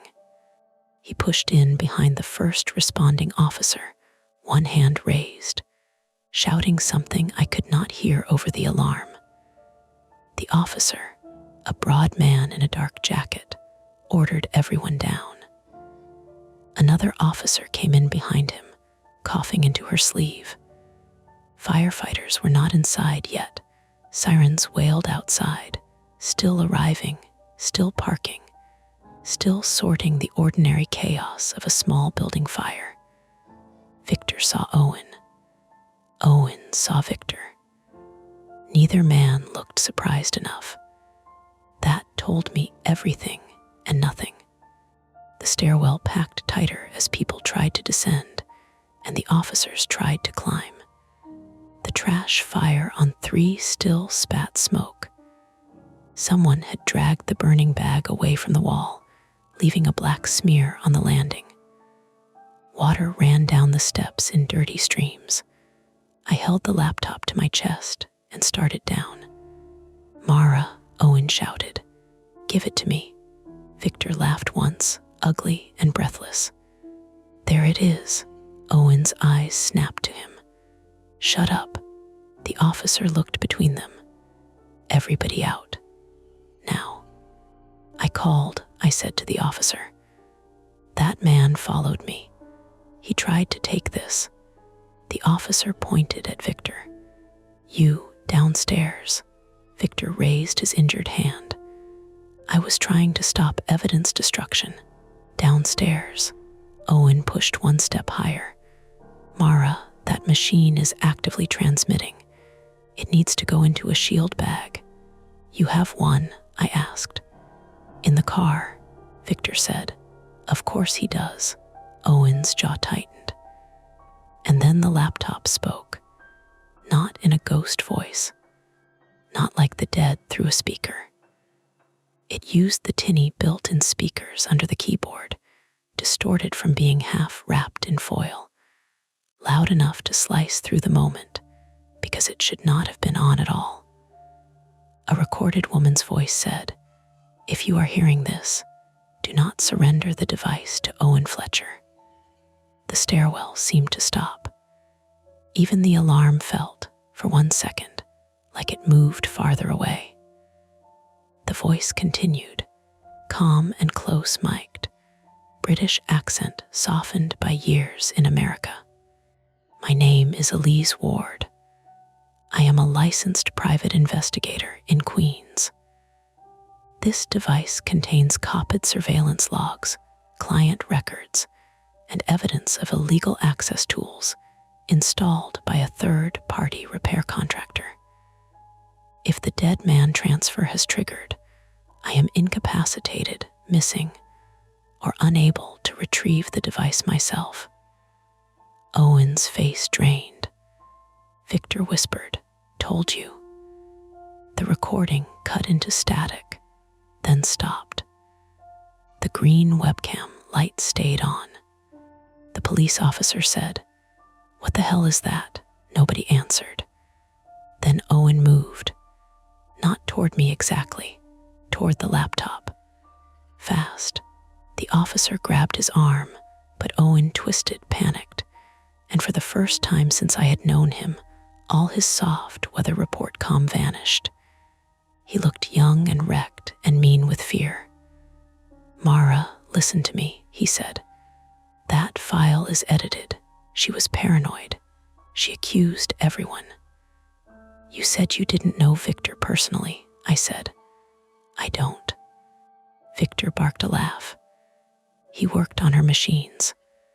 "As a contractor," Owen snapped. "Normal repair work." The officer forced Owen back a step. "Hands where I can see them." Owen obeyed, but his eyes stayed on me. "If that uploads raw, people get hurt." "Who?" "Clients, witnesses, kids, domestic cases. You have no idea what's in those files." That was the problem. He sounded believable. So did Victor. So did a dead or missing investigator's recording coming from a laptop that had spent the night photographing me without consent. There was no clean truth in the stairwell. Just smoke, sirens, damaged men, and a machine built to make everyone desperate. I looked down at my phone on the step. Its screen had cracked, but Drea was still connected. Her voice came through faintly. "Mara," she said, "do not decide alone." That saved me. not because it gave me an answer, but because it reminded me there was another option besides Victor or Owen. I bent for the phone. Owen shouted, "Don't connect it to anything." "I'm not." I grabbed the phone and held it out toward the officer. "This is the dispatcher," I called. "This laptop may have evidence from a missing private investigator. Both these men want it. I want police to take it, document it, and keep them away from me." The officer's expression changed at the word missing. Procedure finally found a stronger category. He took the phone. "This is Officer Malley." "Who am I speaking with?" The dispatcher's voice crackled. Owen's mouth compressed. Victor leaned against the railing, breathing through his teeth, injured hand tucked against his chest. For one fragile second, it seemed like that would be it. Police would take the device. Firefighters would put out the trash fire. I would sit on a curb with smoke in my hair and tremors in my legs and give a statement I could not yet organize. Then the Lenovo's screen lit fully. The foil had loosened. The lid was open 2 inches. On the black screen, white text appeared. "Transfer RESUMED, mobile network available." My cracked phone, still in the officer's hand, flashed a hotspot icon. The laptop had paired earlier, or my phone had been compromised, or Dria's Dell had passed something. I did not know. I only knew the progress bar appeared beneath the text. 74%. Owen saw it. Victor saw it. The officer did not understand fast enough. Owen lunged again, this time not at me, but at the phone in the officer's hand. The officer shoved him back. Victor used the distraction. Injured hand or not, he came up the steps and grabbed for the laptop with his good one. I made a choice without thinking it through. I ran down, not away from the building, not toward Owen's car, down 2 steps and onto the 3rd floor landing, where the trash fire still smoked in a wet black heap, and a firefighter was coming through the front with a hose over one shoulder. The laptop hit 81%. "Mara," Dria screamed from the phone. I dropped to my knees by the soaked landing. Heat pressed against my face from the half-dead fire. The smell was awful. Burnt plastic, rotted food, chemical sweetness from melted packaging. I gagged hard enough that spit ran from my mouth. The firefighter shouted, "Ma'am, move." I tore the laptop from the tote. My hands were shaking. My burned fingers slipped on foil. I ripped the rest away and opened the lid. The webcam light glared green. For the first time, I did not look away. I looked straight into it. "Whoever you are," I said, my voice ragged, "you don't get my phone too." Then I raised the baseball bat and brought it down on the keyboard. The first hit cracked plastic, but did not kill it. The second hit caved the keys around the center. The screen flickered. Owen screamed. No, Victor screamed too, a different sound, furious and afraid. The firefighter grabbed for my shoulder. I twisted away and swung a 3rd time, aiming not for the screen but the hinge, the place Owen had once told me laptops hide their antenna cables. The hinge snapped. The screen went sideways, hanging by torn wires. The webcam light stayed on. Of course it did. So I did the thing every sensible person tells you not to do with a lithium battery inside a device. I grabbed the ruined laptop by the broken screen half and slammed the base down onto the wet concrete landing, hard, then again, until something inside popped with a sharp chemical smell. The firefighter tackled me backward, not gently. My head hit the stair edge. White flashed behind my eyes. For a few seconds, there was only weight, alarm, the firefighter's coat ruff against my cheek, and someone shouting, "Battery, battery." Smoke changed flavor. Acrid, metallic. The laptop did not explode. It did not burst into movie flames. It hissed and spat and smoked from the cracked underside. A small, violent failure that made everyone around it recoil. The firefighter dragged me away by the back of my shirt, then kicked the laptop farther onto the wet patch and sprayed it with a short blast from the hose. Water hit hot electronics. Steam rose. The screen went black. The green light died.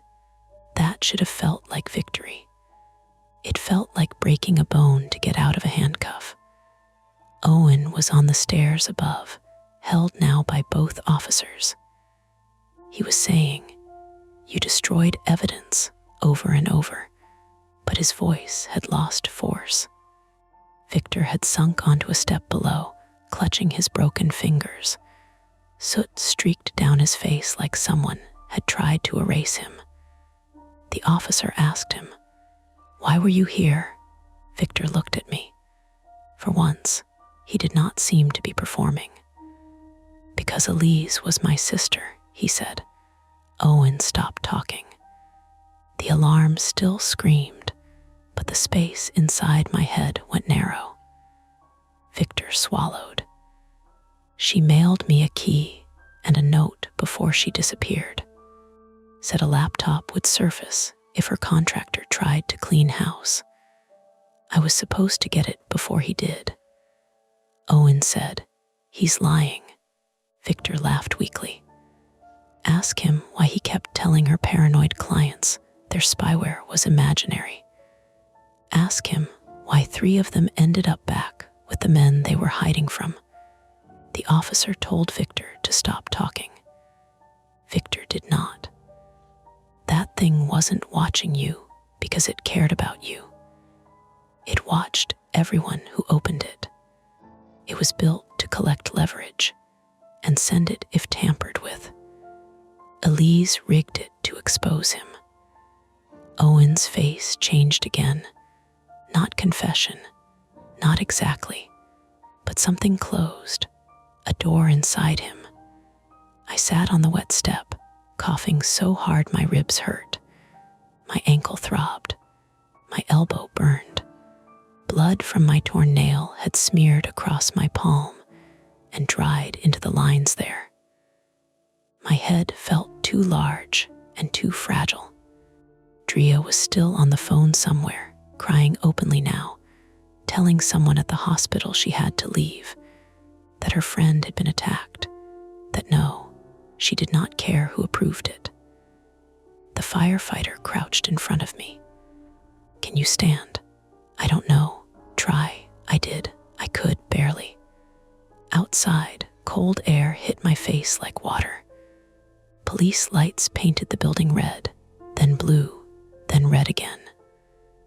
Neighbors stood on the sidewalk in coats over pajamas. Someone had brought Mr. Kowalski a chair. He held an ice pack to his wrist and glared at Victor with pure old man hatred.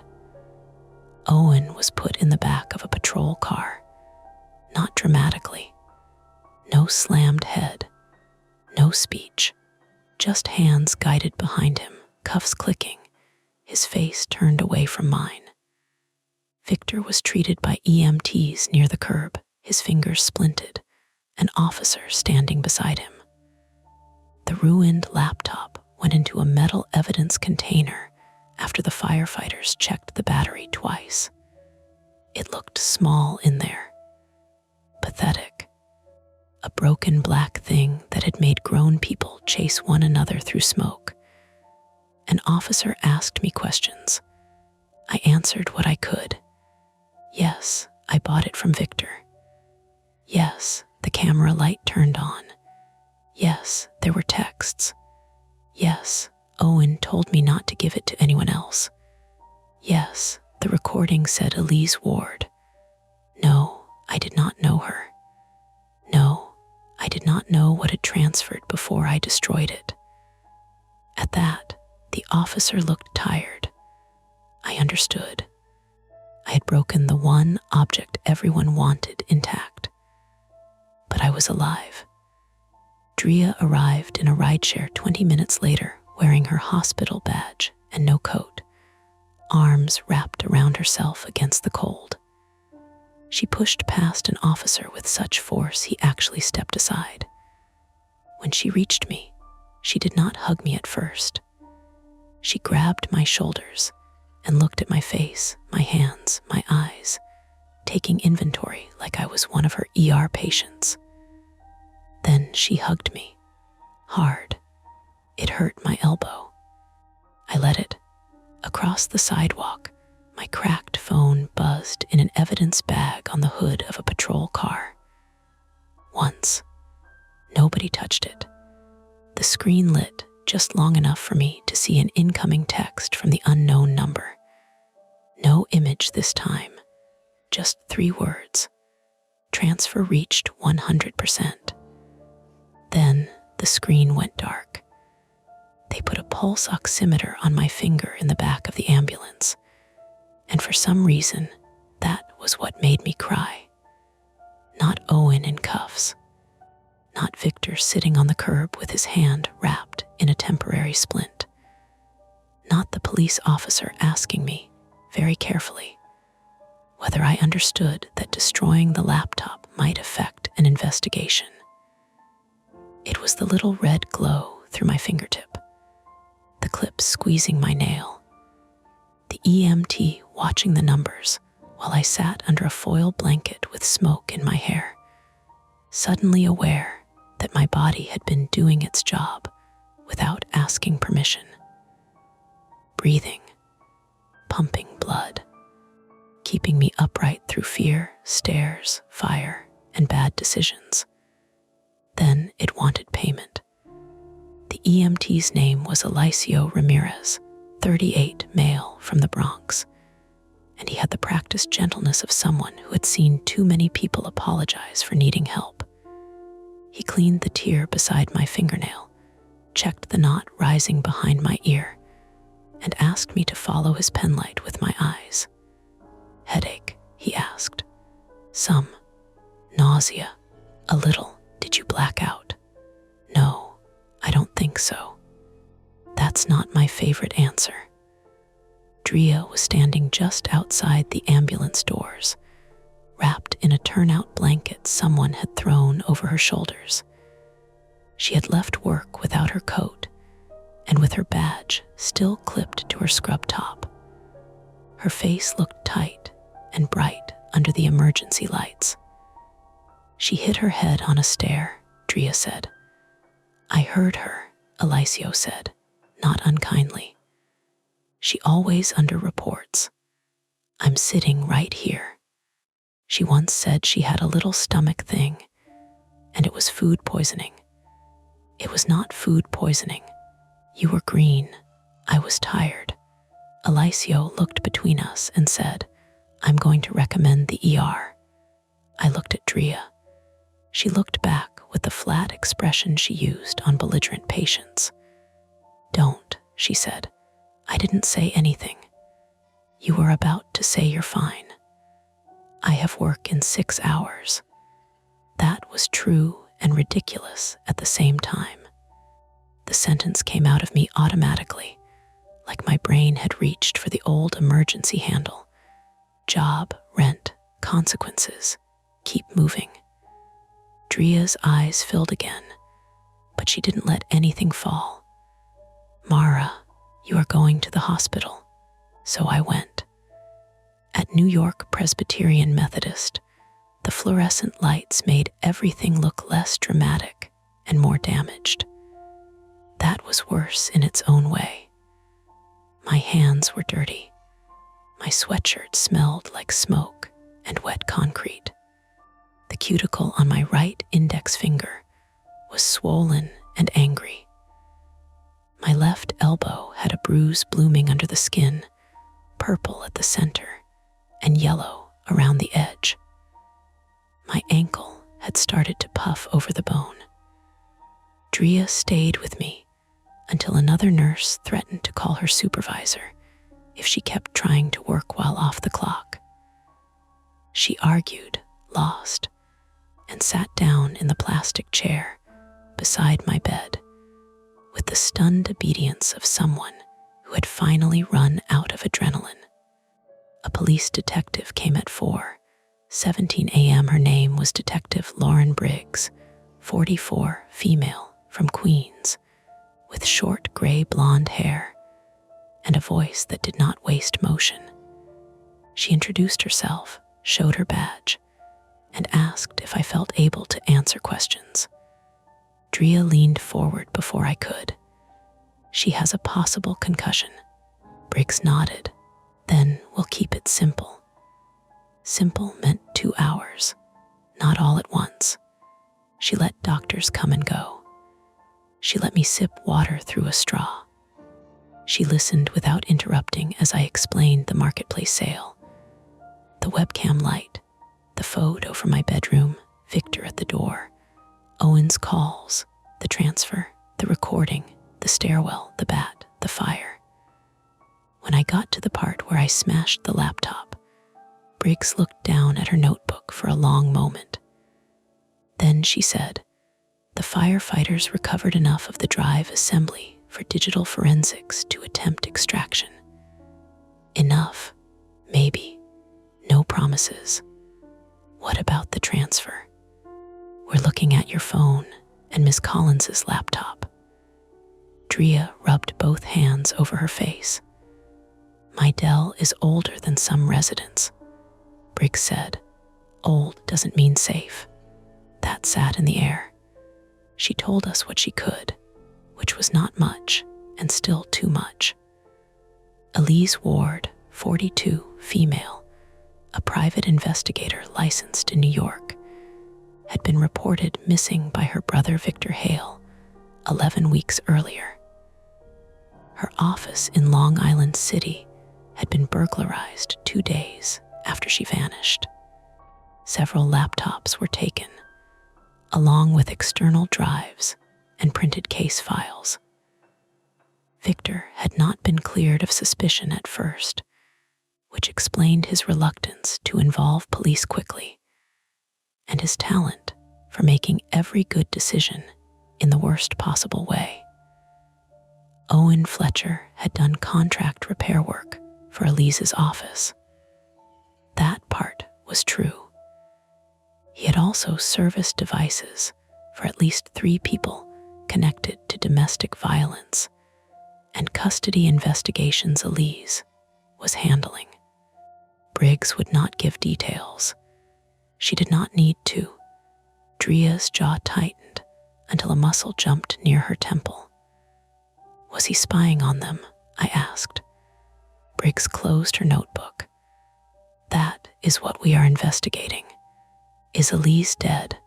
We don't know."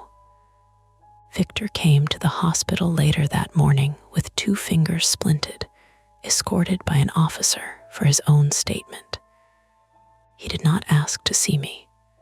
I saw him anyway through the glass panel by the nurse's station, sitting in a chair with his shoulders folded inward, looking smaller than he had in the stairwell. His windbreaker was gone.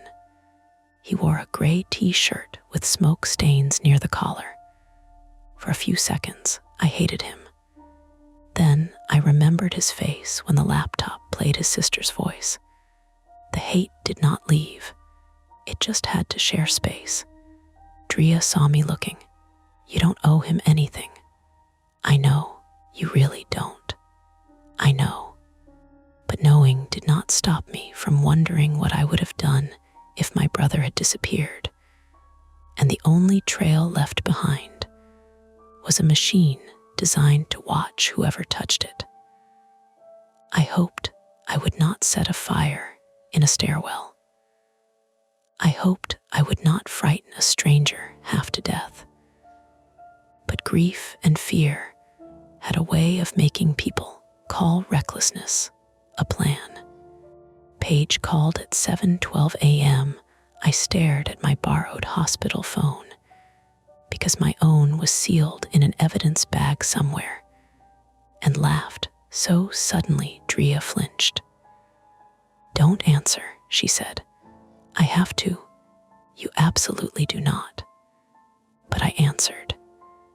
Paige began with, "Mara, we're 5 minutes from prep, and I don't see you in the waiting room." Her voice was crisp.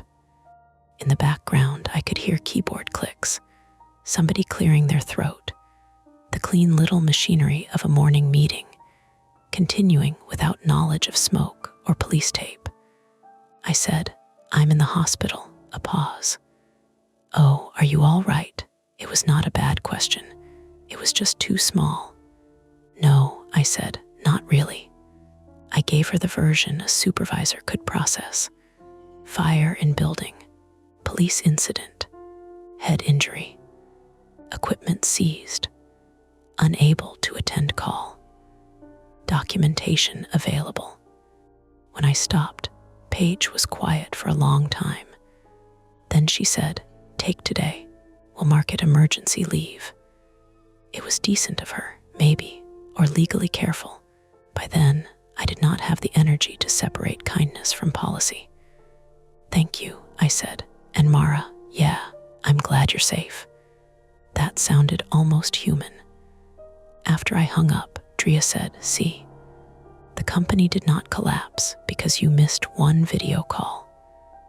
No, it'll collapse later for unrelated reasons." She smiled for half a second, then covered her face and started crying. Not loud, not dramatic.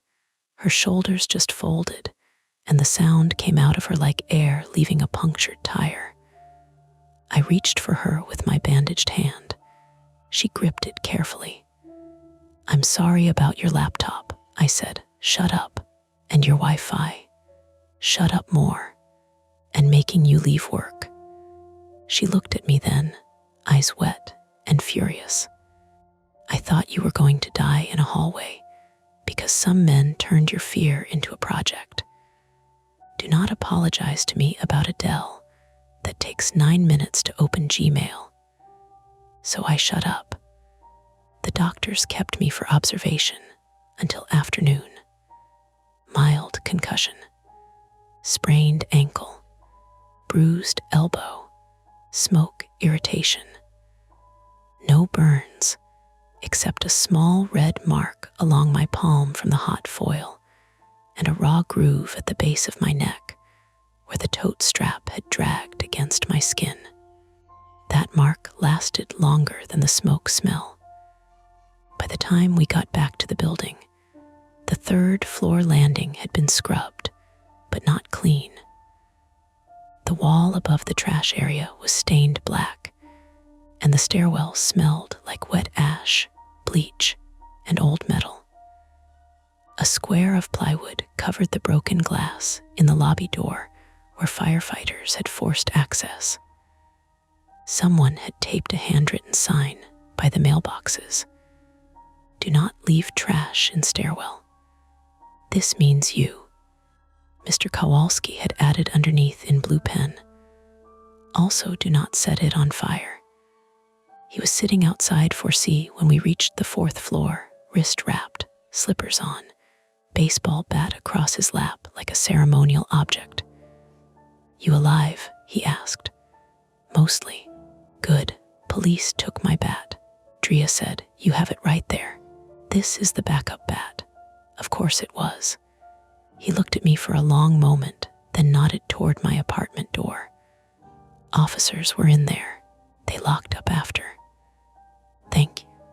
He shrugged. "You hear anything weird, you knock. Don't be proud." That nearly undid me more than the ambulance had. Inside my apartment, everything looked almost normal. That was the ugliest part. The cereal box was still on the bedroom floor. My cold tea still sat in the kitchen. The framed poster still hung on the wall, but its glass had a fingerprint smear from where I must have touched it earlier. My work laptop sat dead on the table, battery drained, lid half open like a tired mouth.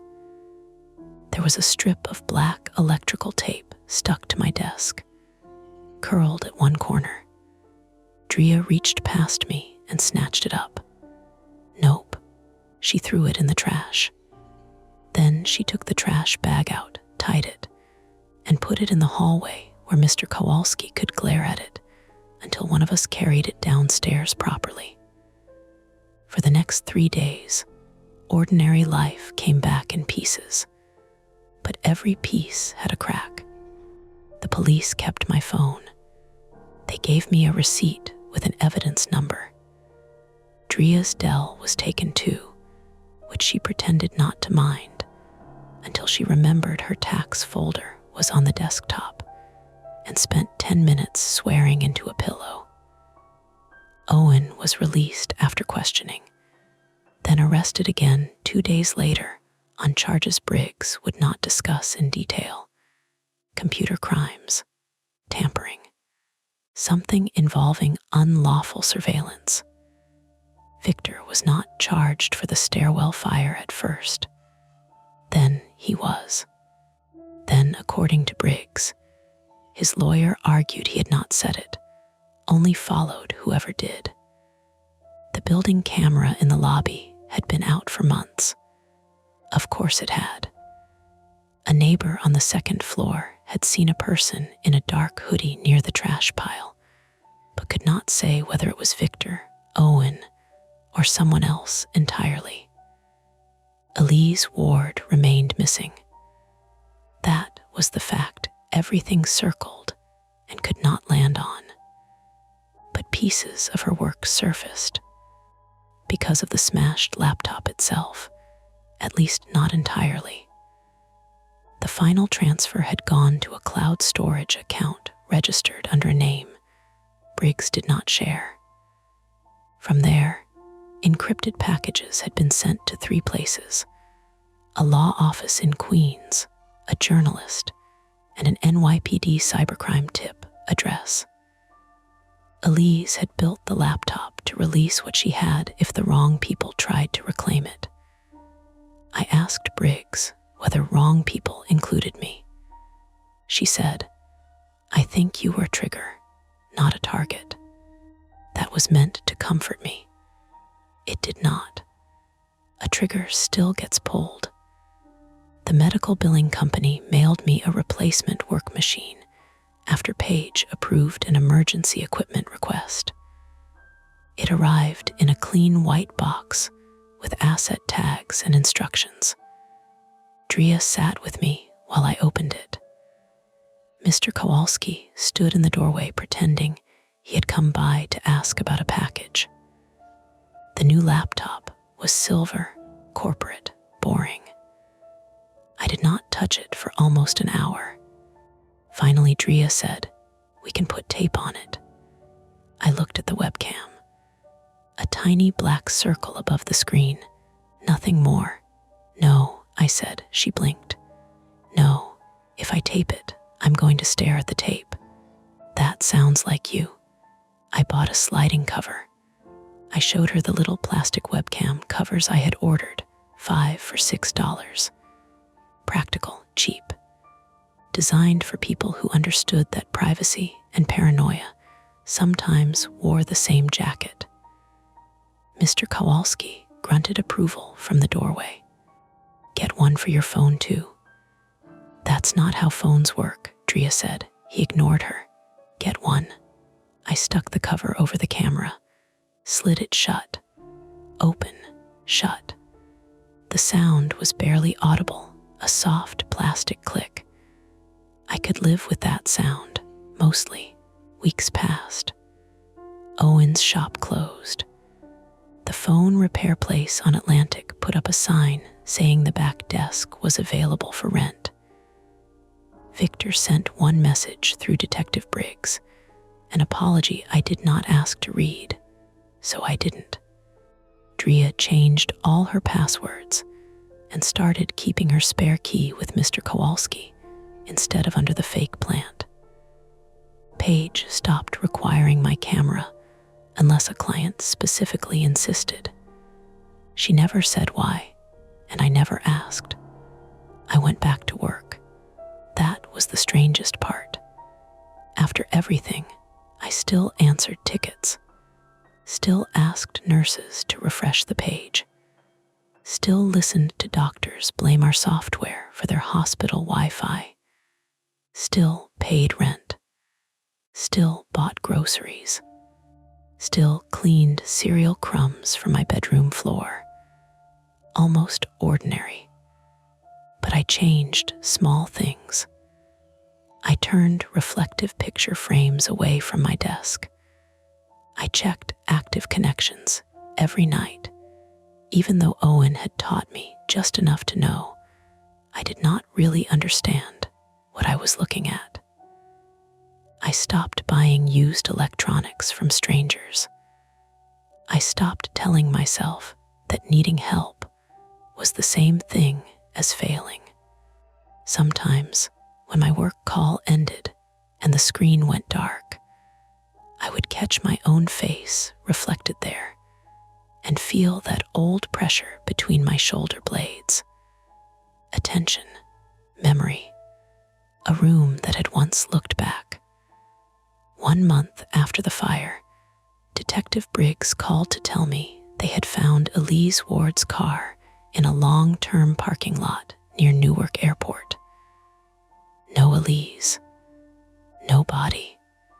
Inside the trunk, hidden beneath the spare tire cover, they found 2 external drives wrapped in anti-static bags and a disposable phone with 1 unsent message addressed to Victor. Briggs would not tell me what it said. "Is she alive?" I asked. "I don't know. Do you think she is?" The line went quiet long enough for me to regret asking. Then Briggs said, "I think she planned for several possibilities." That was all. That night, I sat at my desk with my replacement laptop, a cup of hot tea, and the webcam cover slid shut. Rain tapped against the window. Downstairs, the bus sighed at the curb. Across the hall, Drea laughed at something on TV, and Mr. Kowalski banged once on the wall because he believed shared walls were a form of negotiation. I opened my email. A new message sat in my inbox. No sender name, no subject. It had already been flagged as spam. I should have deleted it. I know that. I had learned nothing if not the value of not opening doors just because they knocked. But the preview line was visible. "Thank you for not giving it to him." I sat there until my tea went cold. The webcam cover was closed. The laptop was new. My phone was new. Owen was in custody. Victor was being watched by police. Elise Ward was missing, maybe dead, maybe not. The screen did not blink. No green light appeared. Nothing moved except the rain on the glass and my own reflection breathing shallowly in the dark screen. After a while, I closed the laptop without opening the email. Then I turned it around on the desk so the camera faced the wall. Not because I believed it could see me, because I remembered how easily belief had become beside the point. And that's the end of today's chilling tale. If you enjoyed this story and want more nights full of suspense, don't forget to hit that like button, subscribe to Mia Horror Stories, and turn on the bell so you never miss a scare. I've got plenty more stories waiting for you, so stick around and check out the other videos on the channel. Thanks for watching, And until next time, stay safe and don't look behind you.